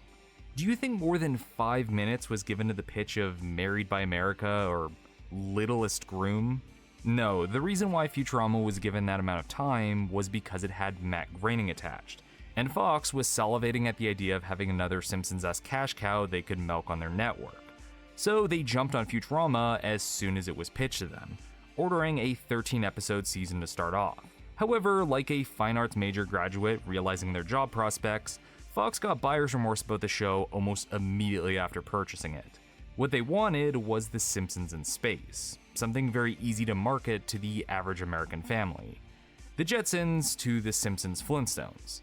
But what they were getting was cruder and darker than what they originally thought they were signing up for. You are now dead. Thank you for using Stop and Drop, America's favorite suicide booth since 2008. It didn't help that Groening and Cohen fought back against every change Fox execs attempted to push for. The main reason being that they felt the requests they were being given were contradictory and unhelpful, such as the characters being too mean. Groening had gotten quite used to having all the creative freedom he was being given with The Simpsons, as that deal was made when the Fox network was new and desperate to get anything on air. But now that they were more established, Fox wanted more control over Futurama than they did in the past with The Simpsons, something Groening wasn't willing to give them, which would go on to cement the antagonistic relationship between the studio and Futurama that would continue on for years. Even when the writers for Futurama relented and attempted to appease Fox by toning down the show and writing a more down-to-earth episode, with Fry and his friend Bender spending an episode looking for an apartment, the executives still weren't happy with it, strongly implying that they didn't actually know what they wanted other than control of the show. So since there was no way to truly meet in the middle with the studio, the Futurama creators decided to go full on with what they wanted to do. Consequences be damned, with Groening managing the executives as he gave his own notes throughout the production, and Cohen acting as Futurama's head writer and showrunner going forward.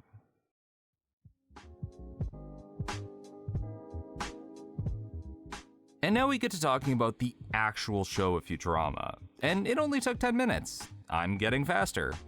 Now, early on when I started working on this script, I set a restriction for myself to avoid even mentioning The Simpsons to see how far I could realistically get.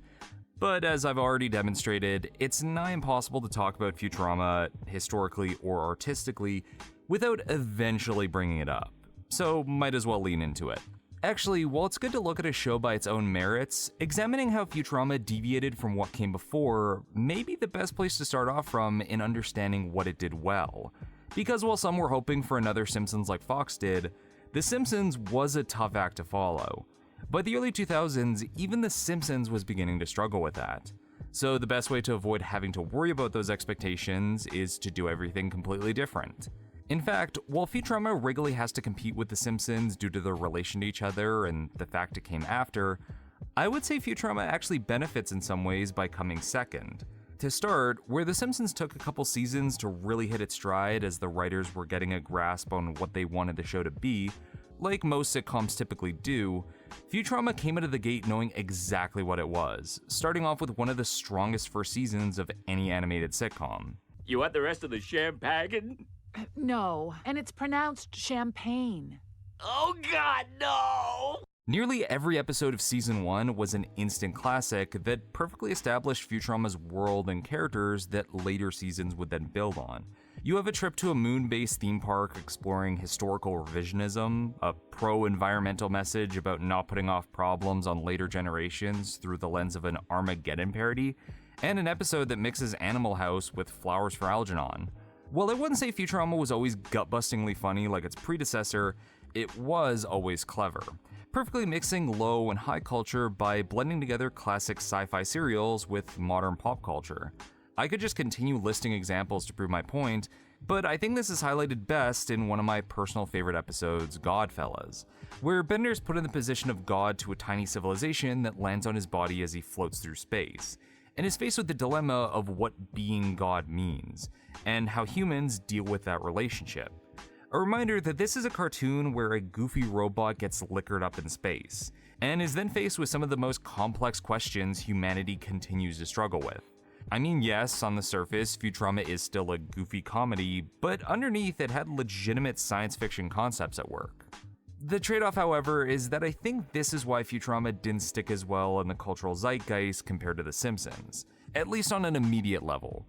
With The Simpsons, it was instantly recognizable for what it was satirizing, acting as a parody of American suburbia and modern culture in general, something that could be appreciated on a near universal level, where Futurama was doing, I don't know, some nerd sci-fi shit.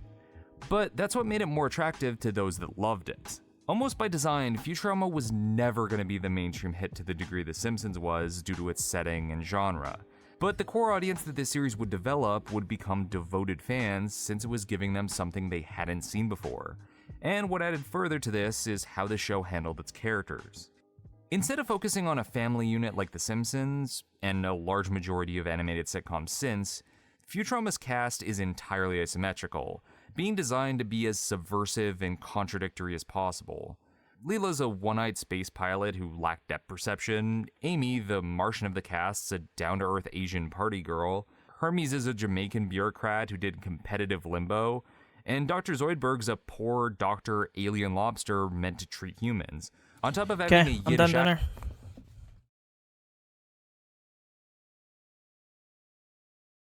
Oh, let us continue. I believe that was just chapter 5. Let me do my little math again here. We have 5 out of 15 achievements, which means that there's probably 13 chapters. So if there's 13 chapters, we should try and get like 3 more done today. So let's continue.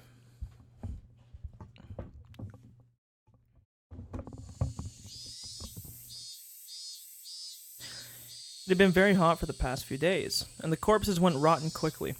Any housewife knows how fast fresh meat can go bad. I know it too. That's why the first thing I did was to dismember the corpses. There was only one reason why I needed to dismember them. I had to reduce them to a portable size in order to carry them to a place where they'd never be found.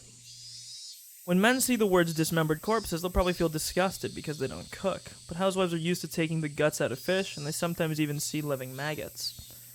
They take the maggots off of the food or even cook it with the maggots still on? Sus? The heat will kill them after all. Women don't tell men what they do in the kitchen because men wouldn't eat the food if they knew. I understand this game takes place in like the 60s, that's like the whole point, but goddamn is it very traditional. So it didn't really bother me to dismember them. It bothered me much to dismember them. I was released from all my problems by killing them. Cleaning up the mess was like nothing to me because I got freedom and regained my happiness. I dismembered the corpses using carpenter's tools like a saw and a hatchet. I'm wearing a black sweatsuit I bought for today because I thought I might get stained with blood. Bloodstains don't show on black fabric, and I can just throw it away after it's done. I brought a plastic sheet I found in the dump because I thought the blood might spread otherwise. If I did work on this sheet, I could just burn it after I was done. In the end... Oh god, it's disgusting, excuse me. Dismembering human bodies is no different from preparing food on a chopping board. That's great after just eating dinner, making me feel real good.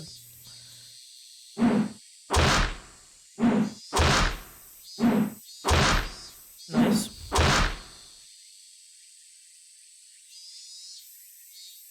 I was very tired from chopping apart 2 adult bodies, but I didn't have a problem doing it.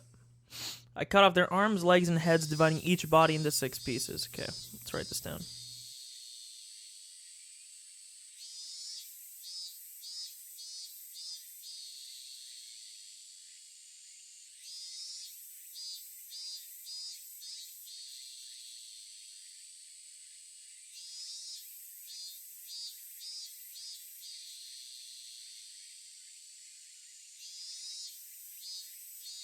Okay. I heard before the blade gets easily ruined by fat when you cut apart a corpse, so I brought many kinds of tools, and I was right. I didn't have to go back and forth between here and my house to get another tool in the middle of work. A long time ago, the construction manager was murdered and his body was dismembered here during the dam conflict. He was cut into 6 pieces in the same way. Well, I had 2 bodies, so there was double that, though. I remember the main suspect was still on the loose and the victim's arm he hit hadn't been found yet. Wonder where he hid it.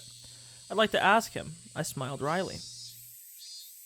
Unlike the arms, legs, and heads, the torsos were difficult to take care of. I thought about cutting them into smaller pieces, but I decided against it because I thought it'd be troublesome to clean up the guts.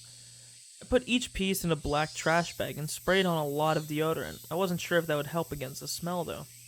Many bugs flew around me while I was dismembering the corpses. After I finished putting all the pieces into each bag, the bugs were still flying around. But that was just because they could smell the blood. After I cleaned up everything, they were all gone. Now all I need to do is get rid of these 12 black bags. Burning them would be easiest, but I don't think I can burn them to ashes without using a cremator. Yeah, because the fire might not get hot enough. The best way is to bury them somewhere. Other than the torsos, every piece is small enough to fit in my backpack. I could easily carry them without being noticed. I could throw them into the river running through the dam construction site, but if I did that, somebody would find them for sure. Sorry, I was confused there where the line was because I skipped by accident. I've seen on the news several times before that a bag with a body part in it was found beside a river. Every time I heard something like that, I always thought the murderer was stupid.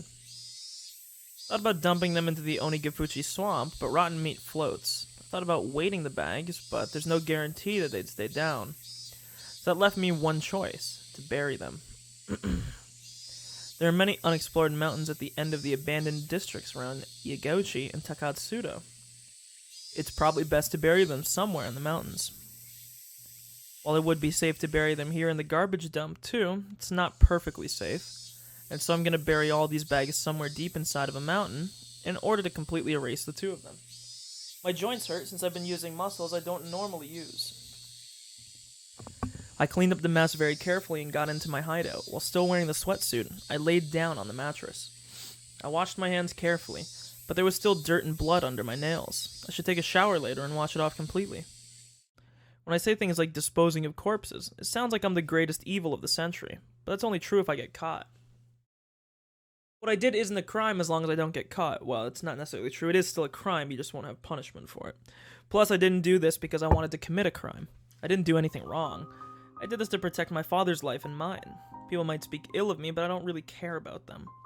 In the end, I don't think anybody can pass a judgment on my sins. Sins aren't something to pass judgment on, they're something to confess and to atone for. In other words, nobody can measure the weight of a sin other than the person who committed the crime. Do I regret what I did? Do I feel sorry? No. I don't think I did anything wrong. I truly believe there was no better way than killing them. I'm sure it was the right thing, because my life had already started to change since the night I killed them. Well, on top of this too, dude. She attacked you first, right? So... like, I mean, the Tepe killing, you're definitely fucked for. Like, let's say you somehow went to court for that. You're fucked. You lost that one. But, and I guess this is a somewhat large asterisk on this, you did get attacked first by what do you call it? You did get attacked first by Ritsuko. So at least in that situation, you're chilling. A few days earlier, I came home after killing Tepe. My father had been cleaning the room Tepe had thrashed earlier. His eyes were swollen. He'd been crying. "Reina, where have you been?" I was talking with him. I said Ritsuko will never come to our house again, so please leave us alone. Therefore, he'll never come back. I don't think he'll stay away from us that easily. You should watch out for him for a while, too. It's hard to explain to him why Tepe would never come back. Can't tell him he shouldn't worry because I killed him. I grabbed ice cubes from the freezer, put them in a plastic bag, and handed it to my father. "Here you go, Dad. Your cheeks are swollen." He must have only noticed it just then. God, I know why my nose is stuffed. "Oh, thank you. Don't worry about cleaning up the mess. I'll do it. I'll get the vacuum cleaner. Reina." He called out to me. "I'm sorry. I'm so sorry. It's not your fault. They make their living by deceiving people. You were just one of their targets." "Reina, did you know who they were?" "Yes, I found out recently. I didn't tell you because I thought you wouldn't believe me. I'm sorry." He looked down. When he told me about how he wanted to get remarried, I told him that they were bad people and that they scammed others with badger games. But he didn't listen to me. So I was right in saying that he wouldn't have believed me at all. She took advantage of your pain. I'm a very bad father. Then he started talking about how he met Rena as if trying to absolve his guilt. It was when he was suffering the most and he needed to drink away his sorrow. Fuck, I have the hiccups. Excuse me. At a bar he happened to go into, Rena was the one who came to his table. It was her job to be a good listener when her customers talked. Rena must have been a really great listener and offered words of comfort when he talked about the divorce. If he was emotionally stable, he could have taken it as a kindness that she was only offering at the time. But he was so desperate that he took it the wrong way. And after that, the tragedy was inevitable. He wanted to believe that it was destiny, and he glamorized everything about her. It'd be easy to laugh at him and say that he was just dreaming. But I don't blame him, because being weak is also part of being human. He had plenty of opportunities to grow suspicious of her questionable spending habits. But my father just read even that behavior as an attempt to cheer him up. He bought everything she asked him to, and Rena had landed her catch. He shouldn't have brought his lover to the house where his daughter lived, but he was crazy about her, and he didn't even think about it. I'd forgotten that I was a father first. What was I thinking? He started crying. I held his shoulders gently. It's okay. You realize it in the end. You're my father no matter what. You're the only family I have. It's actually kind of sad. He couldn't stop. Okay, that's not the twist I thought that this was gonna take, okay? That is not what we were expecting to read. We held each other and cried together. I know what they meant, but I don't know. I don't associate the word moaning with crying, okay? I associate the word moaning with fucking coming and with being in, like, intense pain. So just saying he couldn't stop moaning randomly is a little bit like, a little bit out there, you know?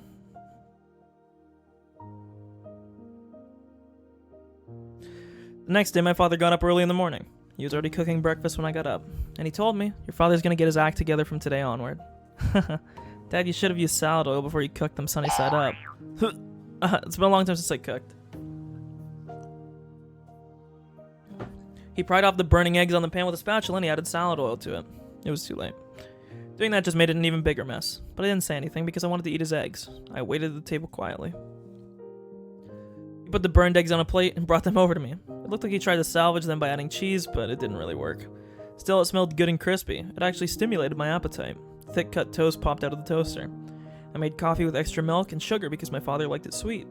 We put everything on the table. It looked terrible, like the cooking class of an elementary school, but to me, it was precious because my father tried very hard to make it wearing the apron. Hey man, it's thought that counts. Great, it smells good.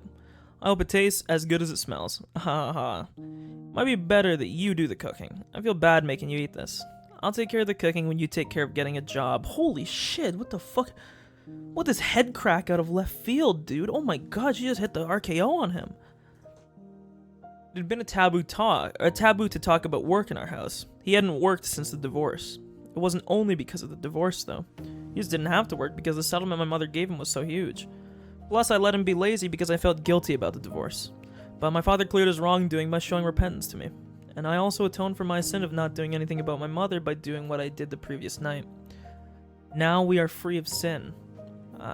I'm gonna try to find a job. I'm thinking about going to the employment service agency today. Yeah, it's a great idea.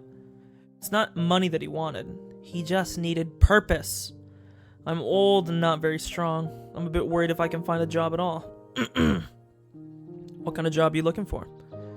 I prefer a desk job, but I don't think a lot of companies would offer one to an old man like me. I can ask my friend. Mi is the daughter of a big landowner in Hinamizawa, so she might be able to find you something. No, it's okay. I'll do it myself. I have to man up, you know?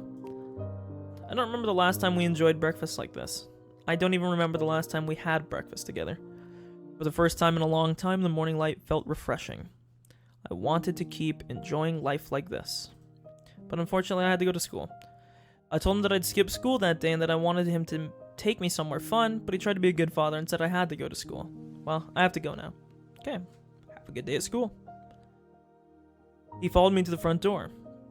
I was a bit embarrassed for some reason. He talked to me while I was tying my shoes. He followed me here not because he wanted to see me off, but because he wanted to tell me something. I've been sad ever since your mother divorced me, but I realized that I shouldn't be sad because I have you, Reina. I didn't have to feel sad at all. Dad, that's what being a family is about. Yeah, you're right. Again, I'm not a good father because I had to learn something that simple and important from my own daughter. Well, I have to go now. Keiichi's waiting for me. Have a good day. Oh, Reina, I'm gonna cook dinner tonight. I'll do the grocery shopping on the way back from the employment service agency. Look forward to it, and I promise I won't fail like I did just now. Okay, I'm looking forward to it. See you tonight. I left the house. My father saw me off, still in the apron. It was the first step of our new life. I finally regained it. I finally regained everything we lost after we left Hidamizawa. My mother wasn't around, but I didn't feel sad because I had my father. The cries of the cicadas sounded as if they were celebrating my new life. The sunshine was bright, and the wind was sending up a nice breeze. The only thing that wasn't nice was the ticking clock? I was late because I spent too much time talking with my father. Keiichi might already be gone. I don't think he'd be waiting for me that long. But he was there anyway. Yeah, he's pretty dense. Hey, good morning. Haha, good morning. Sorry I'm late. It's okay, I usually make you wait, so it's okay that I wait once in a while. We're really gonna be late. We should walk fast, I think. Yeah, let's walk fast. We might have to run up at the end. Me might already be gone. She's waiting for sure. We're friends. We'd never leave each other behind, right? Dun-dun-dun-dun. Anyway, did something good happen this morning? What? Why do you ask that? Well, you look very happy for some reason. I just thought maybe something good happened to you. The good mood I was in must have been too obvious for Keiichi to ignore. I had not only my family, but my friends too. I felt something warm spreading in my heart. Huh. Well, I'll tell you what happened this morning. My father made breakfast, but... What? Isn't that the right way to cook eggs? You use salad oil for making salads, don't you? What? I have to tell everyone you just said that.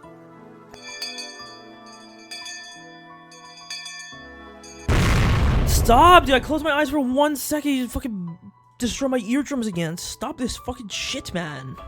I need to stop this shit yesterday, dude. What did you say? Those rude remarks are unforgivable. Fine, bring it. If you're saying that, then you're willing and ready to throw down, aren't you? Hey, what's going on? It's Toko. Okay, why don't you two place an outside bet on our club activities today? It'll be fun. Me? What's an outside bet? What is it?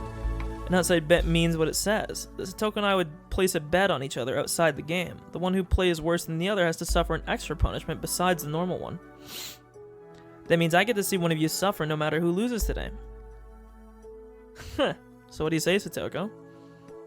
Sounds like a wonderful idea to me. Keiichi will take a punishment for being the lowest ranked in the game and another punishment for losing to me. How wonderful. Great, I like your spirit, Satoko. Alright, let's play today's game with their outside bet. It's more fun to think about punishments than to think about the game itself. It sure is. I can't wait to see how miserable Satoko is going to look after she takes her punishment. Keep dreaming, Keiichi. Ouch, take that. Okay, yeah. Stop fighting, you two. The game hasn't even started yet. She opened the door and came in. Take your seats, everyone. Let's start homeroom, and then you can all go home. Everybody headed to their seats. Me? What? Sorry to ruin the mood, but I have to go home after school. I have things to do again today. Oh, okay. Well, I'm sorry that you have to go. Are you busy with housework or something? Yep. Well, this old man has no right to stop you when it comes to housework. I don't do housework myself. Our housekeepers do. Should help them sometimes. It'll be good training for married life. Don't worry about that. I already have the kind of skill, you know, to be a good wife. Hell yeah. Me looks like the kind of girl who tries to stay away from chores as much as possible, but she can actually do everything. It's just who she is. She went through hard times to learn those things, but she acts like she learned them without any struggle. That's also who she is. I like that about her. Me too. What? Are you going home, Rena? Then you won't see Keiichi go to the teacher's office wearing an embarrassing uniform. What a shame. It's gonna be fun. Pity you have to miss it. I don't like the way Rika talks, man. I still... Big sussus among us on her, dude. She's, something's the matter with her. Yeah, I'm sorry. You went home right after school for housework yesterday, too. Did something happen? Yeah, kind of. It might take me a few more days. Well, then I guess you can't join us for a while. Maybe. I'll try to finish as soon as I can. Can we help out with the thing you have to do? If it's something like carrying out old furniture, let me know. I can help with that. Are you redecorating your house? This old man can bring lots of help for that. Oh, I have an idea. We can make a game out of helping her out with her housework. At this rate, the person who doesn't end up helping her will be the winner. Thank you, guys. I really do appreciate it. Well, seems like there's nothing we can do. Therefore, I announce Rina Ryuga's withdrawal from the front lines as of today. I order you to take a rest till you finish doing your housework, and to return to the front as soon as you regain your strength. Well, there are many games for 4. Oh, can you play Mahjong, Chi? Yeah, my dad sometimes forced me to play Mahjong with him and his friends from work.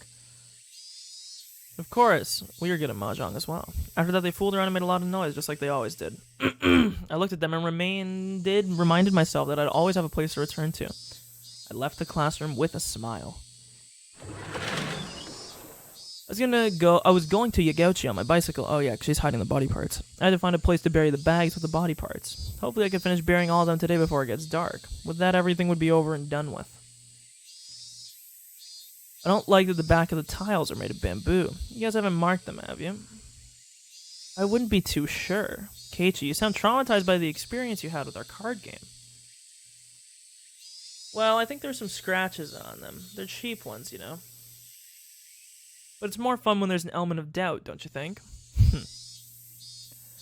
How many reds do you want to use? 6? Rika sounded professional and it scared me. Oh well, I should start by checking the tiles. Playing Mahjong with my family is different from playing it as a club activity. I have to be cautious. It's possible that one tile is missing on there, or that there's one extra of a particular tile in here. We don't do things like that. Still, that's interesting. I didn't think about that. Let's see. Let's put them all face up on the table and check them before we start the game. Come on, everybody flip the tiles face up. One dragon is missing. One low pin and one low so are missing too. Oh, one low wan is missing also. Dude, I don't know Mahjong at all. This is literally a different language to me. What's going on? There's so many missing tiles. Oh, I remember. Hold on a second. Mion hit the palm of her hand with her fist, moving her chair aside, and stuck a finger into a gap on the floorboards. She then pulled a tile out of there. There you go. This is the dragon. I don't remember where I put the other 3. Wait, Mion. Why are there so many tiles hidden in the classroom? Well, you know. She must have hidden the other 3 tiles somewhere in the classroom and forgot where. Can play Mahjong with 3 tiles missing. Suggested playing another game, and Mion insisted that we have to find them, and suggested making that treasure hunt our game. As long as I can make Keiichi suffer punishment, I care little as to what kind of game we play. But, to be honest with you, I'd prefer to play something more interesting than that. I agree. Plus, you're not sure they're here in the classroom, right, Mion? No, they're here. Or maybe this old man might have put them in his pockets and left them by the washing machine. I don't remember. I recommended checking the total number of tiles after we play Mahjong with Mion next time. Everybody except Mion nodded in agreement. What? You have to play our classroom tile. You don't want to play our classroom tile hunting game. In other words, clean up the mess Mion made so she could cheat. Do it yourself. Don't use our club activities for personal reasons. Fine. So what do you want to do? We can't play Mahjong now. What are we playing then? Does anybody have any ideas? As our club president, Mion usually decides what we'll play. I couldn't just come up with anything on the spot. When we were all thinking, Mion hit her palm with her fist. I've got an idea. If you don't want to hunt for tiles, let's do a real treasure hunt. What name comes to your mind when I say treasure hunting? Rina, right? You mean... Oh no, dude.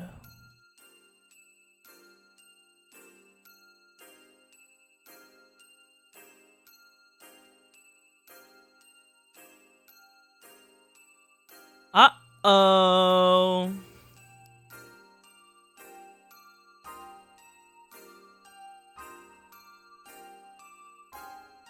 Well, you know what's gonna happen this time. They're gonna fucking find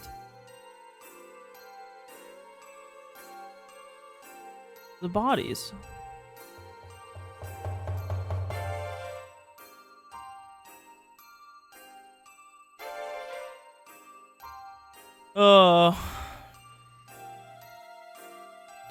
You mean, are we going to the garbage dump at the damn construction site? I don't really go there often, but the place is large. I've heard that the place is haunted by the ghost of the man who was murdered there. His body was cut into pieces. We shouldn't go near. A ghost, I like it. That's even better. I didn't know there was a rumor like that. I do know that someone was murdered there, and that the main suspect is still on the loose. hid the arm of the victim, and it hasn't been found yet, right? There's a rumor that the construction site manager, the victim of the dismemberment murder case, became a ghost and that he's wandering around the place to find his missing arm. Rika, you don't like ghosts. Don't tell me you're still scared of ghosts. I'm a shrine maiden. I can see them even if I don't want to. Damn, dude, where's Bruce Willis? Oh god, I don't think that's the right Bruce. Okay, no, it was Bruce Willis in The Sixth Sense. Okay, just making sure. I don't watch a lot of movies, so.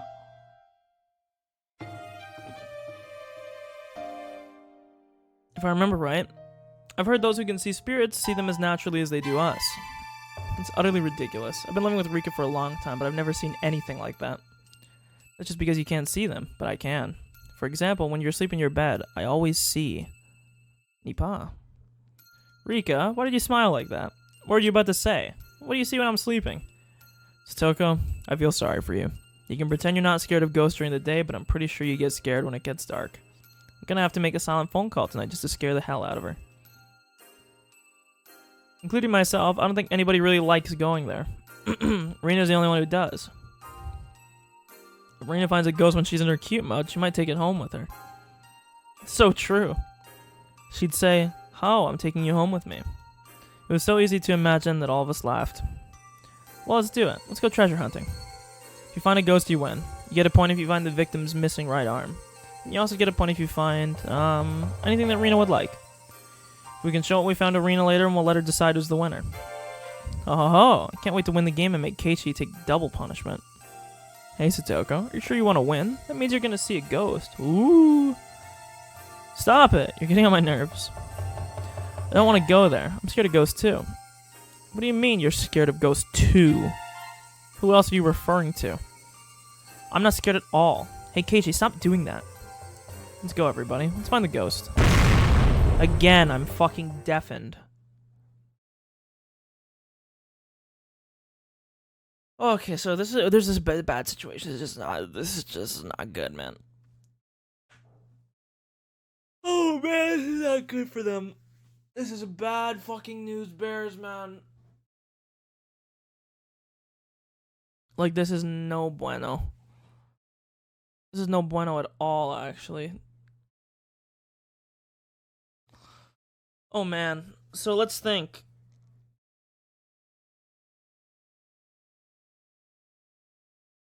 Because I'm trying to think something here, right?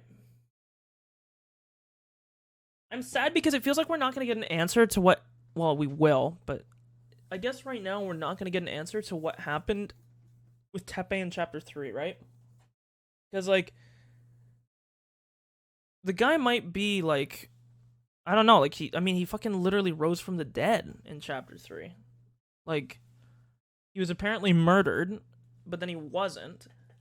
And then his body disappeared. And then... I don't know, like, they're gonna find the body, of course. And they're probably gonna understand that it's Rena. Because she's the only person that goes there. So, of course, if the body's hidden there, then... it's probably Rena, right? Like, that's sort of follows.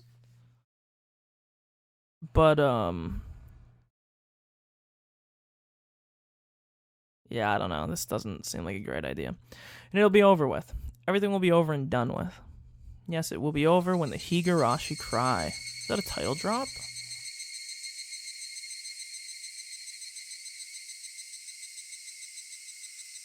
Yo, is that a motherfucking title drop? Bro? Fuck, man, I'm getting really tired. I'm trying to think. Realistically, how many chapters could I do tomorrow? Because we've done 3 today. We're currently done 5.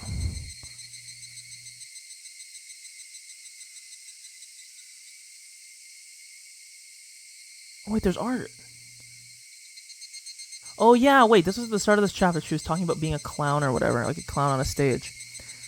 So let's see. So we would have 3 done, and then we would have 5 more to go. Well, I'm going to try and get through 3 more chapters, including this one. Rena finished making her confession. There was no applause or curtain call. It was a quiet and lonely stage that Rena performed on alone. I think I'd forgotten to blink since her confession started. Everybody else seemed to be feeling the same way. Wait, did they just skip the whole thing? She just admitted to it. Rena looked at us. She was a teacher waiting for questions from her students. We noticed that she was imitating what Chie does at the end of class, and we all smiled bitterly. I went to Higurashi earlier to find a place. Okay, so she's literally just... Okay, we're going to write this down. So that was a flash forward at the start.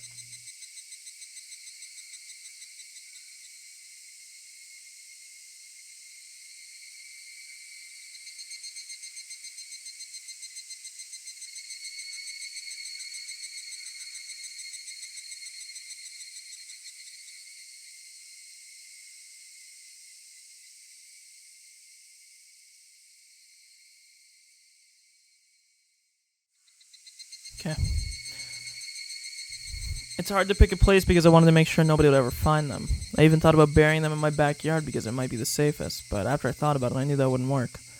My father might start planting vegetables one day and might find them, so it's better that I bury them somewhere in the mountains. Plus, I don't ever want to let her near my father even though she's dead. I felt like I did something very bad. Rena's plan was going smoothly. If I'd only hunted for the mahjong tiles instead of insisting on doing something else, this wouldn't have happened. When I looked at the others, they all seemed to be regretting their actions too. Mion hadn't come up with the idea to play the garbage dump. Still hadn't found the broken refrigerator. Frika had convinced us not to go. So part of me wonders here, when they were saying, I wonder if they're gonna... Oh, sorry. I had very little sleep last night. But I'm actually not really tired. I don't really feel tired. I'm just yawning a lot. But it'll probably catch up to me soon. But so I'm wondering here if, how do I put this? I'm wondering if they're gonna help her. Or what. And this also makes me think, if Rena was this forthcoming about being a murderer in this chapter, I question if she has been in the past, because it seems like she would confide in her friends. However, as this is a different timeline, it's hard to know. Maybe she only confesses because we found the bodies in the fridge at the junkyard. And she never would have otherwise. You know? It's possible to know. So. It doesn't really mean too much, right? Like, it doesn't...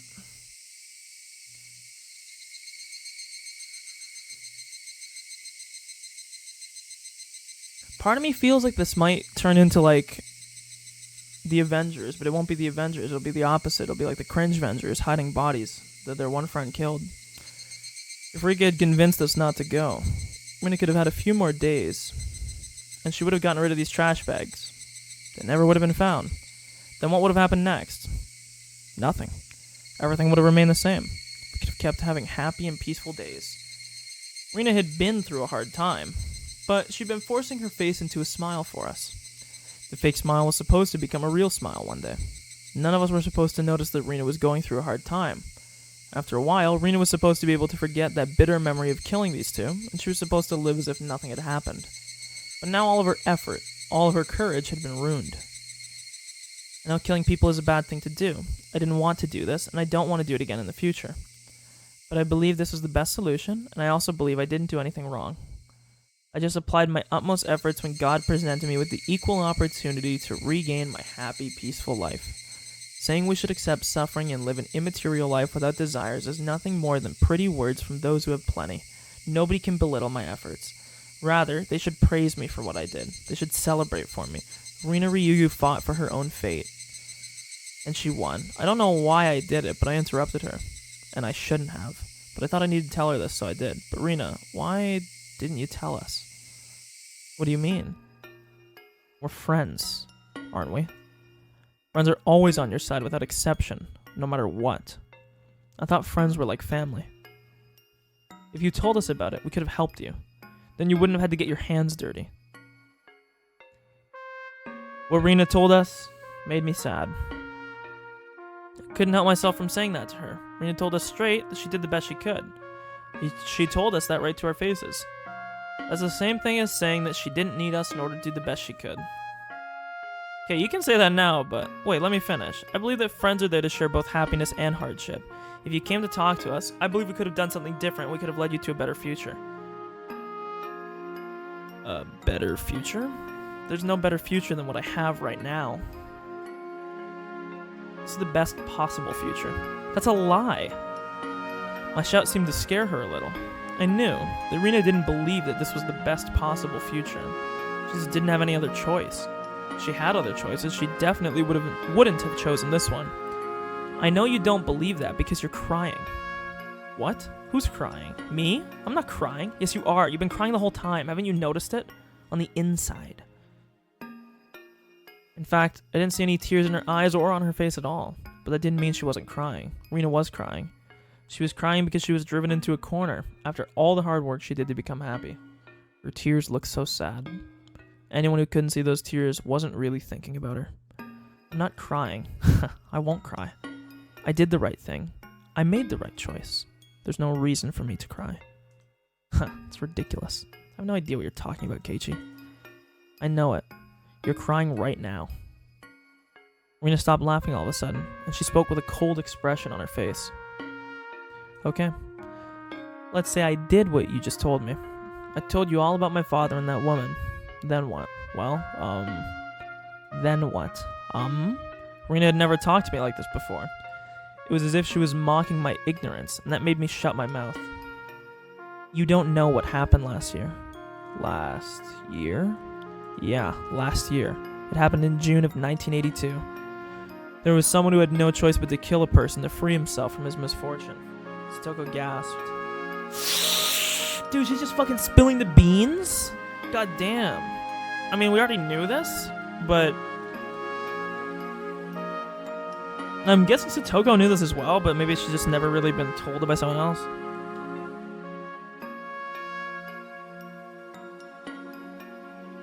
A little bit sussy on that one. Keiichi, I don't think you know much about him, about Satoshi Hojo. I know that he's Satoko's older brother. He's been missing, but people say he transferred. There's a rumor that he killed his aunt for Satoko's sake.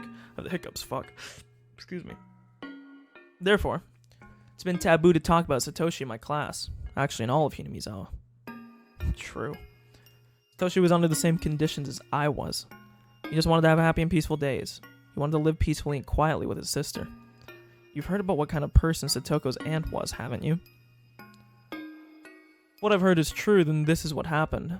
After Satoko lost her parents, her uncle and aunt got custody of her and her brother, but they were miserable people. Her aunt was especially cruel to Satoko. Satoshi was the kind of guy who wouldn't even hurt a fly. But his aunt was probably the only one whom he didn't have a problem killing. So terrible a person she was. Everybody in Hinamizawa knew about the trouble the Hojo family had. Everybody knew that their aunt was a hysterical and crazy person, and that she bullied Satoshi and Satoko. Everybody knew everything. Everybody in our class knew it too. Me, the future head of the three families, knew it. Rika knew it. Satoko knew it too, of course, because she was the one experiencing it. The friends you're talking about knew what Satoshi was going through more than anybody in Hinamizawa. Dude, she's airing the dirty laundry right now. One second, do I have a blanket here? Just fucking airing the dirty laundry in front of everyone. And what happened? Did anybody help Satoshi? No. Nobody did. Mi had the most influence out of all of us, but she made up a lame excuse, saying that it might create a conflict between the Sonozaki family and the villagers. In the end, all she did was hurting it. Sorry, this is weird wording. In the end, all she did was hurt him, not hurting, was hurting him by offering her sympathy. That's not true. Yes, it is. Satoshi knew it too. He knew that you were only pretending to sympathize with him. He knew you had no intention to help him. That's why Satoshi started to hate you, Mi.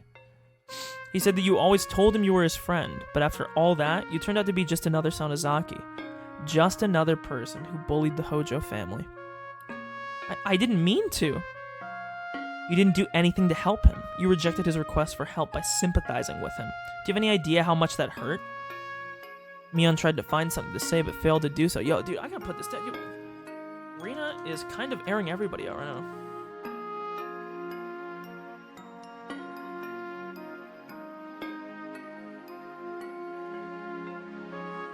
I mean, it's kind of a fair point, but it's also kind of, like, short-sighted, you know? Like, Mion tried to find something to say, but failed to do so. She bit her lip instead.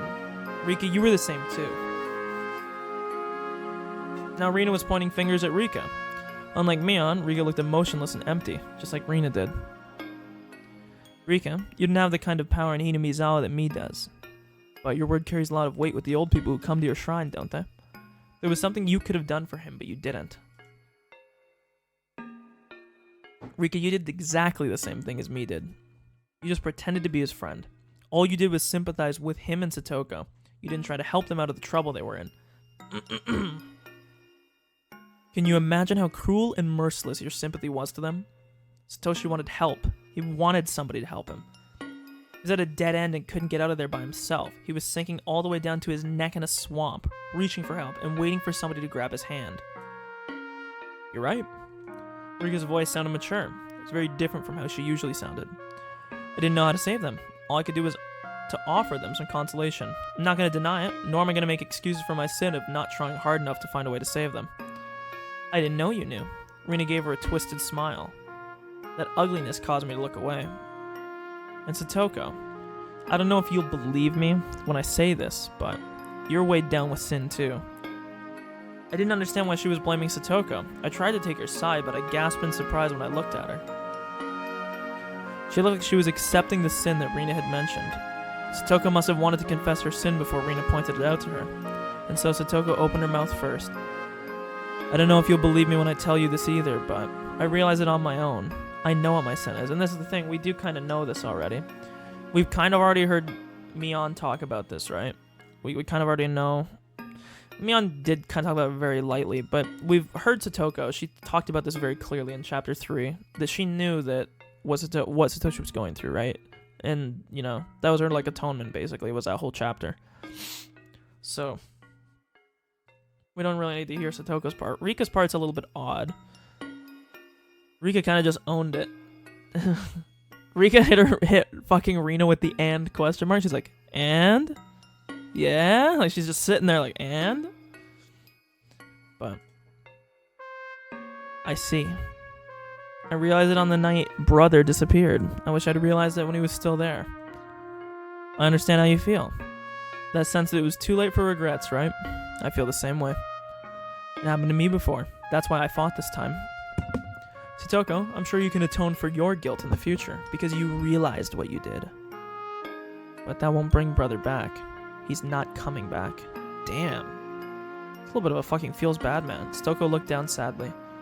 Usually Satoko would say the opposite. She always said that Satoshi was coming back one day without a doubt. Now she accepted the fact that he would never return.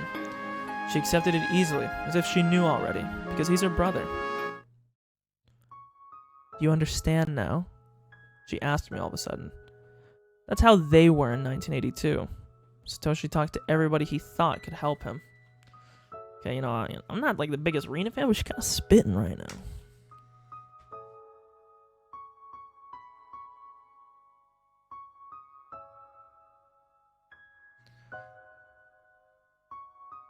He told them that he needed help.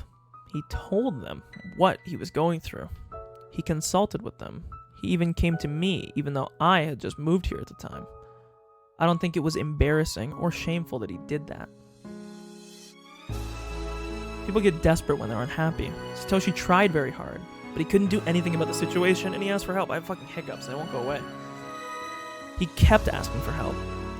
He said that friends are always on your side no matter what, but this is what friends really are. They're actually just people you hang around with for fun.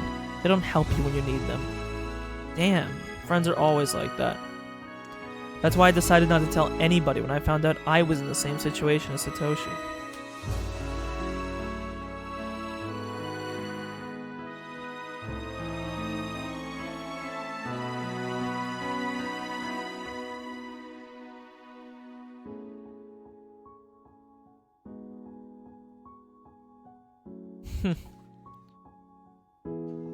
I knew that nobody would help me, and that nobody could. I don't need sympathy. It only makes me feel worse. It's better that I at least have fun at school. In fact, I did have fun at school. I was very happy. I was able to forget about the trouble I had with that woman, even if it was only for a short amount of time. I wish Satoshi could have done that too. If he did, he wouldn't have had to feel constantly hopeless. He could have at least enjoyed his last time at school. He didn't have any other choice than beating his aunt to death anyway. I didn't know how to help him at that time because I just moved here. All I could do was listen to him and try to make him feel better. But there might have been something more I could have done. I might have been lazy in thinking about what I could do, but at that time in 1982, I thought I was his friend. Laugh track. Aww.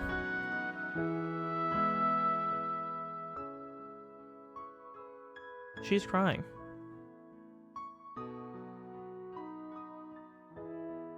Rina's self-derisive laughter changed into grievous sobs. Her tears gradually wore away at our relationship of trust. Nobody will help me. Friends are just people whom you have fun with. You can't trust them. The more Rina cried, the clearer we heard her voice in her heart. Me, Toko, and Rika looked into the distance with sad expressions on their faces. I was the only one who could say anything back to her now. I had to tell her this. And she knew it too. She just needed to hear it from someone. I braced myself to tell her something that might hurt everybody. What, she's right? I understand, Rina. I understand what happened in 1982. I understand that they were heartless. But Satoko also told you this. They realized their sins. They regretted what they did and didn't do. So it should be different this time. They can understand your pain and they can help you. You weren't here last year. I'm afraid you don't know what you're talking about. That's right. I wasn't here last year. I wish I were. If I was here last year, I would have fought for Satoshi. You're lying. I'm not lying. I've learned how important friends are since I moved to Hinamizawa. Dude, he turned into Ike. I'll fight for my friends. Can I find the Ike line real quick? Yeah, I think Ike's line is actually, I fight for my friends, but here it is. Ready? You could hear it, but it was really quiet, whatever. If I was here last year and knew what Satoko's aunt did to her and Satoshi, I wouldn't have given Satoshi the opportunity to beat her to death. I would have done it myself. I would have done it in 1500 seconds. This is true, because he did do that. I wouldn't have even hesitated. I would have beaten her to death with a metal bat. That's easy for you to say, but you don't know the kind of determination you need to kill another person. I don't know that, and I don't need to know that either. You know why? Because it's an obligation to help your friends. You don't understand, Keiichi. You don't know how disgusting it is to kill a person. You can never get rid of the dirt on your hands, no matter how hard you try to justify it. I would say, you know, me being a little bit of a poet, didn't even know it. I would have said you can never get rid of the dirt on your hands, no matter how hard you try to wash them. But you know, you're right. Killing a person in order to save your friends is such a short-sighted way of thinking. Might sound like I'm contradicting myself, but I think things aren't meant to go well when you take care of an evil matter by doing an evil deed. I'm proud of my conviction that I wouldn't hesitate to kill a person for the sake of my friends. But the peace I get by doing an evil deed won't last forever. We all know that by instinct. That's why we all despise evil things, I think. What? I have no idea what you're talking about. She didn't have to tell me that. I was aware I wasn't making any sense. But, for some reason, I could easily imagine a world like that. A world in which I saved my precious friends by committing an evil act. The peace I seized by doing that evil deed didn't last long. Yeah. It got worse. It ended in a way as terrible as the sin I committed. Yo, any chapter 3ers? This was a memory that shouldn't exist. I don't know why, but I know for a fact that happened. In that world of possibility. I'm sorry. I don't know what I'm talking about. For some reason, see, I said for some weird situation because this is what I do. I don't know why. For some weird reason, I couldn't prevent myself from smiling in embarrassment even in a situation like this. But you know it too, don't you, Rina? You know that you didn't want to get your hands dirty. You're crying because you wanted us to help you, but we didn't. You didn't want to be a murderer. You're lying when you claim this was the best choice you could have made. That's why you've been crying. That's not true. Yeah, we get it. You don't need to keep repeating it. You know better than anybody if it's true or not. You've been regretting this from the beginning. Even if you were able to hide the corpses without getting caught, you could never have washed the blood off your hands. How are you going to fool yourself into believing that you won't have to live the rest of your life bearing the burden of your sin? There's only one way to do that. You have to believe that this was the only choice. That means you have to live for your life denying your friends and denying that your friends are worth asking for help. Are we worth nothing to you, Rina? Now Keiichi's kind of spitting.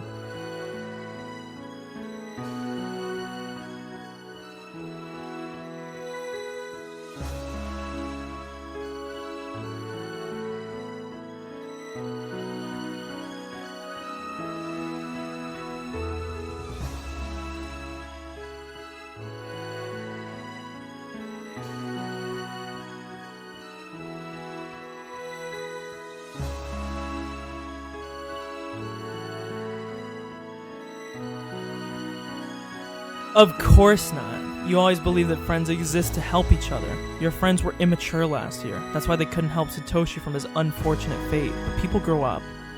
We don't make the same mistake twice. We don't want to regret the same thing twice. So believe me, we're your friends. We're on your side. Huh. So what you're saying is that I was immature too, right? Yeah, I am. You were being immature because you couldn't believe that your friends grew up. But I'm not going to blame you for that.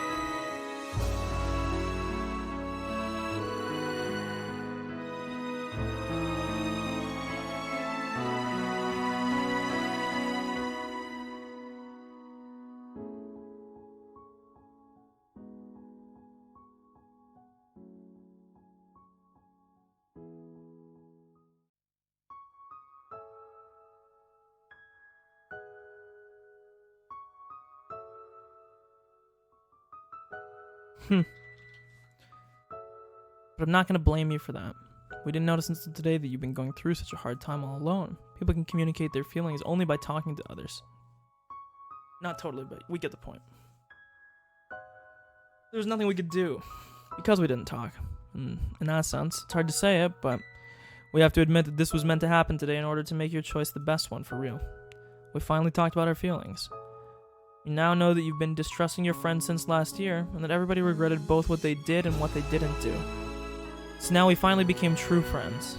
Finally. But it's too late. We only notice our sins after it's too late. It's not necessarily true. For example, as your friend, I can understand the things you've done this time. What do you mean by that? Wait, good Drewski in here? What do you mean by that? I understand that depriving people of their lives is an unforgivable crime, but I also understand that my friend Rina had no other choice but to do this. So don't think you're filthy, and I'm not scared of you. If something like this happens again, we should talk and think about what we can do together. But this already happened, and I understand that. When I say I understand, I mean I forgive you. I don't hate you for what you did.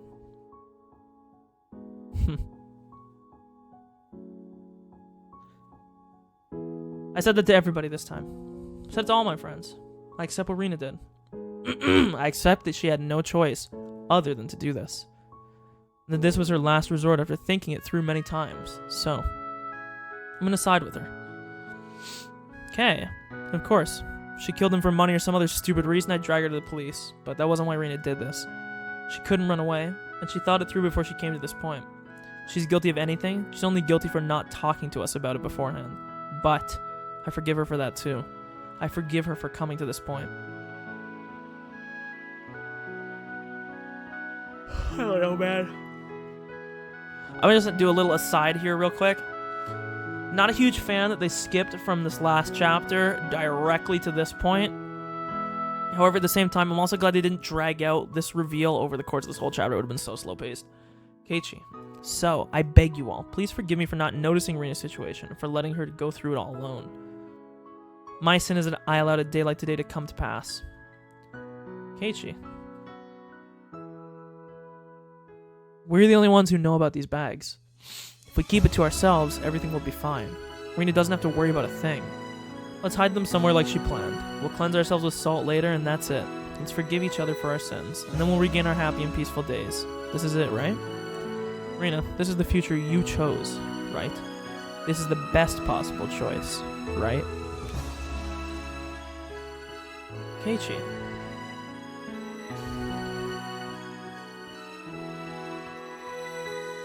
I jumped on the hood of the abandoned car Rina was standing on, and I reached for her hands. Admit it.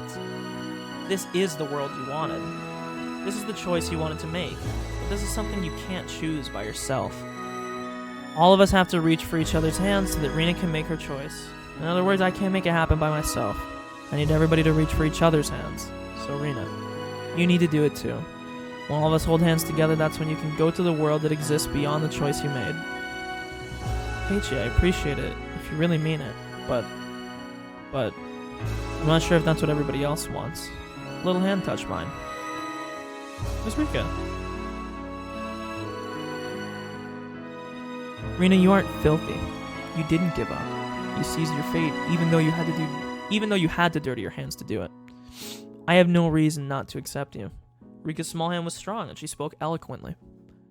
I know how comfortable it feels to be stained by disappointment at everything in this world, after getting lost in a maze of misfortune. That's why I can understand how strong you are, and how hard you fought alone without giving up. I'm proud of having you in my life. I agree with Keiichi. I forgive you for your sin. So please forgive me for mine too. Whew! I'm just a little girl without any power, but I could have fought. I'll not give up on my fate. I'll fight like you did, so I ask you to accept me as your friend. Rika usually acts childish, but now she was like a totally different person. She meant every word she was saying. And then another little hand reached out to ours. Toko. Toko put her hand over mine and Rika's. She didn't say anything, looking down for a while. Rika urged her to speak. Rika and I lost both our parents. We never cried about it, however, because we have you. Family. Made friends. I want us to continue to be a family for you. It's natural to get it all out and to confess everything to your family because, well, they're your family. So I think today was a great opportunity for us. I appreciate that we had the chance to forgive each other for our sins. Family made of friends. Toko, I like that. I forgive you for your sin, Rena. Please forgive me for mine too. The big hand reached out for ours. My girl.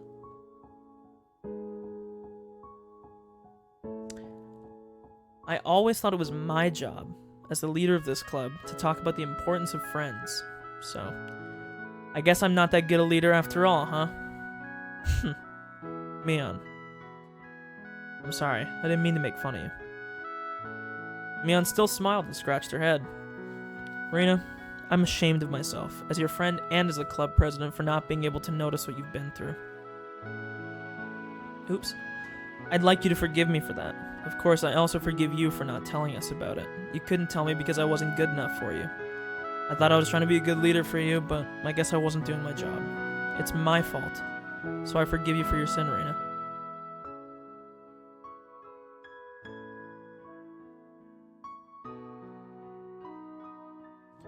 Rena, now you have all of our hands. We're ready for you. It's your turn. Reach out to us. Come on.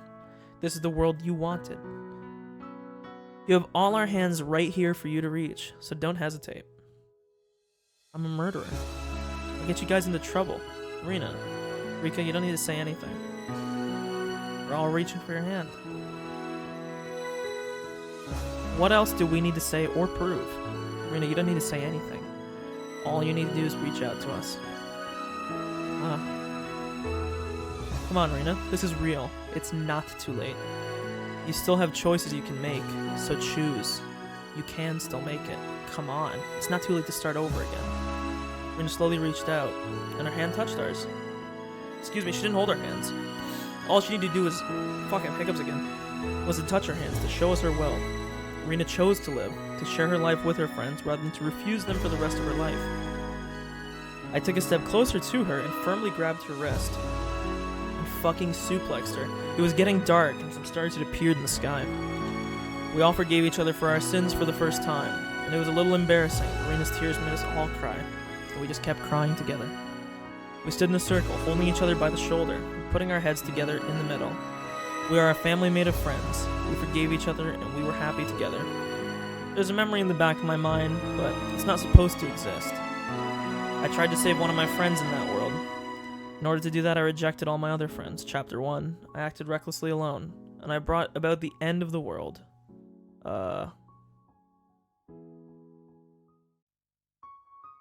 Oh, no, sorry, that's chapter 3. The situation we had here is the same as the incident in that faraway world. Yeah, so this is basically the game admitting this isn't like an alternate chapter 3.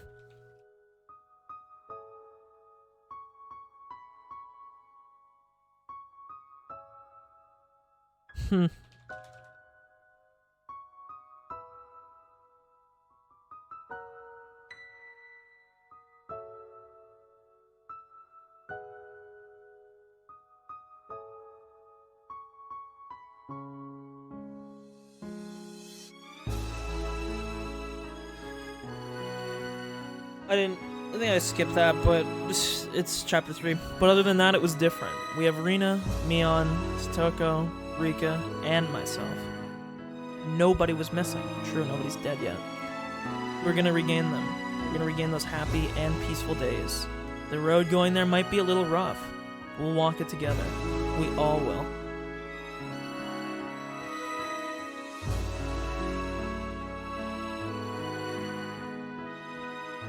Huh. Never mind. We went to the place in the mountains of Higurashi that Rina had picked for burying the bags.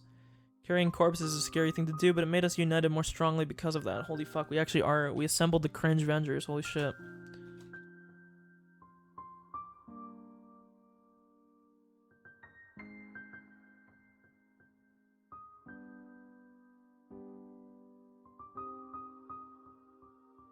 Fucking Cringe Vengers, baby. Since each part of the corpse is in a separate plastic trash bag, we can tell what's inside in each bag by touching it.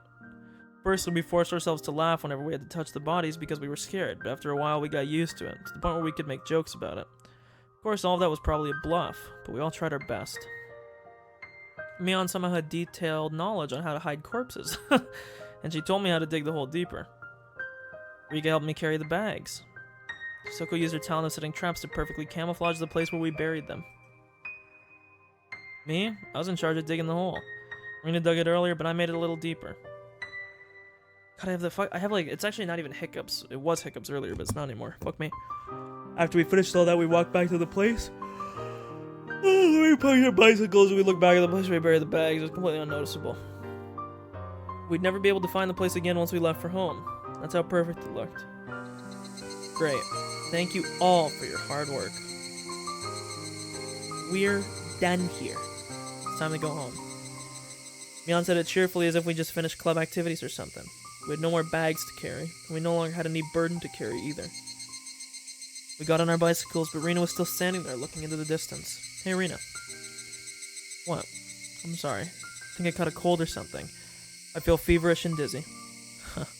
Rina's face looked slightly red. Mion touched Rina's forehead. It actually was a little warm. She had a tough day today. She had to go through so many things. She had to find a place to hide the corpses. She had to dig a hole. We caught her with the bags. We talked about our feelings, and we forgave each other. She must be exhausted after a day like that. Rina, you should rest well when you get home. Yes, thank you. I will. Rina, we forgave each other for everything, so don't blame yourself anymore, okay? Huh. You were right about me. What do you mean? I couldn't fool myself. No matter how hard I tried to justify what I did, I was still scared. Look at me. I'm still shaky, even with all the help I got from you. If you hadn't found me with the corpses, if I'd taken care of this alone.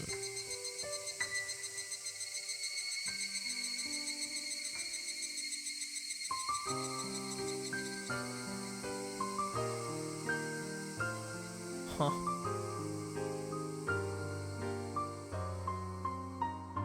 I wouldn't have been able to bear the burden. I'm pretty sure I would have been crushed by the pressure. She said all this with a bitter smile. It might take her a long time to heal from the pain, but it must be 100 times shorter than the time it would have taken if she did this all alone.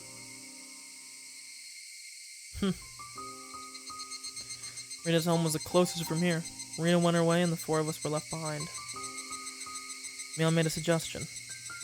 I think we should just forget about today. What do you think? I agree. I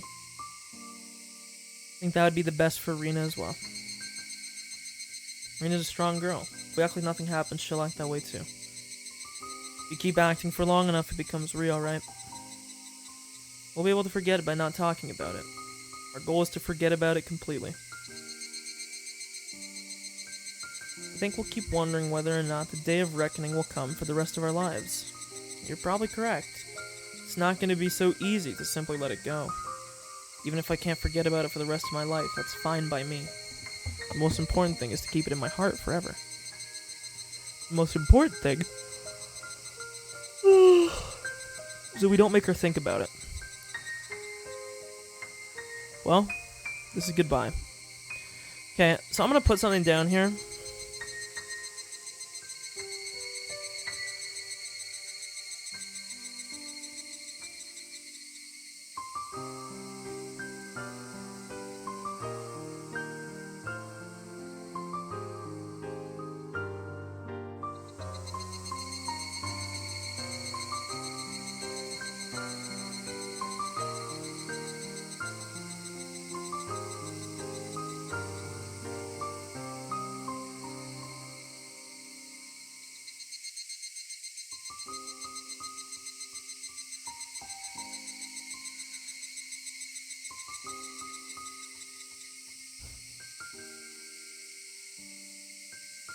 Sorry, I'm just writing something right now. So I put these as 2 notes. Or I guess this one. That's the only important one. I wonder if the murder of Tomitake is similar to what is happening now. We know he was killed by a group. Obviously, he clawed his own throat, but we know he was attacked by a group. And we know that Rika had the same suicide drug that he got inoculated with. So it would make sense if it was them minus Keiichi in the other chapters. Perhaps Tomitake isn't a good guy.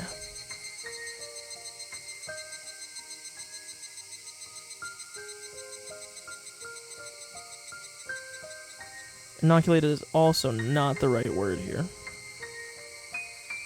Injected would be totally fine. I don't know why I used inoculated. Too much COVID stuff. Well, this is a goodbye. See you at school, just like always. Just like always. I'll set a perfect trap for you, just like always. Goodbye, Kay. Da da dun dun dun dun dun dun dun dun dun dun dun. As I parted with them, I still felt hot and dizzy. It felt really weird. I was even staggering to the front door. I felt as if I was floating in the air, like I just took some very strong cold medicine. Today something very shocking, something that made me super happy, and something very embarrassing happened to me. I felt as if my heart and mind were about to explode because they were filled to the brim with both happiness and sadness. I don't know whether I made a crucial mistake today, or if I had the happiest day of my life. I don't know which it is, and all I could do was stare blankly into space. I felt frustrated too. Even though they were my friends, I was caught in the act of abandoning the corpses. But at the same time, I felt relieved that my reliable friends accepted what I did. Those emotions were all mixed up in my heart. They were equally strong, making it difficult for me to decide what I was feeling. I was losing my sense of balance. It was like the world was whirling around me. I heard sounds as if I was in a shower. Everything left me with a feeling of unreality. When those emotions were about to make me lose control, I felt a heat on my wrist. The part where Keiichi grabbed me earlier started throbbing. My feelings weren't cooperating with me, but the heat on my wrist calmed them down for me. I don't know how to express what I felt when my friends and I held shoulders together in a circle earlier. Dude, that moment was, like, pretty heavy. Okay, like, I would be real with you, like, I don't think I'm super attached to a lot of the characters, but I was quite surprised by how much of, like, a kind of a heavy moment that was, you know? It was pretty legit there. But the feeling was the only thing I knew to be real. I'm home. Huh? As soon as I opened the front door, I smelled it. It smelled really good. My father isn't good at cooking, but he likes trying to cook creative dishes. I remember he used to cook something very challenging whenever he was in a good mood. So this was a sign that he felt that way. That's why I always liked this smell. The reason he's in a good mood is because he's found a job. And not just any job. He found a job with a company created by friends from his old workplace. They remembered my father and promised to hire him. He told me that some of his other colleagues from the old company are also working there. It must be very encouraging for him to work with people he knows, because he hasn't worked for a long time. The dinner looked great in contrast to how it tasted. It was a dinner to celebrate his new life, to show his determination to regain his bond with his daughter and to make a clean start. Talked about a lot of things with my father that night. It's been a long time since the last time I talked with him like this. I don't remember when it was, but it reminded me of the days I was still happy, which meant that I'd finally return to that time. My father still believes that Tepe is coming back one day, so he's still very cautious about locking the doors and windows, and he gets scared every time someone rings the doorbell. I told him so many times that they'd never come back, but I couldn't convince him because I couldn't tell him the reason why they wouldn't. He'll eventually realize that he's free. I'm sure it won't take too long. My heart was full of many, many emotions that day. If emotion could actually burst a heart open, it might happen to me. My brain must have been overworked because so many things happened at once. My head was still fuzzy, but I managed to crawl into bed. I felt like the ground was moving. I totally lost my sense of reality. I remember that I once felt like this when I got the flu. I might get a high fever tomorrow, but I don't care. I don't care if I get sick tomorrow. I just wanted to enjoy the fact that I took a step towards the future of my decision. Keiichi told me something like that today. The high fever and the dizziness made me frustrated for some reason, but whenever I felt frustrated, I felt the heat on my wrist too.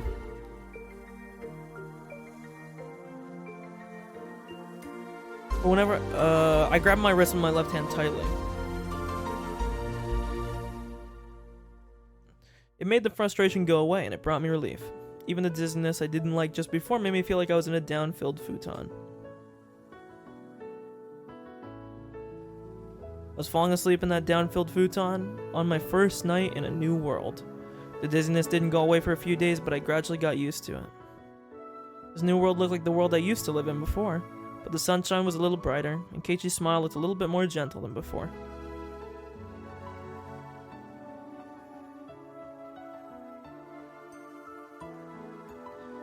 We made more noise than we used to. We spent every day slowly, but in high spirits. Oh, what an idiot I am.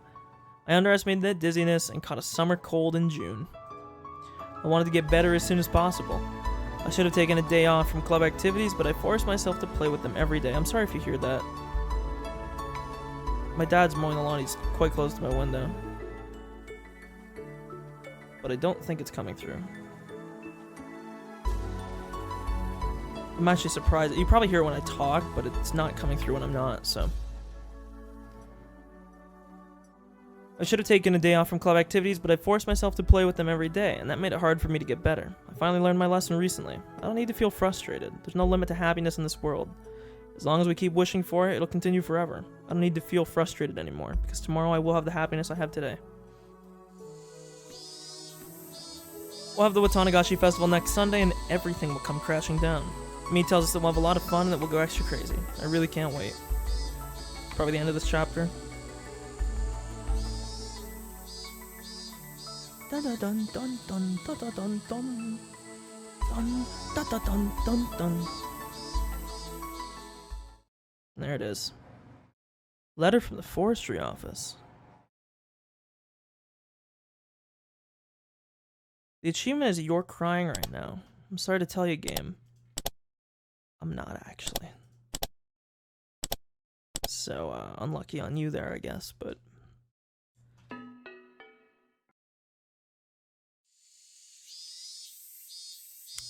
It's still June, yet the air is filled with the cries of the cicadas. How's everyone in Inamizawa doing? Tonegashi Festival is coming just around the corner. We staff members from the Forestry Service are going to perform a wood sculpting demonstration at the festival. We'll be happy to lend our tools and teach you kids how to sculpt wood themselves. Okay, so right off the bat, what I'm thinking with this, there's going to be, like, wood cutting axes if somebody's getting murdered with an axe. Also, we'd like to inform everyone that we're going to cut down trees in the local hills this summer. Oh! No! What happens if they go to Yagauchi? Forestry Service needs volunteers who are interested in helping us cut down the old trees. You can enjoy the beauty of nature under the blue sky while helping us out with this preservation activity. The project will begin during summer break, so you can bring your kids too. Yep. I knew it was gonna say that, dude.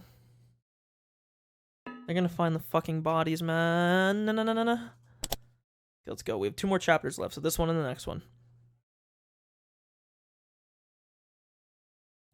She believed that she kept laughing that she would be happy. She believed that she cared about someone. That person would care for her as well. Leaving the sad memories behind, the girl turned forward to face tomorrow. Without being spoiled, without relying on anyone, all alone, to carve a path towards the future. What awaits her? Is it happiness? Is it unhappiness? Flashbang in my fucking eyes. I wanted to love someone, but the truth is I wanted to be loved. Watanagashi. Welcome, would you like a hot dog? Our shaved ice is the best you've ever tasted. You can have a strawberry syrup, melon syrup, or wine blue syrup. Try our takoyaki roulette. The winner's packed with a ton of mustard. Sounds disgusting. There are a great many booths at this year's Watanagashi. Anything can become a festival if there are vendors selling food and music for bond dances, I thought. It's still June, but it had been extremely hot the past few days. Almost as if it's already summer. Okay, I might be crazy. I know June isn't technically summer, I don't think. Wait, no. It absolutely is. There's no way it's not. Actually, wait, no, it's definitely not, because March is technically the end. Winter doesn't actually start technically until December. December 21st. In Northern Hemisphere, at least, you know. So then, spring doesn't actually begin until March 20th or 21st, whatever it is. So technically, June is still spring? No shot. I consider June summer.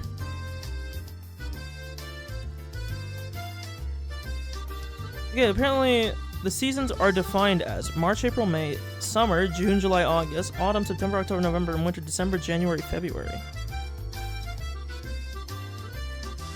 Okay, apparently summer starts on June 1st. What the fuck? This is summer, bro. I don't know who the like authority is on this, but I always consider June summer. I usually consider May like the last month of spring. Because usually, even by May, it starts to get hot, but I usually just consider it weather. I'll be real with you. Whenever we get warm weather, that's summer, okay? But it's fine. Let us continue. We have a June festival with bond dance music under this kind of weather. The only thing that's missing to make it a perfect summer festival is fireworks. Bzz, bzz, this is Kumagai. Oishi, can you hear me? Over. I heard a voice coming from my portable radio. Oh, I'm playing as Oishi now. With this earphone, it looks a little like I'm secretly listening to the horse races while on duty. This is Oishi, I can hear you loud and clear. Town councilors give us a lot of food. We have oden, yakisoba, pork belly stew, and some barley tea. Huh. Do you mean the barley tea we can drink on duty or the one we can't drink on duty? Well, if it's a canned drink, I'll take it. If it's in a cup, don't worry about it. Roger that. And all the members of the town council are here to say hi. We have the mayor and the head of the Sonozaki family, too. What, that old bag Oreo's there? Can you tell that I'm patrolling right now and don't know when I'll be back? Well, I don't think I can do that for you, sir. She knows you have a portable radio, so she told me to call you and bring you back here. She looks really mad. I'm sure it'll be a stroke that kills her. Roger that. Tell her with extreme courtesy that I'll be there soon. Be back soon, please. Oh well, guess I have to go back. And mingle with the locals. All of a sudden, a group of kids came running towards me from behind. After a quick look at them, I noticed they were the granddaughter of the old bag and her friends. They occupied a corner of the shooting gallery stall, making a lot of noise. Mion Sonozaki, when acting her age, she's a cute, normal girl. Hell yeah. But do I ever hate it when she acts like a member of the Sonozaki family? She'll be the boss of the Okinomiya Yakuza territory in 10 or 20 years. Just you wait and see. And while I was thinking things like that, I noticed that Mion wasn't the one taking leadership of her group this time. It was the boy. That boy. I know him. He moved here recently. The boy from the Maebara mansion. Keiichi Maebara, was it? Oh, sorry, I'm stretching. Heard the Maebara family's from the city, and they're supposedly very rich, too. But he doesn't flaunt his family's wealth, and he has a good reputation because of that. Even though he just moved here, he's already adjusted to his new school, and he's popular with his classmates, too. Everyone in the village seems to like him as well. He's very interesting to watch as a person in many moods. Wow, boys of his age sure have a lot of energy. Ah, to be young again. Hey, you're up next, Rena. You're lucky it's your turn. Rena, you okay? Feeling sick? I'm sorry, I guess I have to pass on taking a shot. Okay, you should take a break for a bit. Sorry, my lip is bothering me. Owie.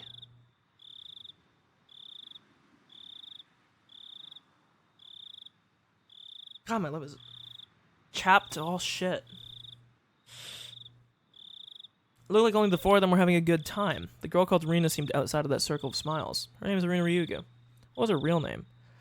Couldn't remember, but I can check it when I get back to the station. Rena's only a nickname. I believe she moved here a year before Mibara did. Her mother divorced her father or something like that. She's a strong girl who does all this housework by herself. She's a very modest girl, I'm told, which is rare in this era. Unlike Mibara, it seemed like she hadn't really opened up to her friends just yet. They looked like a group of 5, but there's distance between her and the others. It's a little sad, you know?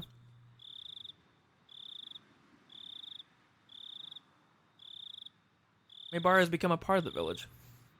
But Rena's still by herself. Well, that's just how it looks like to me.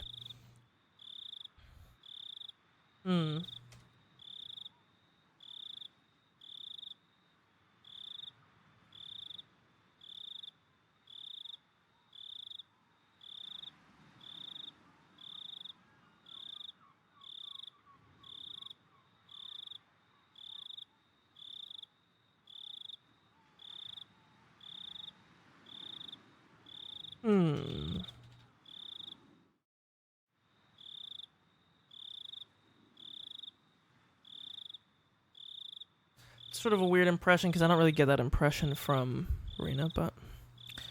Bzz. Oishi, the chief and the section manager are here. Please come back as soon as possible. Roger that. I can't believe the chief came all the way here just to say hi to the locals. Guess he's very dedicated to the community service, huh? Ah, this is Takasugi. Oishi, can you hear me? Do you copy? Over? Yeah, I hear you. I'm on my way back right now. I'll be there in a minute. If you don't hurry up, even the chief might end up calling me. I ran back to the headquarters tent. Fuck, I have to shave tonight. It is bothering the fuck out of me. Oh, look. So it's going through the conversation Keiichi has with them. This is the shooting gallery meme.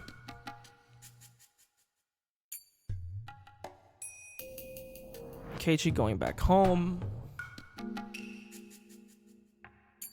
Here we go. Oishi, Dr. Irie is here. Oh, nice. We're gonna get the... Are we finally gonna get answered to Tomitake and Takano's deaths?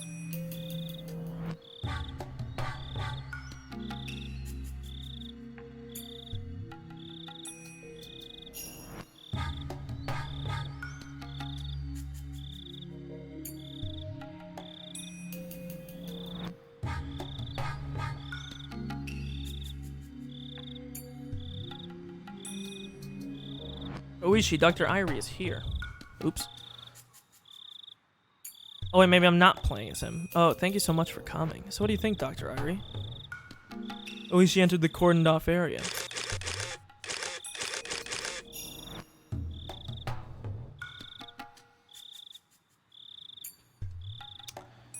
In there, people from forensics were taking pictures of the corpse from various angles. Irie was squatting down next to the dead body of Jiro Tomitake.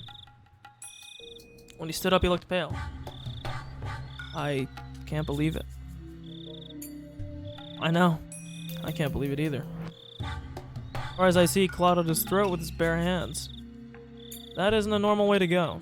Most likely it was the cause of some drug or something. Are you saying he was a drug addict? Who knows? I guess it's gonna be my job to find that out. Oishi. What's with this 2x4? Maybe he was swinging it around. Then he threw it away and had more fun clawing at his throat, I guess. Why was he swinging a piece of lumber around? He probably did it in self-defense. You notice there are several external injuries on his body. Yeah, I can see some bruises. The easiest explanation I can think of is that he was attacked by someone on his way home to Okinomiya from the festival. He was seized by the culprit, given a shot of some kind of dangerous drug, went crazy and died. Never heard of any drug that can make people claw out their throats. I'm not a specialist, but many drug addicts injure themselves when they're in a terminal condition. Well, I'm sure the old man in forensics will take care of that investigation.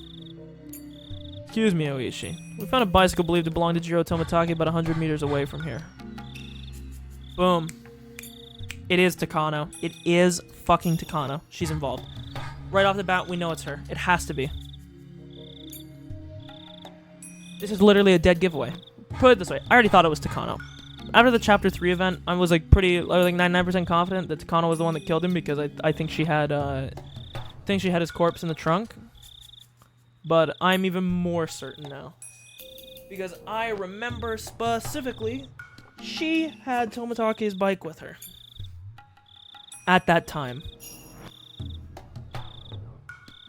And that was before this murder would have happened, or where at least this is before the body dump would have happened. And she probably dumped his body there with him. So we know that he wasn't killed here, of course. He was dropped off afterwards. And now all that I need to know is that Takano definitely did it.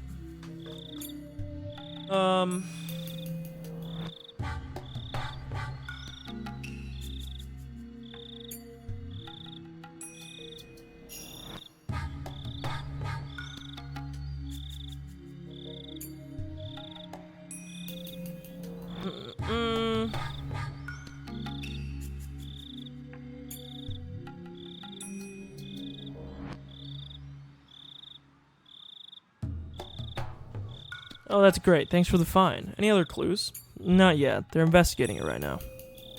So that means the place where the bicycle was found is most likely the place he was attacked. And he ran away from the suspect and ended up here. Oishi frowned, crossing his arms in front of his chest. Irie was looking at the miserable corpse of Tomitake, and he kept saying the same thing over and over. It's impossible. It's just impossible. Doctor, it happened, so it was possible, okay? Try to think flexibly. Although I get that you don't really see something like this every day despite being a doctor. Anyway, thanks for your cooperation. You can go home now. We called you here for emergency medical care, but looks like that was a waste of a trip. Sorry. I think when he's saying it's impossible, I don't think he means his death is impossible. I think I think he does mean his death is impossible, but not in the way that he's thinking.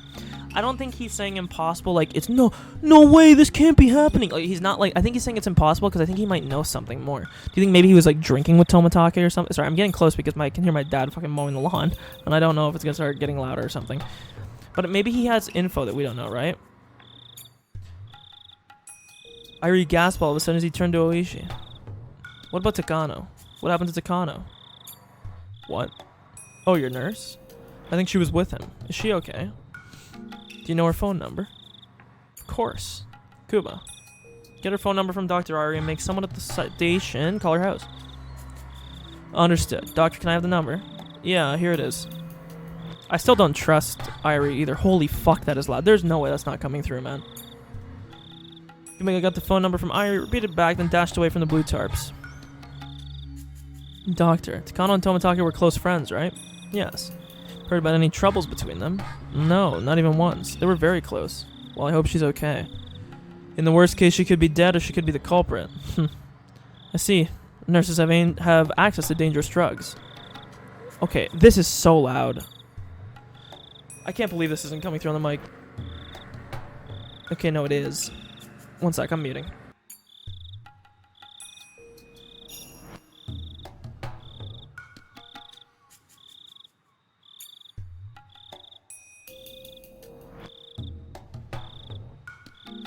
But it's easier for nurses to do it than for regular people, right? Like I said, I've never heard of a drug like that. I don't have anything like that in my clinic. You know, I never even really thought about that either. But where the fuck would they have even got the drug from, you know? Like, I always just assumed it was Sonozaki business, but the more and more we find out, it seems like it's not, right?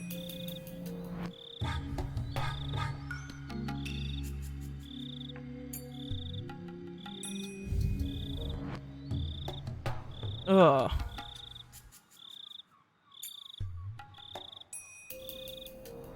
Okay. Oishi, she isn't at home. Standby unit says they're gonna go to her house to check it out. Doctor, can you give me her address? Coomer, can you also check if the police headquarters has found any unidentified female bodies tonight? Maybe we should check the other prefectures too. Tell the section manager if he can call the headquarters in the nearby prefectures and ask if they have any unidentified female bodies. Yes, sir. Are you saying that Takano might also be dead? Well, I don't know. I don't know if she's dead or if she's the culprit. Of course, it's possible she's not involved at all. She might just be getting drunk in a bar somewhere. It's unbelievable. Who does things like this? Well, it's unbelievable to me too. This fits with the rest of the mysterious destiny to Mizawa. It's been 5 years now. That would make this the 5th curse of Oyashiro. Damn it. I've got to get whoever's behind it this year for sure. I really want to put an end to these cases before I retire. Oishi hates the curse of Oyashiro. It's been leading him around by the nose for 5 consecutive years. Victim, yeah.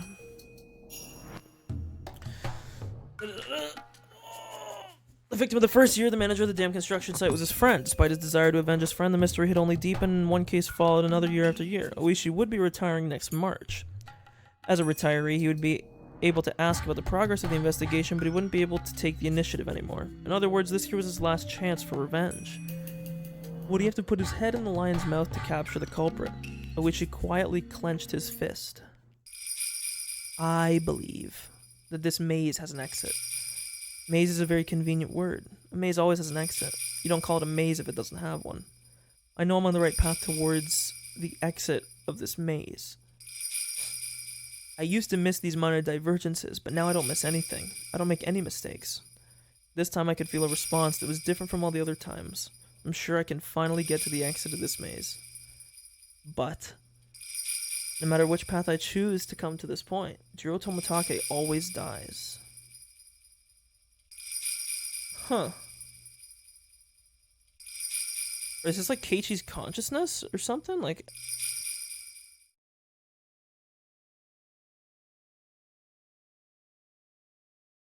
Because that comment doesn't really make sense otherwise. But saying like, but Jiro Tomatake dies every time, that doesn't make any sense at all. That wouldn't be Oishi that says that, because to say he always dies means you have knowledge of other situations, you know?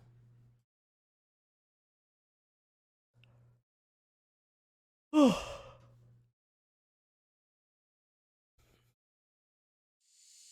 gonna write that down.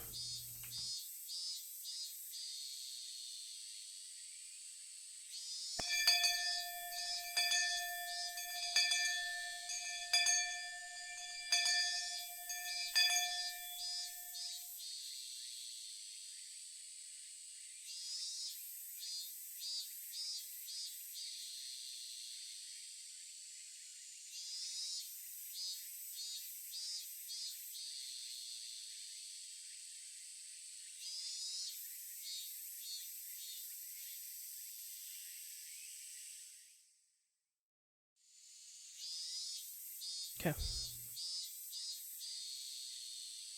Oh, Rina has been sick ever since that day. She hasn't been able to join in on club activities as often since.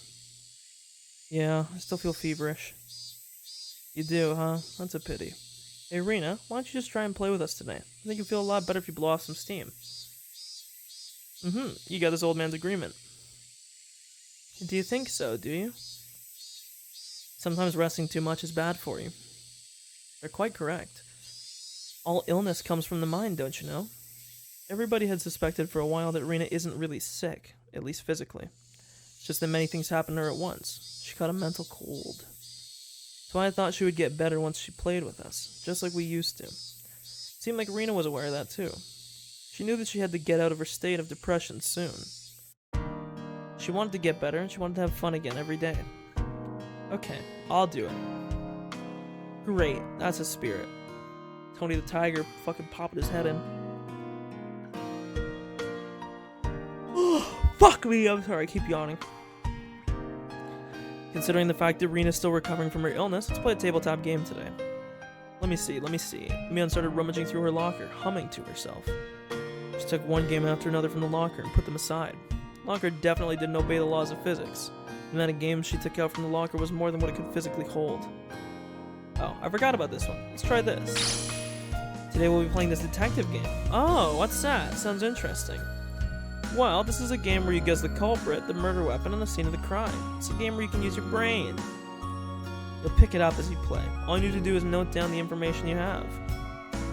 Ho ho ho! In other words, you need to learn the trick of note-taking. It's a game for intelligent people like myself. Rules don't seem that difficult. Sure, it's a game where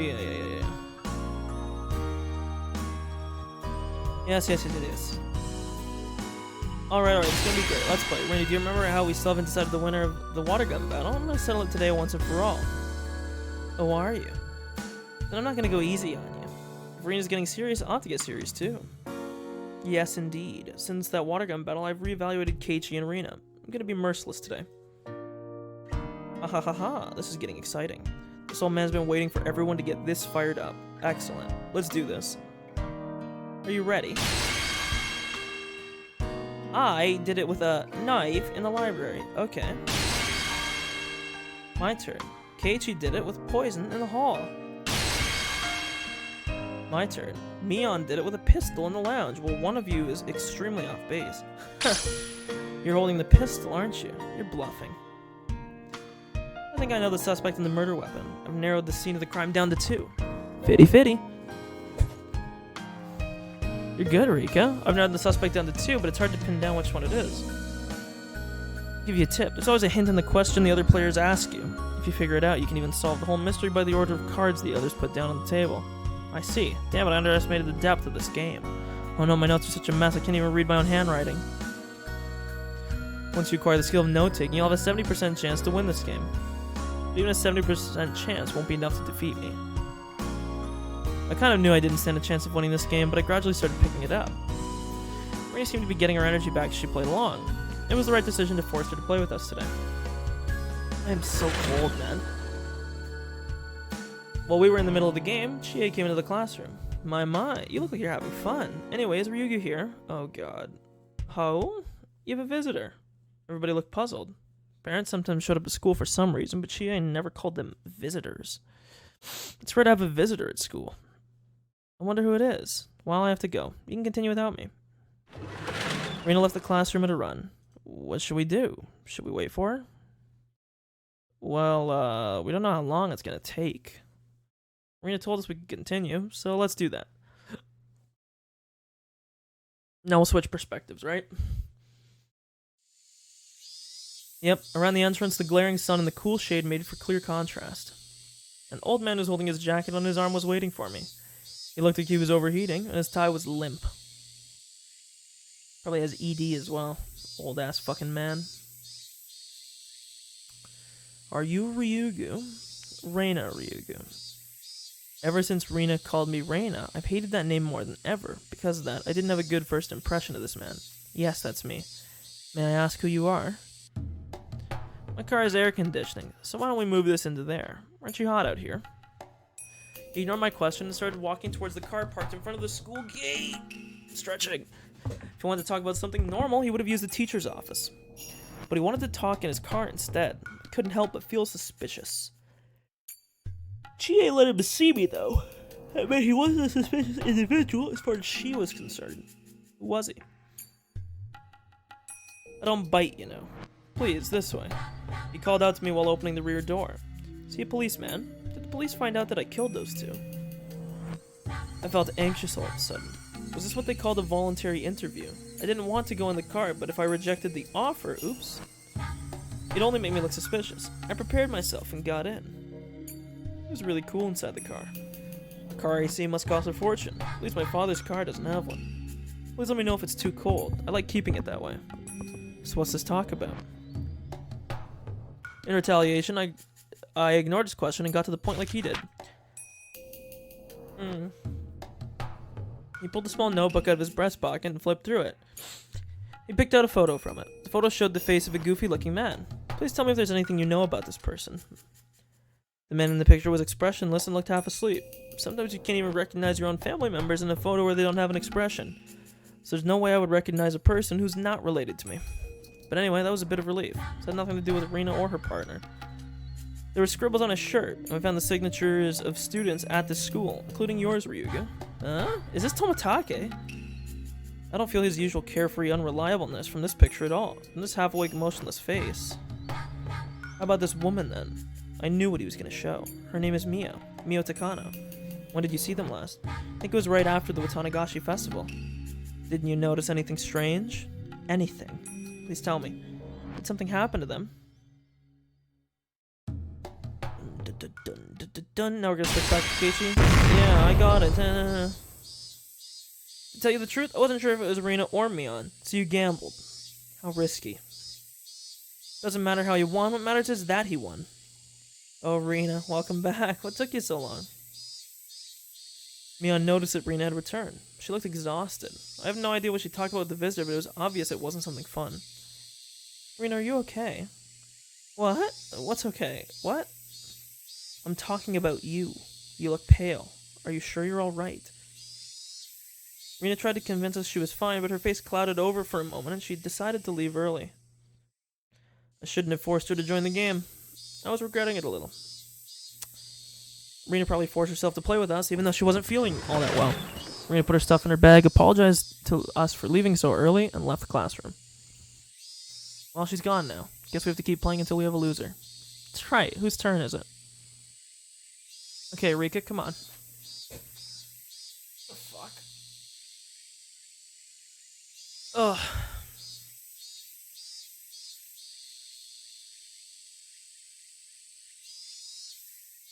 I'm trying to read through these kind of quick, you know? I don't know why, but, you know, I just don't want to waste too much time. Whoa, this is a different text color.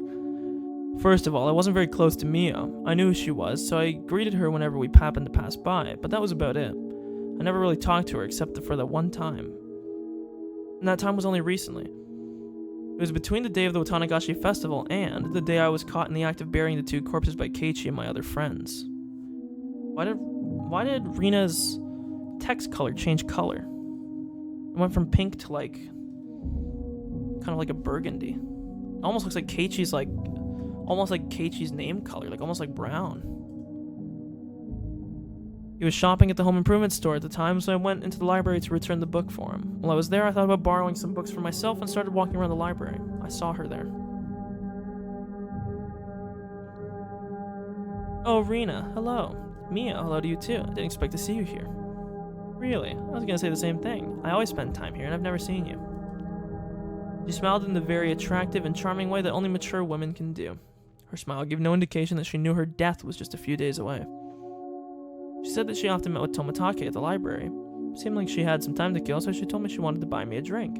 I had nothing to do after that. I let her buy me a canned iced milk tea from the vending machine in the library, and we talked for a while.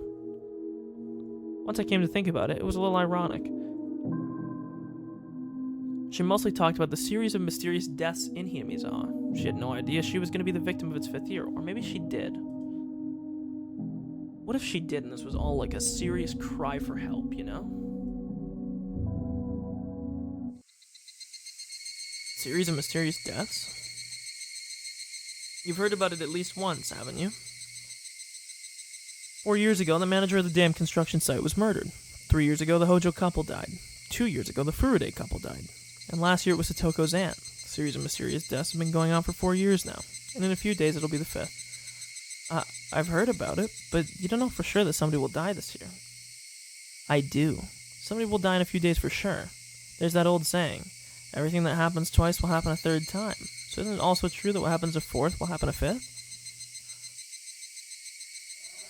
Mia was convinced that the 5th mysterious death was going to happen, but she didn't know she was going to be the 5th victim. It's ironic and also really creepy. There was always something creepy about her. Thank you, I wasn't the only one that thought this. So maybe she knew that she was going to be killed in a few days. I didn't mean to skip that. But still managed to make that mysterious smile. The series of mysterious deaths in Hinamizawa. Of course I know about it. I've lived here for more than a year. Every year on the day of the Watanagashi festival, one traitor to the village dies mysteriously. It's been that way since the dam conflict. Each case was solved individually, but mysterious incidents still happen every year. It makes me wonder if there's some kind of will to all this. The creepiness and incomprehensibility of it all gave rise to the name The Curse of Oyashiro, which fit perfectly. Despite this, I always thought The Curse of Oyashiro was just a series of coincidences. My reason for that is because I strongly believe that Satoshi was the one who murdered his aunt on the 4th year. I don't have any evidence, but I just know it. I know that Satoshi was in a serious predicament last year, and that he had nowhere to turn. He had no one to help him, but he had to save Satoko as soon as he could. Satoshi thought it through and made the best choice he could to handle the situation, just like I did when I had my problem with Rina. I hesitated to inform Mio that Satoshi was the murderer of the 4th year, so I listened to her for a while. According to her theory, the series of mysterious deaths isn't just a set of coincidences, but instead a series of interlaced murder cases. At that point, my theory was completely the opposite of hers, but I decided not to cut in. You knew about the cult of Oyashiro here in Hinamizawa, don't you, or you know about? Takano started telling me that Hinamizawa was once called Onigafuchi. She also explained the story of how the villagers were in the old days, showing me the scrapbook she was so proud of. The villagers back then were called man-eating demons, but they were also admired as transcendents, enlightened people not bound by earthly desires. Yeah, apparently they're not bound by earthly desires, but they love eating humans. Make that one make sense, you know? Pretty sure humans are on the earth, right? You dumbass. To continue, so according to your theory, a group of cultists who worship Oyashiro are living in Hinamizawa, and they're trying to show the power of their god by enacting the series of mysterious deaths, right? Not sure if we should call them cultists or fundamentalists. The line between them is very vague. In the Meiji era, when the name of the village was changed to Hinamizawa, the customs and the traditions of Onigifuchi were brought to an end. I think there are some people who want to revive those traditions and regain the name and awe of Onigifuchi. Mio's theory was a little more than crazy, or it was more than a little crazy, but it was also fascinating. At first her theory had sounded like she was just jumping to conclusions, but after she eagerly showed me the documents she'd been studying, I started to think that it wasn't actually too far from the truth. If her theory was true, it would mean that these accidental deaths of the Hojo couple in the second year, the suicide and the death by disease of the Furude couple in the third year, and the drug addict murderer in the fourth were all cooked up. It means someone who has a lot of power and influence over the police was involved. When I pointed that out, Mio nodded in agreement. She started talking about how strongly they were rooted in the village, and how deeply they were involved with many public organizations. After she finished explaining all that, I finally noticed that Mio was suggesting that the three families, including the Sonozaki family, were the masterminds behind the murder incidents. In fact, the Sonozaki family really is very powerful. They hold influence not only over Hinamizawa and Okinomiya, but also over the entire Shishibone area. Might not be wrong to say that they even hold influence over the entire prefecture. If the Sonozaki family is behind all this, her theory would be more realistic. But that means I should be suspicious of me. No, I shouldn't. But in fact, Mi was very cold and unkind to Satoshi when he was going through a tough time. I know there was a conflict between the Sonozaki family and the Hojo family during the Dam Wars, but still, she was very cold to Satoshi. But Mi admitted what she did was wrong, and I forgave her too. I didn't want to think about that again. I decided to change the subject because I knew it would make me feel uncomfortable if we kept talking about the Sonozakis. First of all, what is the people's belief in Oyashiro all about? It's a little funny that demons and humans wanted to coexist. In folktales, humans usually try to wipe out the demons. It's quite true. That's why Oyashiro is so interesting. However, there are actually many stories that say people in the old days worshipped a god that had drifted to our world from the land of the gods. It's the worship of drifted gods, in other words, which would be gods that were casted away, which basically are demons. There are a number of myths all over the world about people worshipping a god who came from beyond the sea or from up a river. The gods in those myths are actually people who came from different countries, right? That's the general theory, yes. Ancient Japanese culture was far behind that of other nations.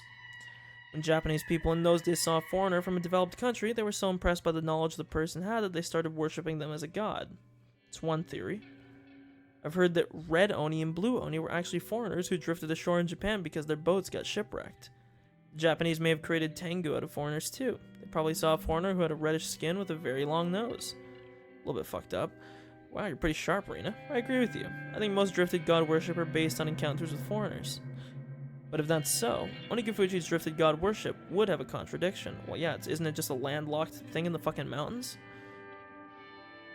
How would foreigners ever get there?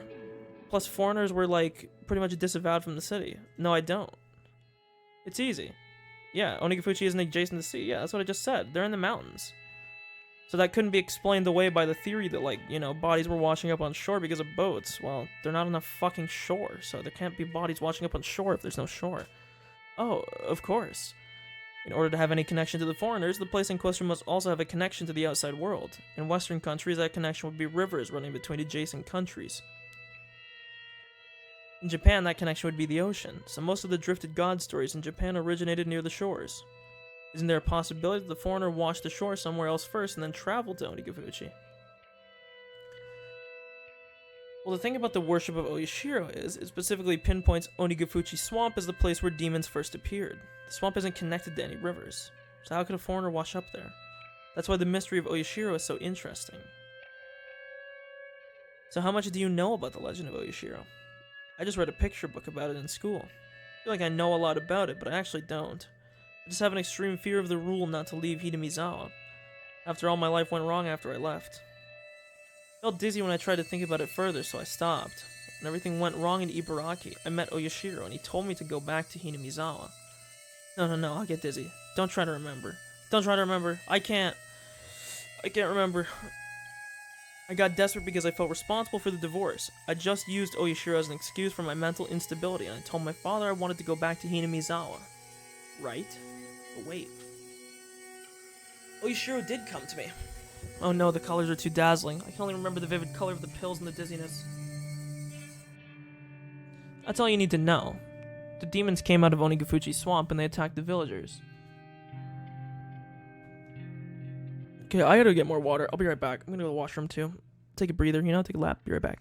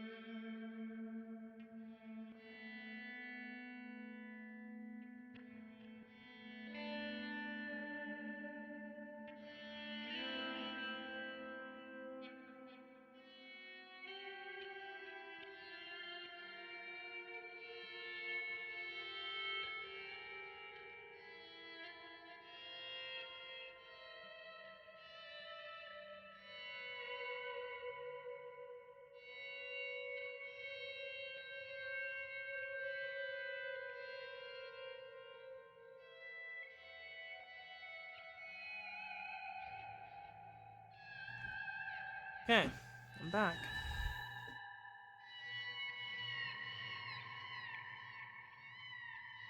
Oh.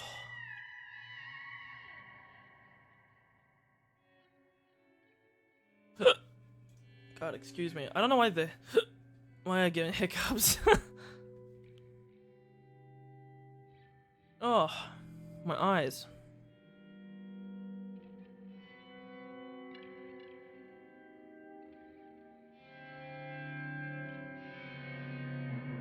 One second, I'm reading something.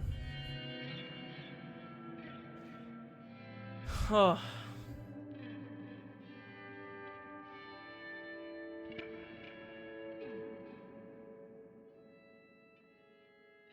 Oh. Oyashiro saw it and came down to save the villagers from the demons by exiling them to hell. The demons cried, and the villagers felt bad for them. They decided to let the demons live in the village with them. Oyashiro was impressed by the kind hearts of the villagers, so he gave human forms to the demons and let them coexist. The blood of the demons blended with that of the villagers, so they lived alongside each other. It's exactly what I read in that book. I felt dizzy, like I was going to faint, because I touched the one memory I didn't want to. People say that most myths are based on an event of some sort that happened long ago. What event do you think is the truth behind this myth? Maybe like Hinamizawa absolved like a smaller, not absolved, I should say, like subsumed a smaller village or something? Not exactly too sure on that one, I'll be real with you. But that would be my guess, I think.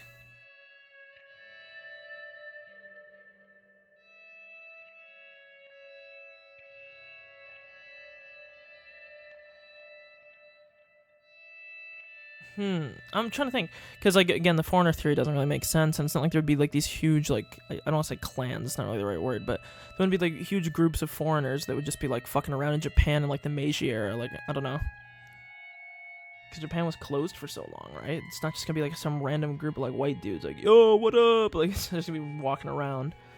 I wonder what she's gonna say would be the correct thing.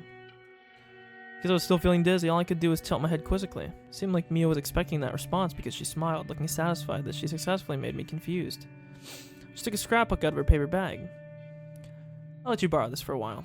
Thank you, but don't worry, just read whenever you have some time to kill. I want to know what you think about the things written in this scrapbook. I'd like to know, even if you disagree with me, because you really are very sharp. Jiro isn't interested in things like this at all, so I appreciate your input. I had little choice but to take the scrapbook. Yeah, that's another thing, too. It seems like Tomotaki doesn't really give a fuck about, like, the Watanagashi stuff, right? So I wonder, like, why was he picked and why was he taken alongside Takano? My guess would be just because they always do 2 murders, so, you know, it's like, why not? But why did he seem I guess they both kind of died in brutal ways, like, one had their fucking neck ripped out, the other got burned alive. Not really much better. I think I'd take ripping my own neck out over being burned alive, to be honest with you. So, I had little choice but to take the scrapbook. Apparently Mio came to the library often, so I figured I could return it to her whenever I came to return my books. However, the day I'd returned the scrapbook to Mio never came. She died. What's wrong? You don't look good. Are you feeling okay? I caught a summer cold. I'm still recovering from it. It wasn't the summer cold that was making me feel dizzy. I always get dizzy when I try to remember the time I met Oyashiro in Ibaraki. I mustered all my courage and asked her. My memory of those days in Ibaraki is blurry. I know I met Oyashiro. Nobody believed me, and they told me it was a hallucination. But I thought Mio would listen to me. Mio, can I talk to you about something? Yeah, of course. You listen to me, so it's my turn to listen to you. See, this is the one thing that because I said for a while that I don't trust Mio. I think that she's probably, like, pretty guilty in this. But, however, on the same token, I kind of feel like maybe she's just, like, really unlucky, you know? And part of me is thinking that, no, maybe she's innocent. Well, it's about Oyashiro. You might laugh at me. I won't. You didn't laugh at me either. Mio said it in a very gentle and mature way and then encouraged me. Even so, I still hesitated to talk, but there was probably nobody but Mio with whom I could talk about something like this. I gathered my courage again and spoke. I have met Oyashiro. You have? Yeah. I used to live in Hinamizawa, but until right before I went to elementary school. Yo, this music needs to chill, bro. It's fucking destroying my ears. But my mother got a job in Ibaraki, so we moved. Well, you know what that means, right? Yes, I do. You broke the rule of Oyashiro, which is to never leave Hinamizawa. That's right. And then many things happened. My mother divorced my father, and my family was broken. I got desperate and did some bad things. Must have been terrible. Then what happened? I started hating everything in this world, and I started to feel like everybody who was happy was looking down on me. That's when a mysterious existence started to appear. You mean Oyashiro? The first time it came to me was... please don't tell anybody about this. It was when I started injuring myself by cutting my body with a knife. Okay, so we didn't know the full details, but...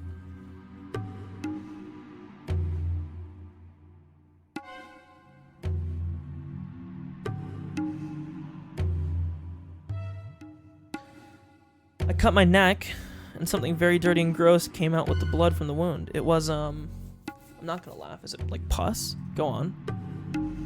The chill I felt at that time came back to me. I sealed that memory away so I wouldn't have to remember ever again. But once unsealed, I started remembering things one after another.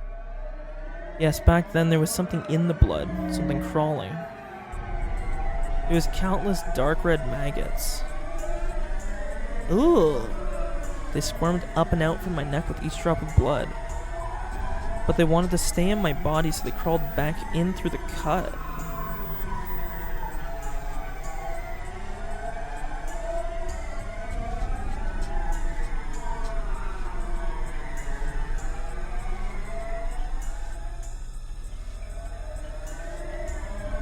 Ugh. I didn't want those creepy things to get back inside my body, so I clawed at the cut on my neck.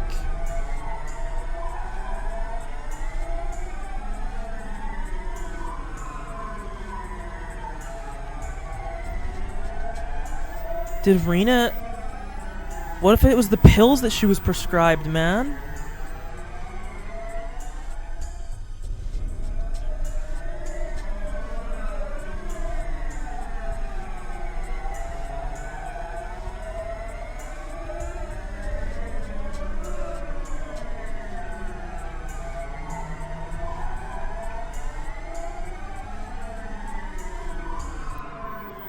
What the fuck?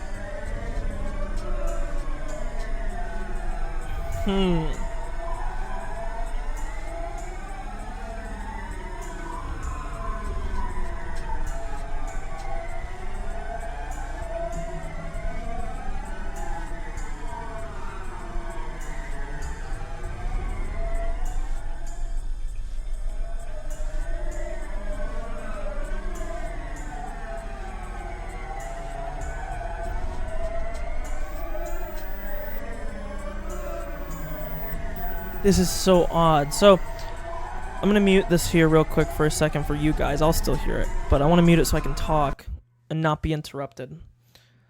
So I put this. Rena began cutting, and Oishiro apparently came to her when she was cutting. She said that she cut her neck, and when she did, blood-red maggots came out of the wound and blood and tried to squirm back in her body after coming out.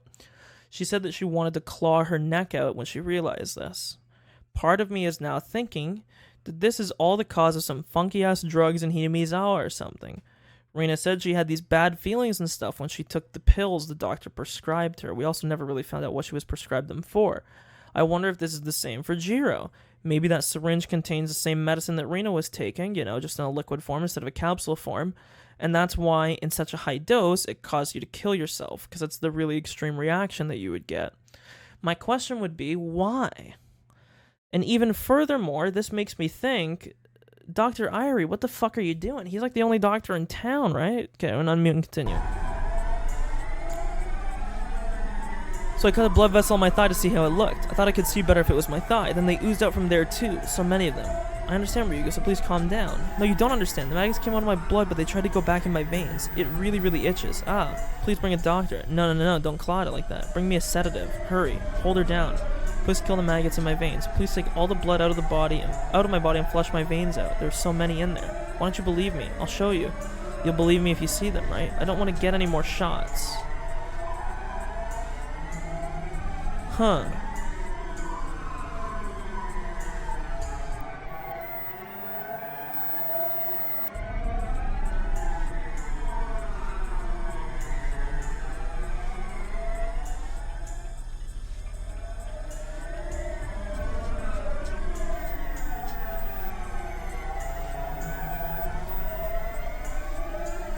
If it was shots, this makes it even more, dude.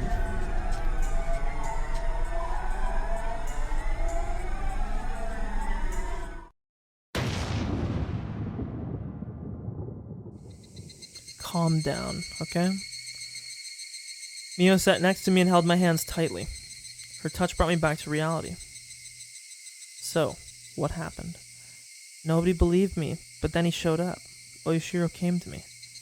The memory was very vague, and I saw flickering lights, made it difficult for me to remember. I met Oyashiro. That sentence is all I remembered.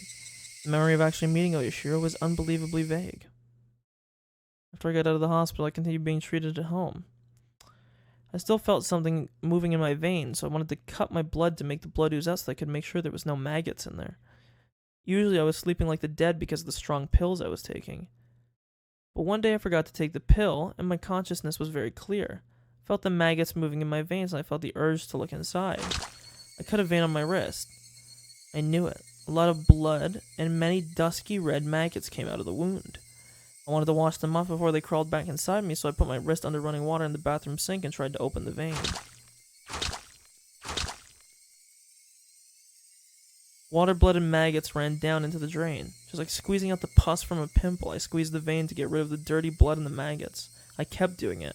My arm started to feel numb and I felt cold, but I kept doing it. I thought I might die from losing too much blood, but I kept doing it. My body was filled with maggots. I had to squeeze all the blood out of me.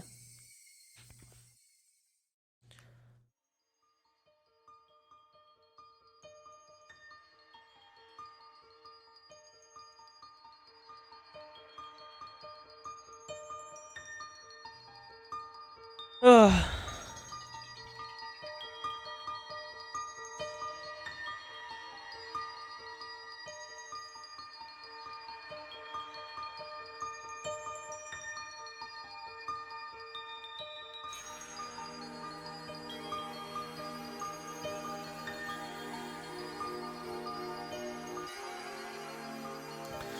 I'm confused.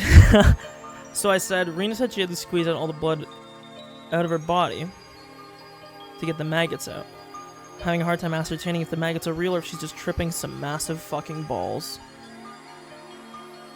It was a very bizarre sensation. I had never experienced anything like it in my life. All of a sudden the dark bathroom was filled with a bright light. It was very bright but gentle. It wasn't like the light from the merciless fluorescent bulb. It was very warm and gentle. That was Oyashiro. Oyashiro was looking at me with gentleness and sadness in his eyes. As he touched my wound, the maggots started melting and disappeared in front of my eyes. And that wasn't all. All the maggots that were moving throughout all my veins disappeared too.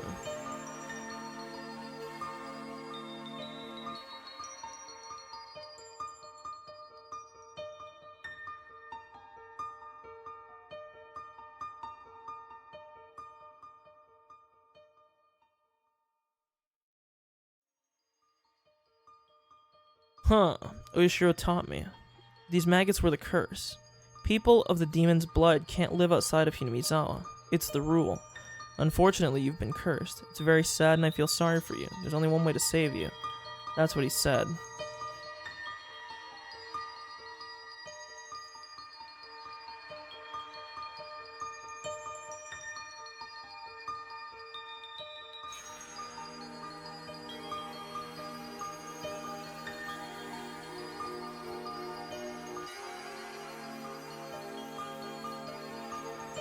I don't want to say I don't trust Rena, but I don't trust Rena.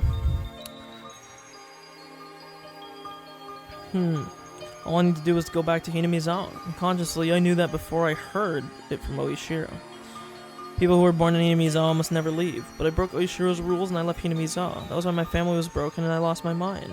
If I hadn't left Hinamizawa, nothing would have gone wrong. So I had to go back. Oyashiro also told me this. He could make the maggots, the embodiment of the curse, disappear, but only temporarily because I lived far from Hinamizawa.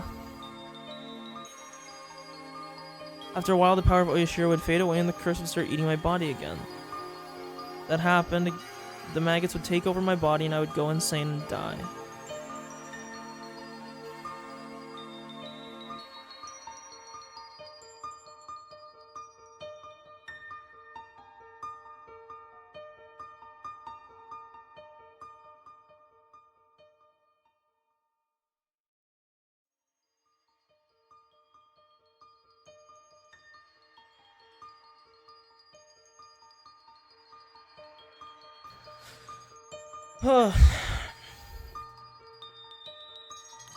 I should have gone back to Hinamizawa earlier. That's why Oyashiro came to me to put his curse on me. But he gave me a chance. He gave me a chance to pay for my sin of leaving Hinamizawa. Dad, listen, Oyashiro's gonna help us. Let's go back to Hinamizawa. Hinamizawa is a place where we must live. If we don't, not only me, but you might be cursed too.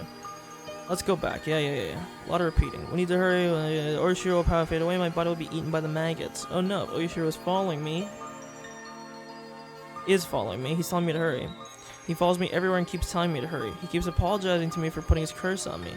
He follows me everywhere and keeps apologizing. I'm telling you the truth, I am. Why can't anybody see it? Why can't they see the maggots of Oyashiro?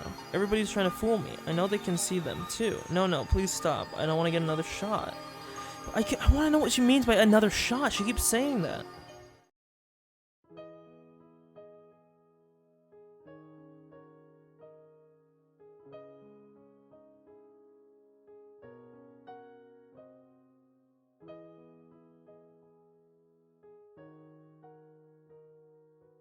Are you okay?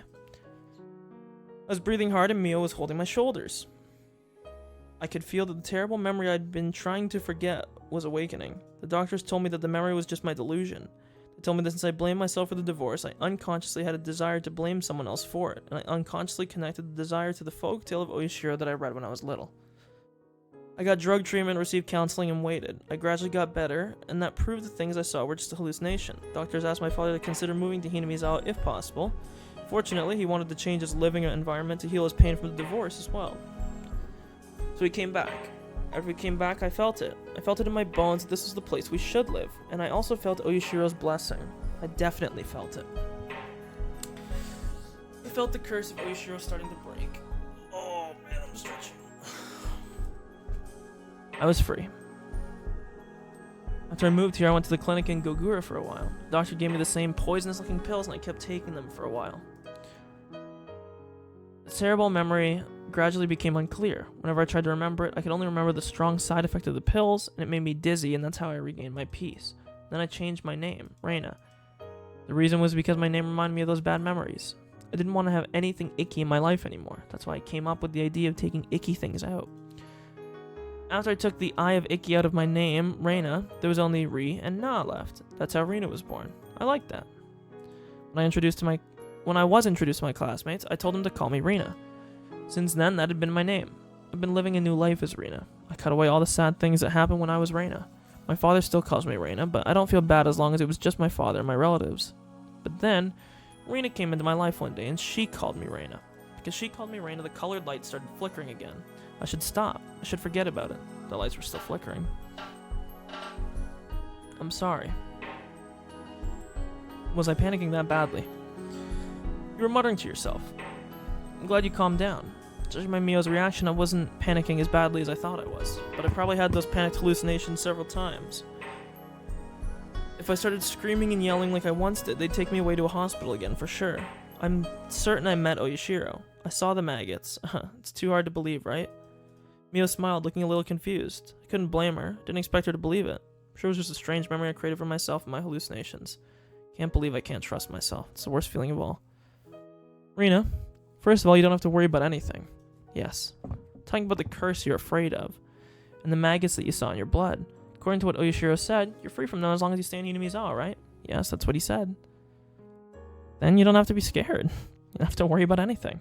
You're in Hinamizawa right now. Well, this library is no Hinamiya, but it's very close. I'm sure it's okay with Oyashiro. You don't feel anything moving in your veins right now, do you? No, I don't. So there's nothing to worry about. You're following Oyashiro's rules. There's nothing you should be scared of, is there? Right? But see, then times like this, I wonder, like, Takano kind of seems like a nice girl, but, you know, a little sussy on that one. No. I didn't know until then that she was such a warm-hearted person. I met many doctors and talked to them about this, but they always ignored me and didn't really listen. All they did was give me a shot of the drug I hated. On the other hand, Mio didn't deny my story of the existence of Oyashiro. The people in this village whispered behind her back that she's a little crazy, but she was actually a very kind person, I thought. Reina, I believe everything you just told me. Thank you so much. You're the first one to ever say that to me, and that's so sweet. I don't know why. So are you. You're the first one who didn't laugh at me and listen to me so seriously. I think we can be good friends. I kind of like Takano. I don't know. She seems kind of nice, but I feel like Takano is, to use like a metaphor, or not a metaphor, to use an analogy. She kind of feels to me like the bugs on the underside of a rock. You look at a rock, you're like, that's a nice rock. You flip it, and you finally realize that, you know, at once what was just like a normal, boring, and like passable stone that would never make you turn your head, you lift it up and you're like, like what's under the, go away. And I feel like that's what I'm, but maybe, I hope this is true, because I like Takano. I thought she seemed, I mean, she was kind of always like a little bit of a shit stirrer, but she's nice, I guess, so far. I mean, she never really did anything weird, and in fact, anything, she extended an olive branch to me more than any other character in the game has before, so.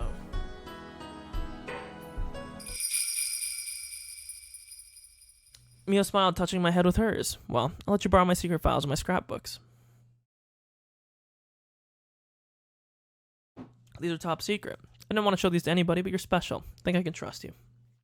I know you'll take them seriously. She took a few scrapbooks out of her paper bag and handed them to me. Let me know what you think after you read them. There might be something in them that only you can understand. Mio was acting mysteriously. Huh, don't tell anybody about these scrapbooks or that I'm studying this, okay? We're keeping this a secret? Okay, I got it. If they find out I've been studying this, they might get rid of me. She laughed after she said that. They might erase her. That's what she said.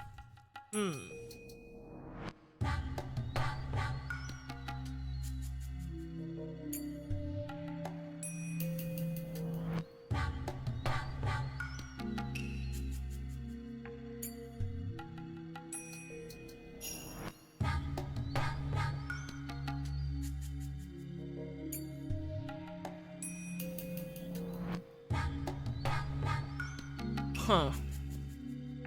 That's what she said. She went missing. She left me her scrapbooks. It's not all there is to it. It's the way Tomitake died. Oishi said he committed suicide because of a state of excitation caused by some kind of drug. But I know what really happened. I didn't tell Oishi about it. I don't think he'd believe me even if I told him. Without a doubt, Tomitake died trying to get rid of the maggots. That's what I was saying, but at the same time that doesn't seem to hold water because we literally saw...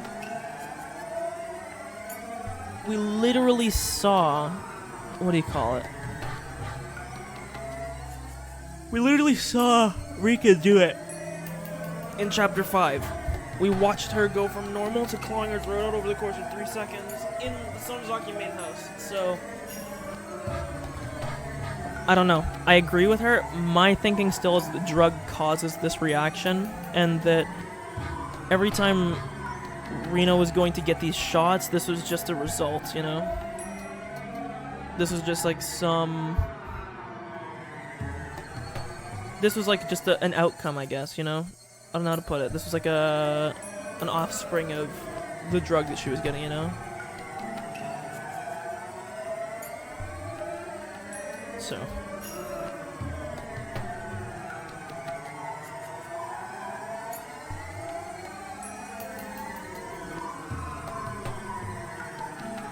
Ugh.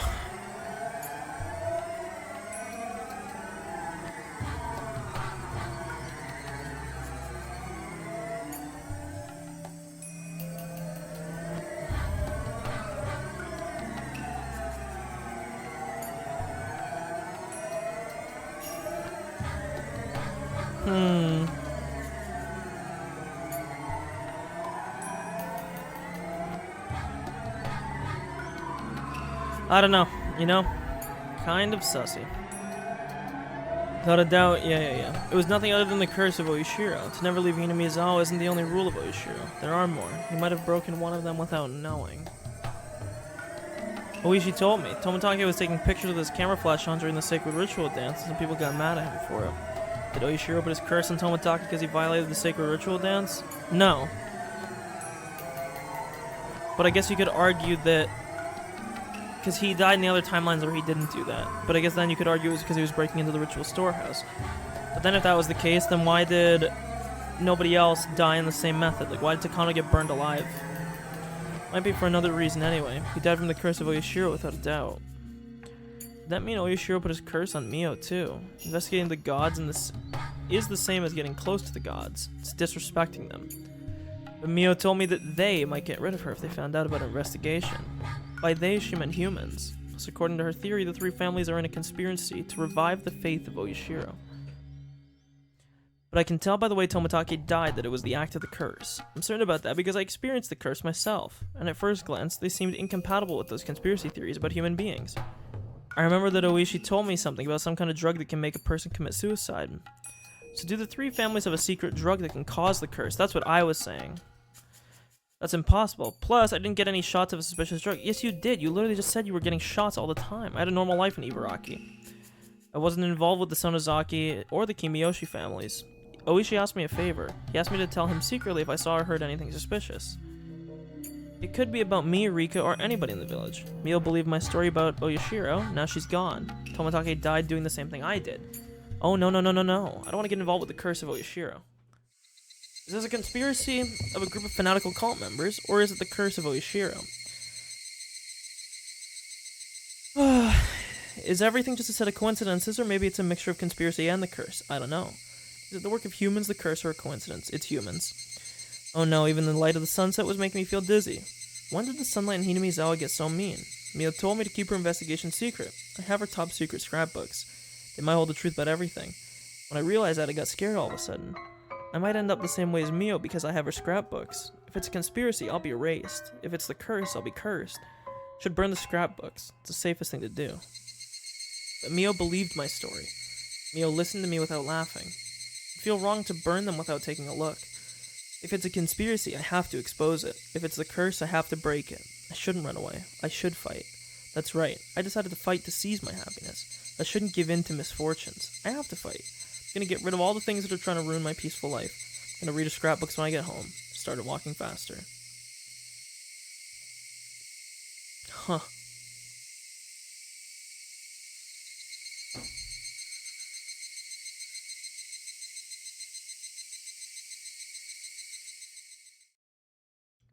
And there you go.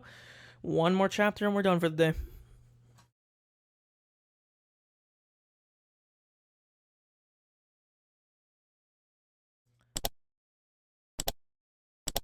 View the new tip. Lunch takeout list. Kuroda Mental Clinic. Hello, to get straight into PTSD. Yep.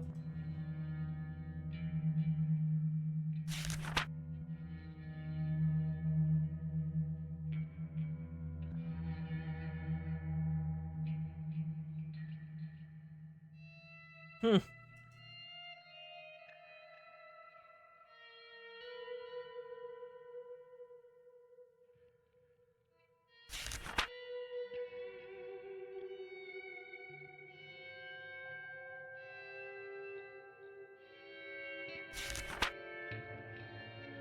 Hmm.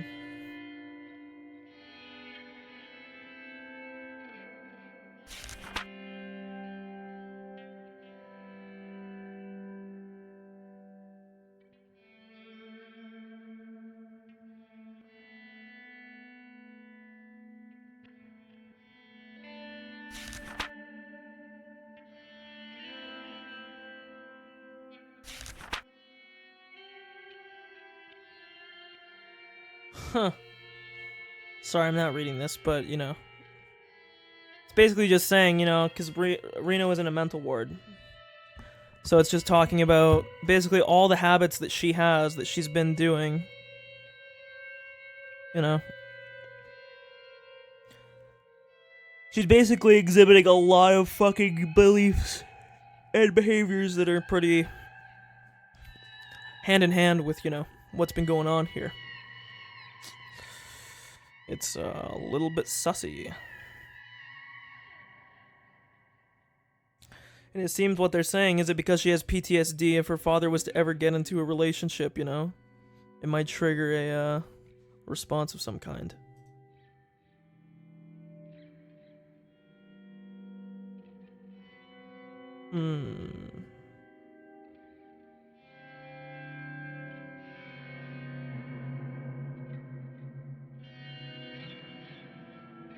This is what I was saying too earlier.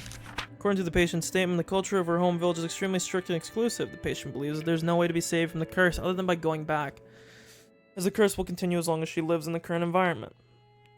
Through this, we see an inclination of schizophrenia and believe the chances are high that the patient will continue to alter their perceived reality. Yeah, so she's basically... Yeah. So Rena's not a reliable narrator. Uh-huh.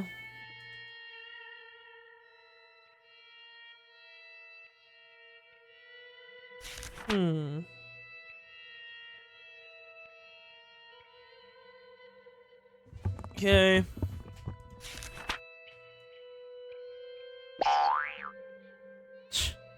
How stupid. Okay, let me write notes here.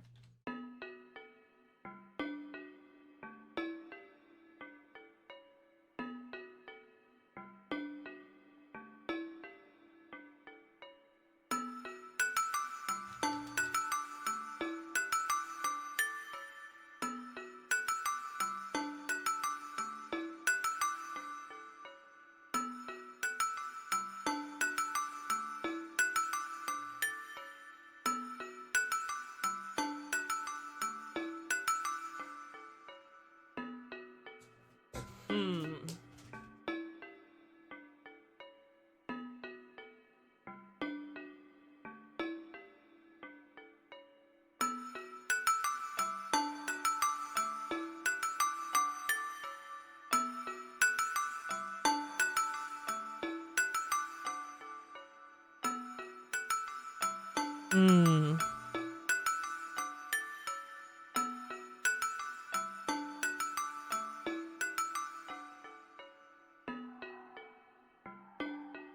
Okay.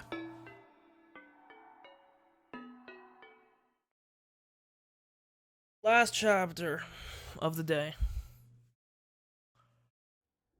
About homing ability and homesickness.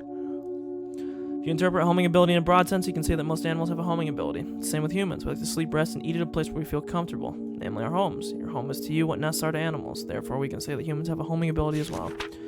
First of all, why do animals need nests? The answer is the same as for humans. Sleeping, resting, and eating are the essential actions of our survival. At the same time, those actions leave one defenseless as well. That's why you need a safe area where you can be defenseless. Everybody knows that not having the safe area results in a high level of stress. When you move an animal into a new environment, it naturally becomes stressed. When you force a person to live in a foreign land where they aren't comfortable, they will become greatly stressed as well. Everybody also knows that this kind of stress is called homesickness. The Japanese don't know much about this homesickness. We defined it as mental weakness, and we neglected to treat it for a long period of time. However, homesickness has a very long history. In Europe's Middle Ages, people believed that it wasn't a mental but rather a physical disease. People also believed that out of everyone, the Swiss got the disease the most. The Swiss, you see, were known to be an ethnic group that worked away from home in that era. They lived far away from their homes. There were no telephones at the time, so they couldn't even hear their families' voices for ages and ages.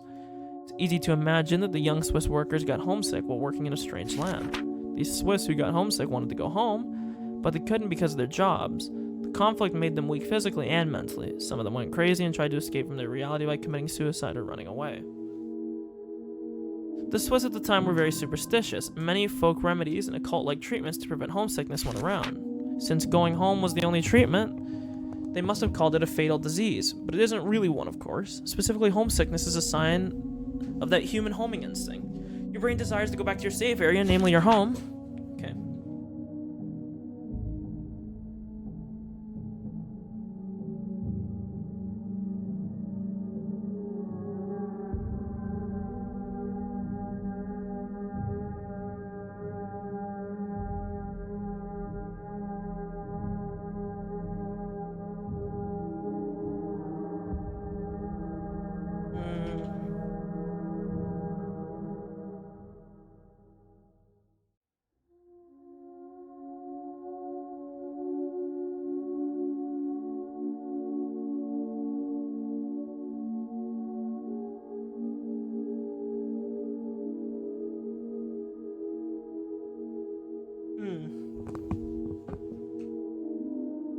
But when reason stops you from achieving your desire, your brain starts sending unnatural signals to your body. As a result, your body gets weak, and that makes it more difficult for you to live in a strange land.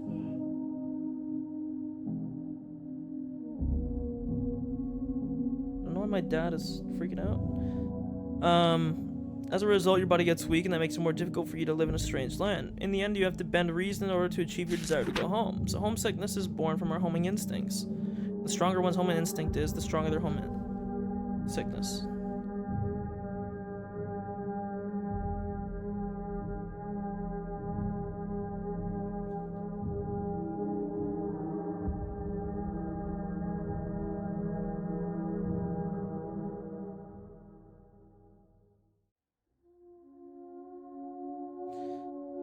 Because I'm wondering if this is what they're saying about... I wonder if this is like what their explanation is for Rena. That she was just like severely homesick and wanted to go back because she had good memories of when she was younger. The strength of that homing instinct varies from individual to individual and depends on the environment in which those live. When your home is safe and the environment you live in is dangerous, your homing instinct grows stronger. On the other hand, when the environment... Safety isn't the only element that affects its strength. Cultural aspects affect it too. I should also put down the note I had here.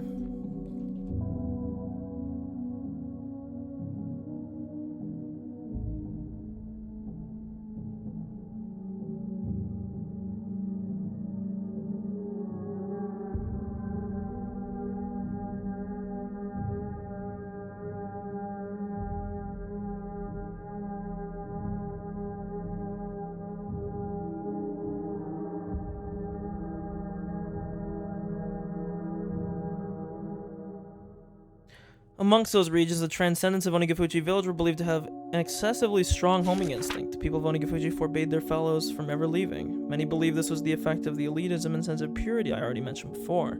People today still strongly believe that Oyashiro puts his curse on you if you break his rule and abandon the village. The superstition can be interpreted as homesickness.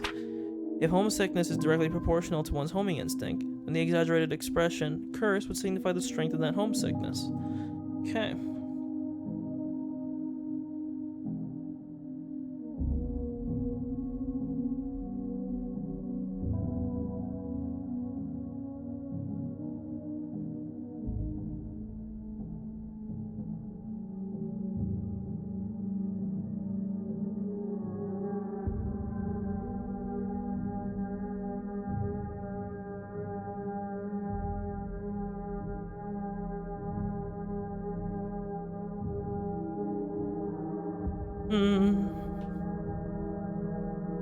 Okay.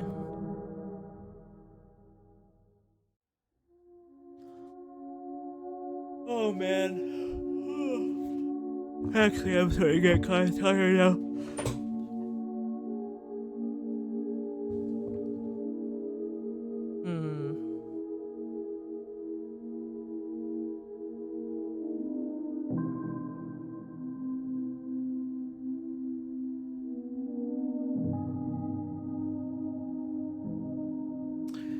Okay, I assumed that because they hated the outside world and created an insular society precisely because of their powerful homing ability. Unfortunately, there's no way to measure the strength of homing ability. Yep.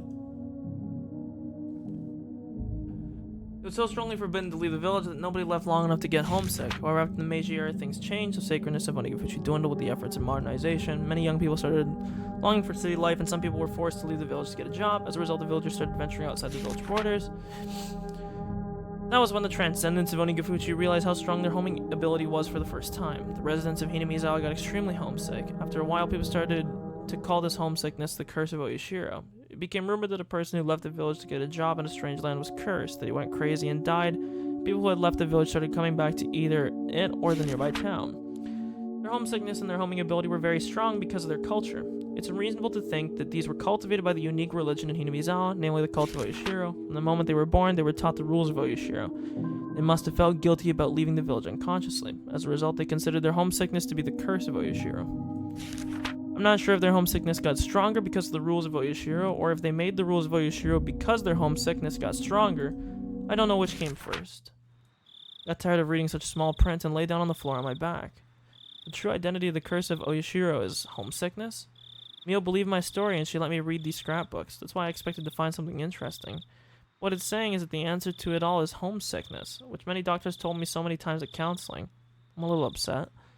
The word homesickness can't explain the extraordinary experience I had. I saw Oyashiro come down to me from a bright light in the bathroom.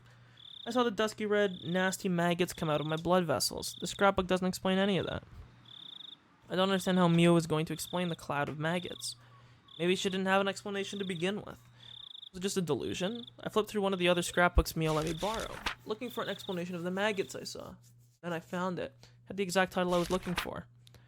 About maggots and the curse of Oyashiro. In the Meiji era, a group of villagers were on their way back to Hinamizawa and they started discussing a rumor about a weird disease. They said that maggots started crawling out of the wounds from a person who left Hinamizawa, that the maggots ate the person's body from the inside. The Shinto priest at the Furude shrine at the time explained that the weird disease was a sign of the curse of Oyashiro. According to the tradition, the Shinto priest showed the villagers an ancient scroll and he told them the story of the maggots. And he told them that the story of the maggots had been passed down through the ages. This is what the scroll said.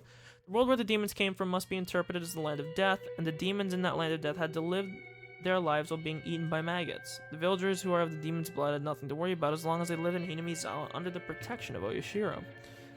Once they left Hinamizawa, abandoning that protection, the maggots that had been sleeping in the bodies of the demons would start to awaken and they'd eat their bodies from the inside out. This maggot disease scared the village for a while, and they asked for the shrine to provide them with protective talismans whenever they had to leave the village on business. This is interesting, it's similar to the way homesickness was dealt with by the Swiss in the Middle Ages. After the war started, the delusion of the maggot disease faded away, but they remained accustomed to send talismans to families that lived away from Hinamizawa. Talisman had the word maggot on them. But the most interesting part about all this is the residents of Hinamizawa don't know about the maggot disease, or didn't know until rumors began. I thought that their unconscious worship made those people think the homesickness is a curse, so this case of the previously unknown maggot disease directly contradicted the research I had done so far. It's natural to think that the group of people who were on their way back to the village were lost in a mass delusion because they strongly believed in the curse, and that the Shinto priests took advantage of their state of panic to instill a deeper faith in them. But I'm not fully convinced that it was merely a coincidence that this mass delusion matched with the story in the old picture scroll. Okay.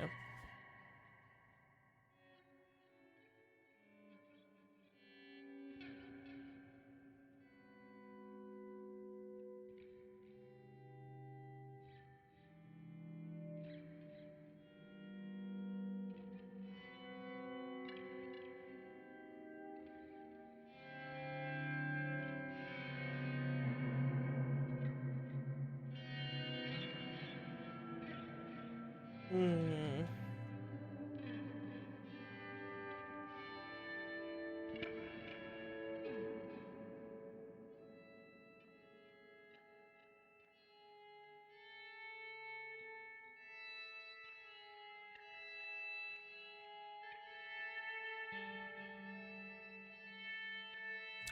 Huh.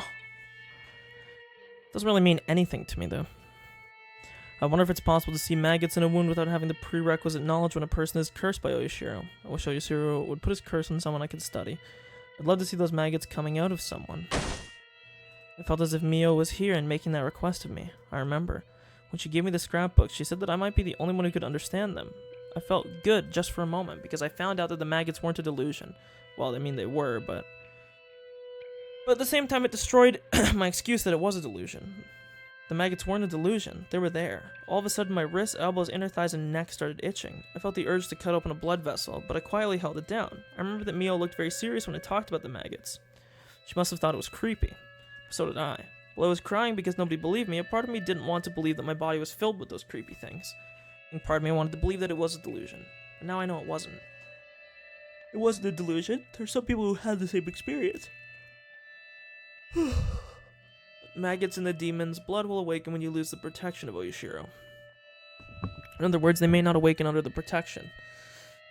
But all the villagers still have the maggots in them without knowing it. People of the demon's blood are people who have the creepy maggots in their bodies. I try not to jump to conclusions and flip the pages again. I unconsciously look for something related to the maggots. About parasites and control of the host. The maggot disease made me think about something. Is it possible to say that the extremely strong homesickness of Hinamizawa was an infectious disease caused by some kind of parasite? I'm not trying to connect the maggots they saw with parasites. I'm trying to think about the possibility that their culture, their religion, might be associated with an infectious disease. Many infectious diseases are caused unintentionally by parasites. Parasite's host is literally its home. It wants to live within the host body for as long as it can. The best way to do that is to coexist without it knowing. But some parasites try to control their host and use them for prosperity. For example, or to force them to be eaten. A typical example is it uses snails or ants as intermediate, and then it forces them to move. One parasite that controls more complicated animals called Toxoplasma gondii. This is what's in cats. It uses mice as intermediate hosts, with the superior host being cats. This parasite makes a mouse lose its fear of cats in order to increase its chance of getting eaten so that the parasite can live within a cat instead.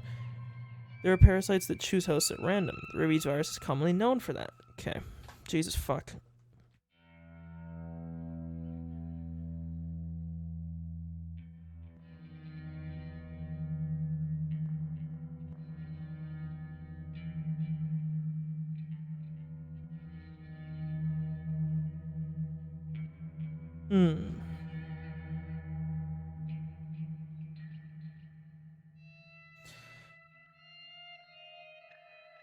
It lives and breeds in the brain of the host, and it moves into the host's saliva through the salivary glands. It makes the host extremely aggressive in order to make it bite things randomly so that it in turn can move into other hosts through the saliva. That's what rabies does. Many parasites have a similar ability to control their host to their benefit. The examples I used above are about parasites that move into other hosts to prosper. But I think there must be some kind of parasite that controls its host in order to have a comfortable environment in which to live. I want to try to connect this theory to the abnormal homing ability and homesickness of the Onigifuchi residents. Let's say there is some kind of parasite that exists in Hinamizawa and it lives within all the villagers' bodies. For the parasite, Hinamizawa is the most comfortable environment to live in, okay?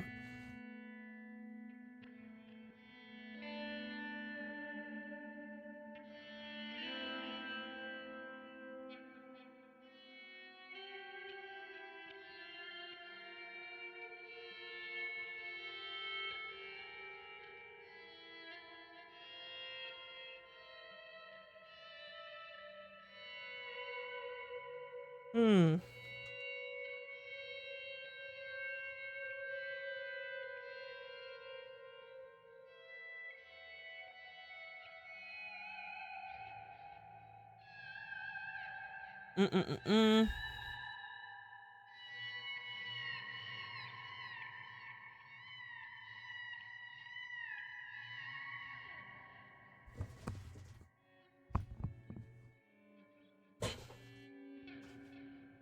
Fuck, man, I'm so tired. Oh, fuck me. Let's hurry up and finish this. Yeah. So it gives the host a strong, yeah.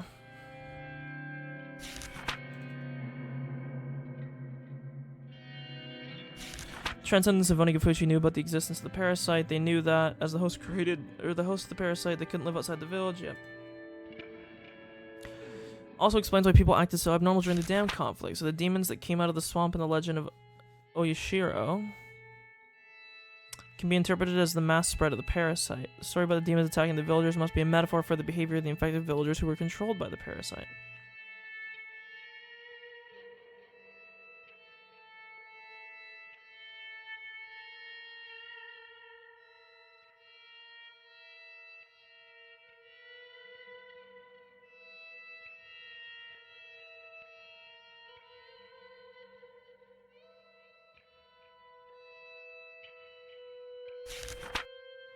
Huh.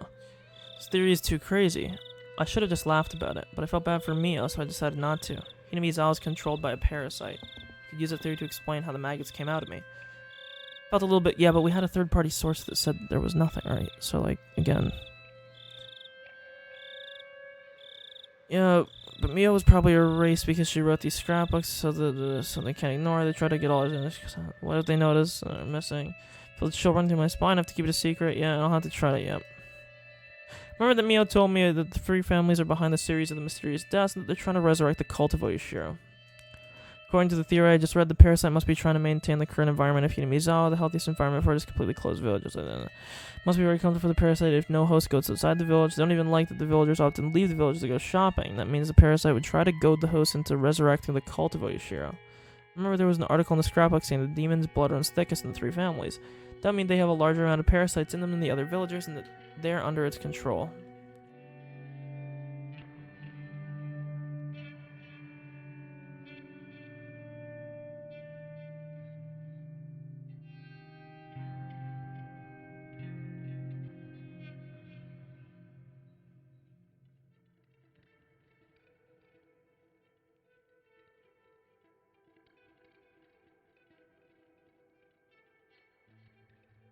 I am so tired. The three families seem to be planning to bring the village back to the Onigafuchi era. Reviving the Watanagashi Festival after the dam conflict can be interpreted as their desire to revive the faith that had started to fade away in the Meiji era. The three families, especially the Sonozaki, have a great influence over the region and public organizations. What's going on here? I thought this to be a poorly written theory, but the pieces fit together one after another. I'd never played a jigsaw puzzle as crazy as this. I felt my brain swirling due to this absurd theory. Part of me thought this was ridiculous, and another part of me thought I might be about to expose an unbelievable truth. When I looked down into the center of it, it was as if I was going to fall into the whirlpool and drown. I'll have to devote myself to reading more seriously. There must be some truth to this. It caused misfortune and made my life miserable after I moved to Ibaraki. I might be able to find the truth, including the cause of my parents' divorce and my desperate behavior. Right then I heard a knock on the door all of a sudden, scaring me. I hid the scrapbooks under a cushion. Raina, you have a phone call. Phone call? This late? Who is it? It's from a bookstore. Did you order some books? It said they were Oishi from the Okinomiya bookstore. Broishi, what do you want?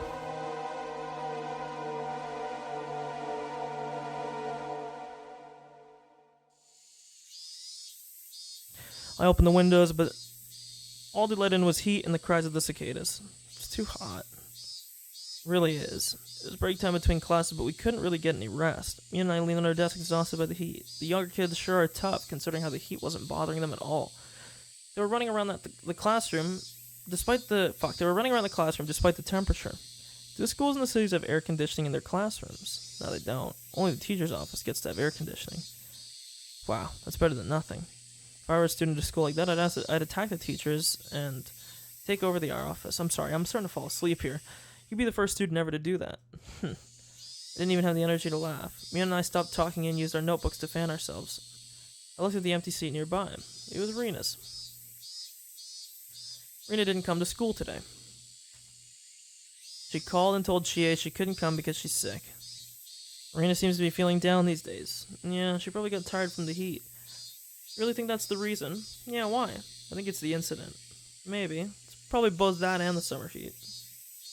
Can't even imagine how distressing it was for her to commit a murder, dismembering the bodies, and get caught by her friends. We took each other's hands at that place and we united. All of us believed that we had closed the case there and had regained our peace. But was that as easy for Rena as it was for us? Yeah, you guys should know you're all accomplices, too. You're not getting off scot-free, you know? You're getting accessory, at least. Maybe even more. She must have not quite recovered yet. This old man thought she'd get over it if she played along with us. But I guess her pain ran deeper than I thought. What should we do to cheer her up? It's best just to leave her alone, I think. Hey, are you sure about that? We're her friends, you know. Well, it's like homesickness, you know? You get lonely and you want to call home just to hear your mom's voice, but it actually makes your homesickness worse. When you're feeling lonely, the best thing to do is devote yourself to sports or something like that for a change. I want her to do club activities with us, but she doesn't want to. I don't know about her, but people usually have a desire to depend on somebody. You want to depend on somebody who supports you and sympathizes with you. Haven't you ever experienced that feeling? When you can't stop depending on somebody when they try to cheer you up? Well, I don't know. Completely depending on someone means trying to earn even deeper sympathy from them. At that point, even though you're trying to comfort them, they just slip further and further into depression. By finding initial success through relying on someone and receiving comfort, they grow addicted to indulging in misfortune. Yeah, I think Rena knows that too, and that's why she wants to be alone right now. If she wanted to depend on us, or get comfort from us, all she'd have to do is stay with us and cry all the time, exactly. She could just seek out bad situations and, So how can we cheer her up? I think she'd appreciate it more if you tried to help her forget her pain than if you tried to cheer her up. Don't comfort her and don't cheer her up. There's nothing I can do then, is there? It's the golden rule for psychologists, didn't you know? Mental trauma can only be healed by the person who has it. If someone else helps a person out of their mental trauma, even if they succeeded, the person wouldn't be completely healed. So all we can do now is wait until Rena heals on her own. I understand the idea, but I just don't like how cold it sounds. I clasped my hands behind the back of my head, looking at the ceiling. Mion laughed. Rena will be fine as long as she has someone like you to worry about her. I'm sure she can pull herself together. So all I need to do is be close to her? I don't know about that. There is something you can do, Keiichi. Rika spoke up. I wonder how long she's been listening to our conversation. What is it? You can listen to her when she wants to talk to somebody. Is that all? I just listen and I don't need to make her feel better. Okay, people feel better just by talking to somebody. Sometimes all they need is someone who does nothing but listen quietly. Just like me said, I think it's important for us as her friends to be there for her whenever she wants to talk to somebody. Mion and Rika were absolutely right. I was going to pat Rena on her shoulder and tell her to cheer up when I saw her next, but now I know that would have been one-sided on my part. Rena doesn't want to feel down on herself. She wants to cheer up if at all possible. If I cheered her up irresponsibly, she'd be very disappointed because she'd think that I didn't understand her pain. You're right. I guess I wasn't even trying to understand how she felt. I wanted to cheer her up, but I now know that's just what I want to do, not what she wants me to do. Thanks, you two. I think I finally understand. On that day, I thought I cheered her up, but I started to doubt if I had reached her heart. I might have just been dragging her someplace that I wanted her to go. I wasn't on her side in the real sense of the term. All of a sudden, Rika patted my head. Don't worry, we all know that you're on her side. What? Did I say something out loud again? It did reach her heart. Kay really did give her great strength on that day. Well, now that I think about it, what you said on that day was more than a little theatrical. We heard footsteps from the hallway and everybody started to head back to their desks. Take your seats, everyone. Present if you would. All rise. Yeah. God, this has to end quick because I am falling asleep in my fucking chair right now. Didn't have a club meeting that day because Rena wasn't around. Worked out for me because I had an errand to run. It wasn't a big errand. My mom wanted me to use her point card to get some detergent. Didn't see the point of going all the way to the store just to get detergent, but my mom told me to go because she's busy helping my dad with his work. I started walking towards the shopping center. Noticed someone was watching me, hiding behind a distant tree. I wondered who would do such a mischievous thing. I stared at them to find out who it was, at which point they emerged. Oh, Rena, are you feeling better now? I was about to say that, but I swallowed the words. Somehow Rena looked very serious. What's going on? Shh. Rena put her index finger to her lips, told me to be quiet, and looked around carefully and beckoned for me to come over. I had no idea what was going on, but I followed her instructions, shut my mouth, and ran to her. Rena gestured for me to squat down to hide in the shadow of the bush. I didn't know why I had to do that, but I could ask her the questions later. I just followed her orders for now. Rena looked like she was making sure no one was following her. If it was Mion, she'd do something like this just to fool me as a joke, but I know Rena doesn't do things like this for fun. I had no idea what kind of situation I'd gotten myself into, but I could feel how tense it was, and I made myself as small as I could. Good, it's okay now. I'm sorry. The tone of her voice made me relax a little. Whew, what's going on? I think someone's been following me. What? Who would follow her? When I thought about it, I realized how stupid the question was. Is it the police? Rina Mamiya and Teppei Hojo. 2 people disappeared. Even though they were awful human beings, the police had to investigate if they found out they'd gone missing.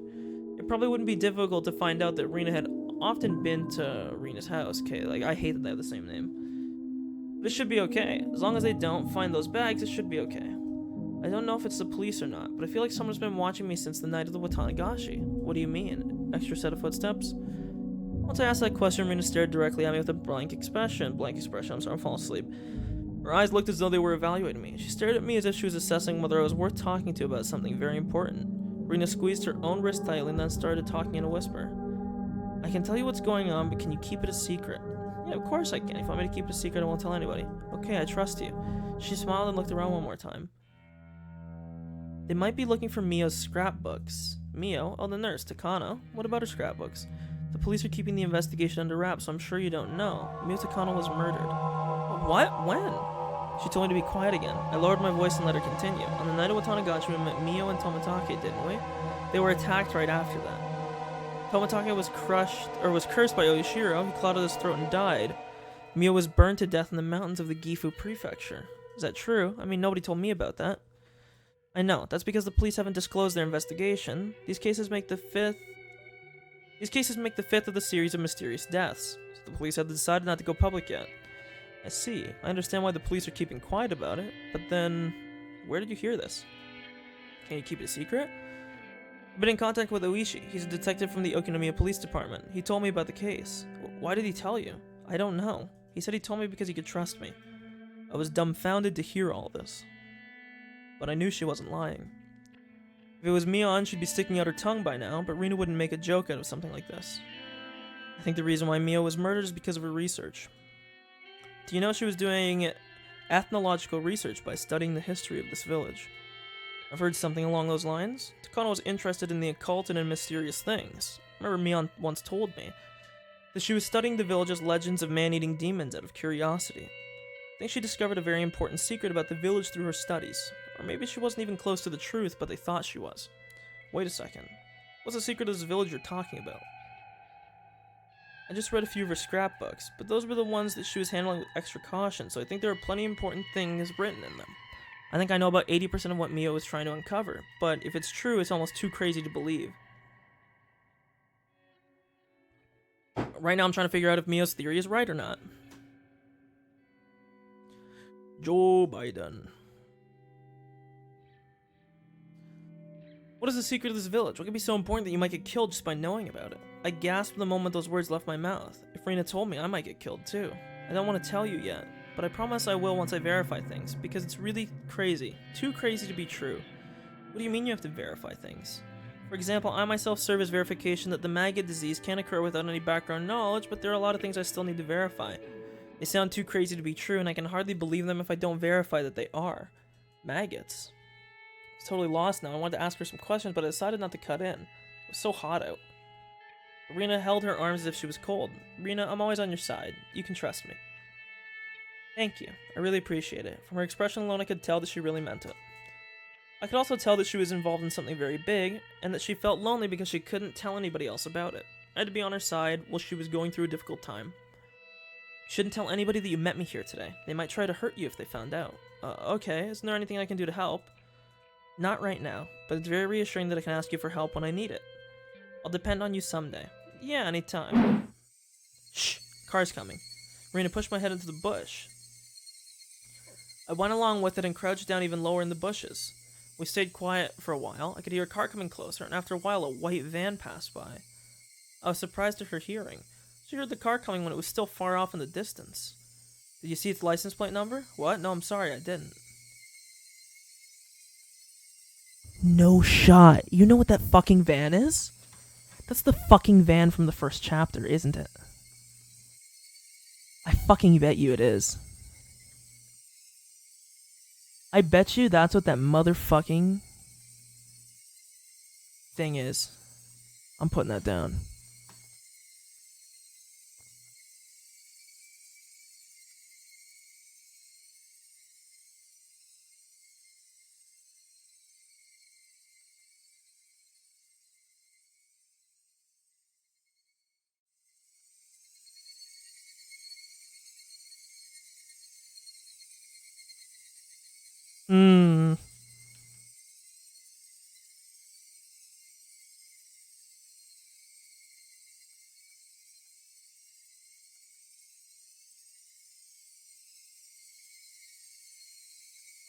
Oh god, we might finally get some answers about Chapter 1, the most confusing of the three. I think so. But it's the same car I saw earlier, they're the ones following you. I think so, it passed by me many times today on the street when nobody usually drives. I hit every time, but it's strange. Are they the ones? Excuse me. Are they the ones who killed Takano and Tomatake?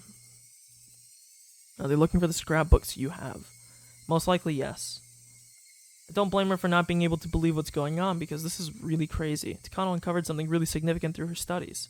The people who want that information hidden found out about it, and they killed her on the night of Tanagashi copying the curse of Oyashiro. They're looking for the scrapbooks, the fruits of her research, and Rina has them. That's why they're trying to kill Rina? What about your house? It's safe there. I hid the scrapbooks in my secret hideout at the garbage dump. I'm worried about my father, but he'll be fine because he really doesn't know anything. It's written on your face, Keiichi. He says I can't believe it because it sounds too crazy to be true, am I right? I wanted to deny it, but I felt bad to lie. I remained silent in the affirmative. That's a normal reaction. I wouldn't believe any of what I didn't believe any of it, or I couldn't believe any of it when I read it the first scrapbook. I'm having a stroke. I'm sorry, I'm so tired.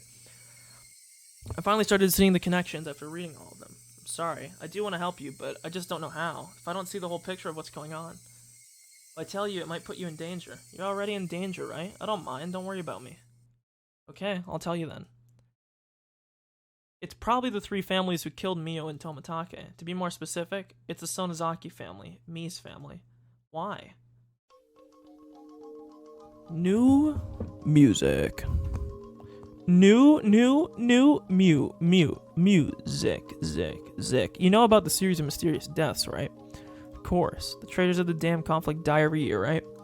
The series of mysterious deaths is like a resolution of the damn conflict, trying to end the damn conflict in the true sense of the term by erasing people who betrayed the village. It does look like it that way. Nobody really says it out loud, but everybody's suspicious that the Sonozaki family is behind it. That's what I've heard. But if they really wanted to erase the traitors, they wouldn't have to do it on the night of Tanagashi. Why don't they kill them all at once instead of killing them one by one, using the curse and demoning them away every year? Wouldn't that make more sense? I never heard the words demoning away before, but Rina clearly thought they had some kind of creepy significant meaning, so I decided not to cut in. That means that they're using the series of mysterious deaths in order to resurrect the sacredness of the Watanagashi festival. Step by step, they're reviving the sacred nature of Onigafuchi that was lost in the Meiji era. Their goal is to revive the level of belief in Oyashiro that used to exist in primitive times. Okay, I guess that's... This just doesn't seem to be true, though, from what we know about the previous chapters. That's kind of my problem with this whole chapter. Everything in this chapter just kind of feels like it's not true based on, like, other info and stuff we've heard before. So...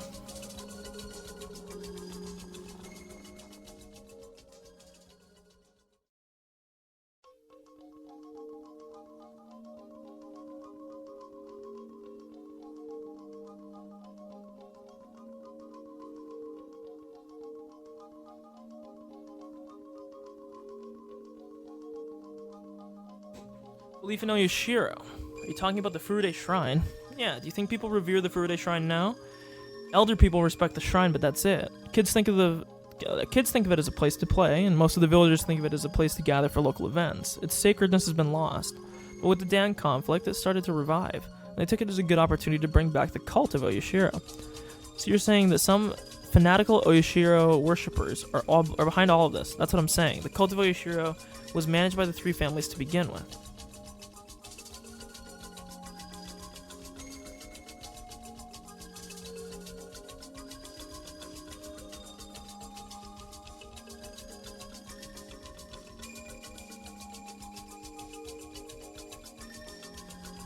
Three families passed down their ultimate goal of reviving the cult of Oyashiro down to the present generation. When you think about it, you'll understand why the three families took the initiative in uniting the village during the dam conflict, and why they set up the Onigafuchi Guardian's office in the Furude Shrine, citing Oyashiro, who was almost forgotten at that time. The three families, the fanatical Oyashiro worshippers, orchestrated the series of mysterious deaths in Hinamizawa. But wait, why would they kill Takano? Because she discovered the important secret of this village. The three families have been hiding it since the era of Onigafuchi. If that secret is revealed, the sacredness of Oyashiro will be lost.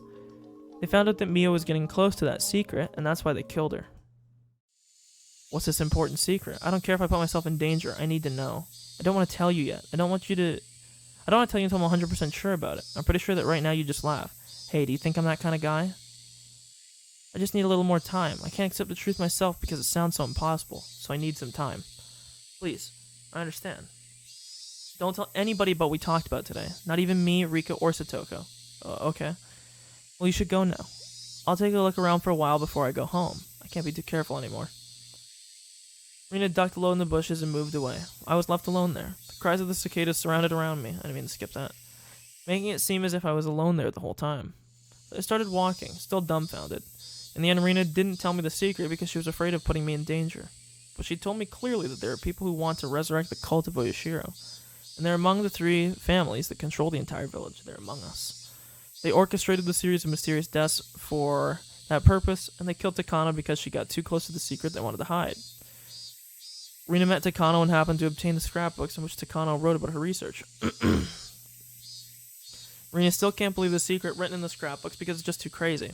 Hey, come on, Rina. You're kidding me, right? It's like one of those comic book stories. A mysterious occult group is plotting a conspiracy. I mean, it's not even funny if it's a joke. Rina's right about one thing. Even if this is true, it's really hard to believe. I understand why Rina wanted to wait to tell me the secret. Maybe she was just fooled by Takano. But Takano was murdered for real? So it is also true that someone is following Rina, looking for the scrapbooks, or did he say, so is it true? Yeah. I remember Rina said that a white van was following her. You can see white vans anywhere. But there are a lot in this village alone. She might just be oversensitive to everything right now. Rina hasn't recovered from the shock since that day. It's probably why she got the idea into her head that the police or someone else is coming after her. I didn't cut in while she was talking. I think I did the right thing. If I had said that it was ridiculous or something to her face, Rina wouldn't have trusted me ever again. At that point, however, I gasped. A white van was parked on the side of the street.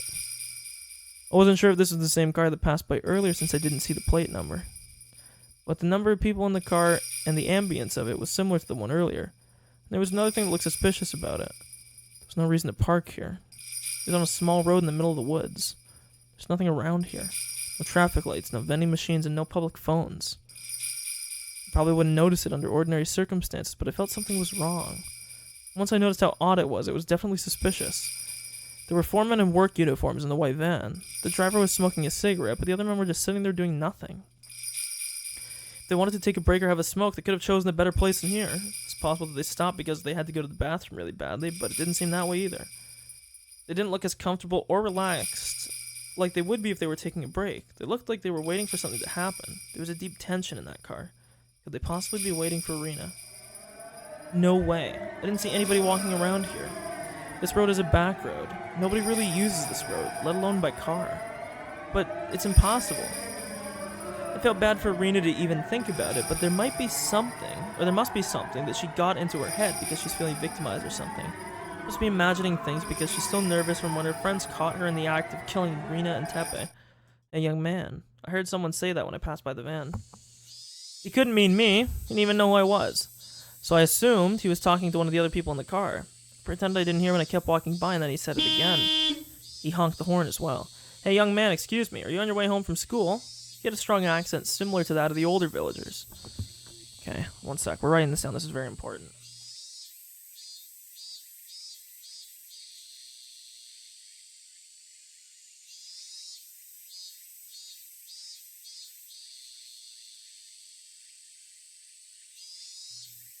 I could tell he didn't know me either because he didn't call me by name. Yeah, I am. You've been walking on this road all the way from school, right? You turned the corner where the stationery store is, right? Yeah, so. They were probably lost, I thought. This village has many small turns, and you can easily get lost when you try to take a shortcut, so they must have been waiting for someone to ask for directions. Then he said something disturbing. Young man, didn't you see a girl on the way here?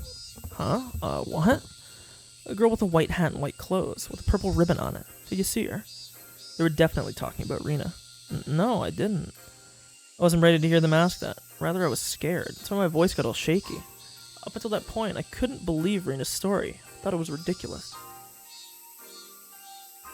I actually laughed, if only to myself. That's why I wasn't ready at all. My heart was beating fast and I was sweating all over. I immediately answered no, I didn't, but it might have sounded like an obvious lie. The driver stared into my eyes. He looked like he was trying to figure out if I was lying or not. My legs started to shake. I felt like a frog under the glare of a snake, and I couldn't move a muscle for a while. But I think the same went for those men, too. They were clearly a suspicious group, and they had just asked a villager about a girl out of the blue. Anybody would get suspicious. And I was right. The man broke the ice and started making excuses before I even asked him why he wanted to know about the girl. Well, I was asking for no particular reason. We just passed by a girl earlier, but you're a boy, so we were just wondering. Okay, please forget it. Sorry for the trouble, young man. We're off. The man started the engine and drove away. After they left, I saw nothing. That's right, nothing. There was no reason why they had to park here. So were they really waiting for Rena? Damn.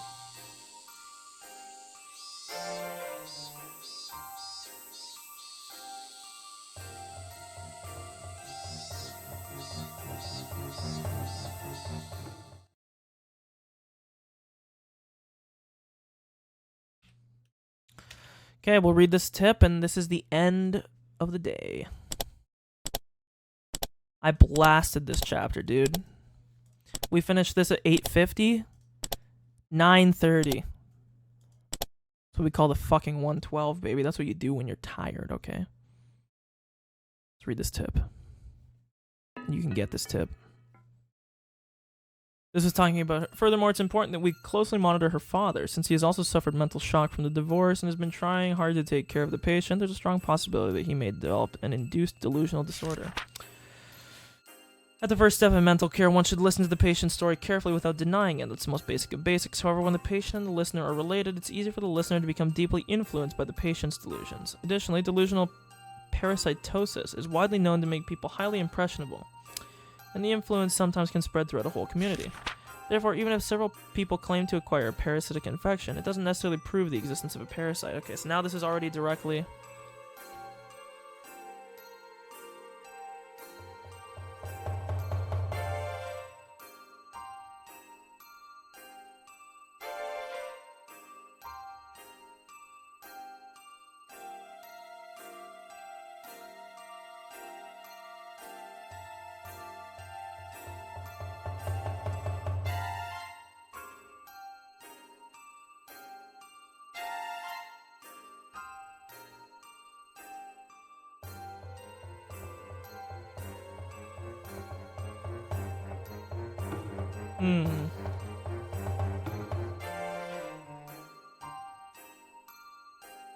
Some of the phone calls to the health care centers for the extermination of pests are nothing but a mass delusion. Since the subject matter of delusion in this case is extremely rapid, the patients might harm or even kill each other in abnormal ways, believing this to be the treatment for the disease. They might also give up home and commit suicide together in the worst case. I wonder if this is like insinuating about the Hojo couple.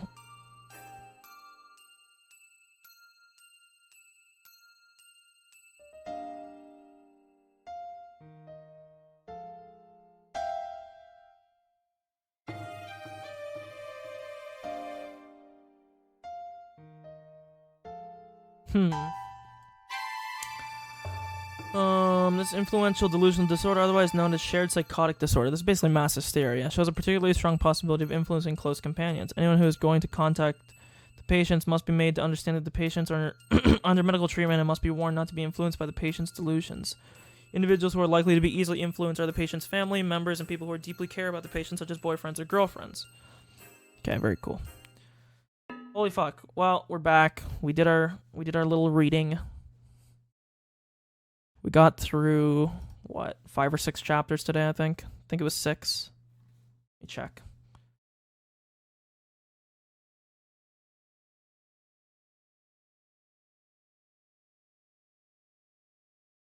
Yeah, so we did 6 today.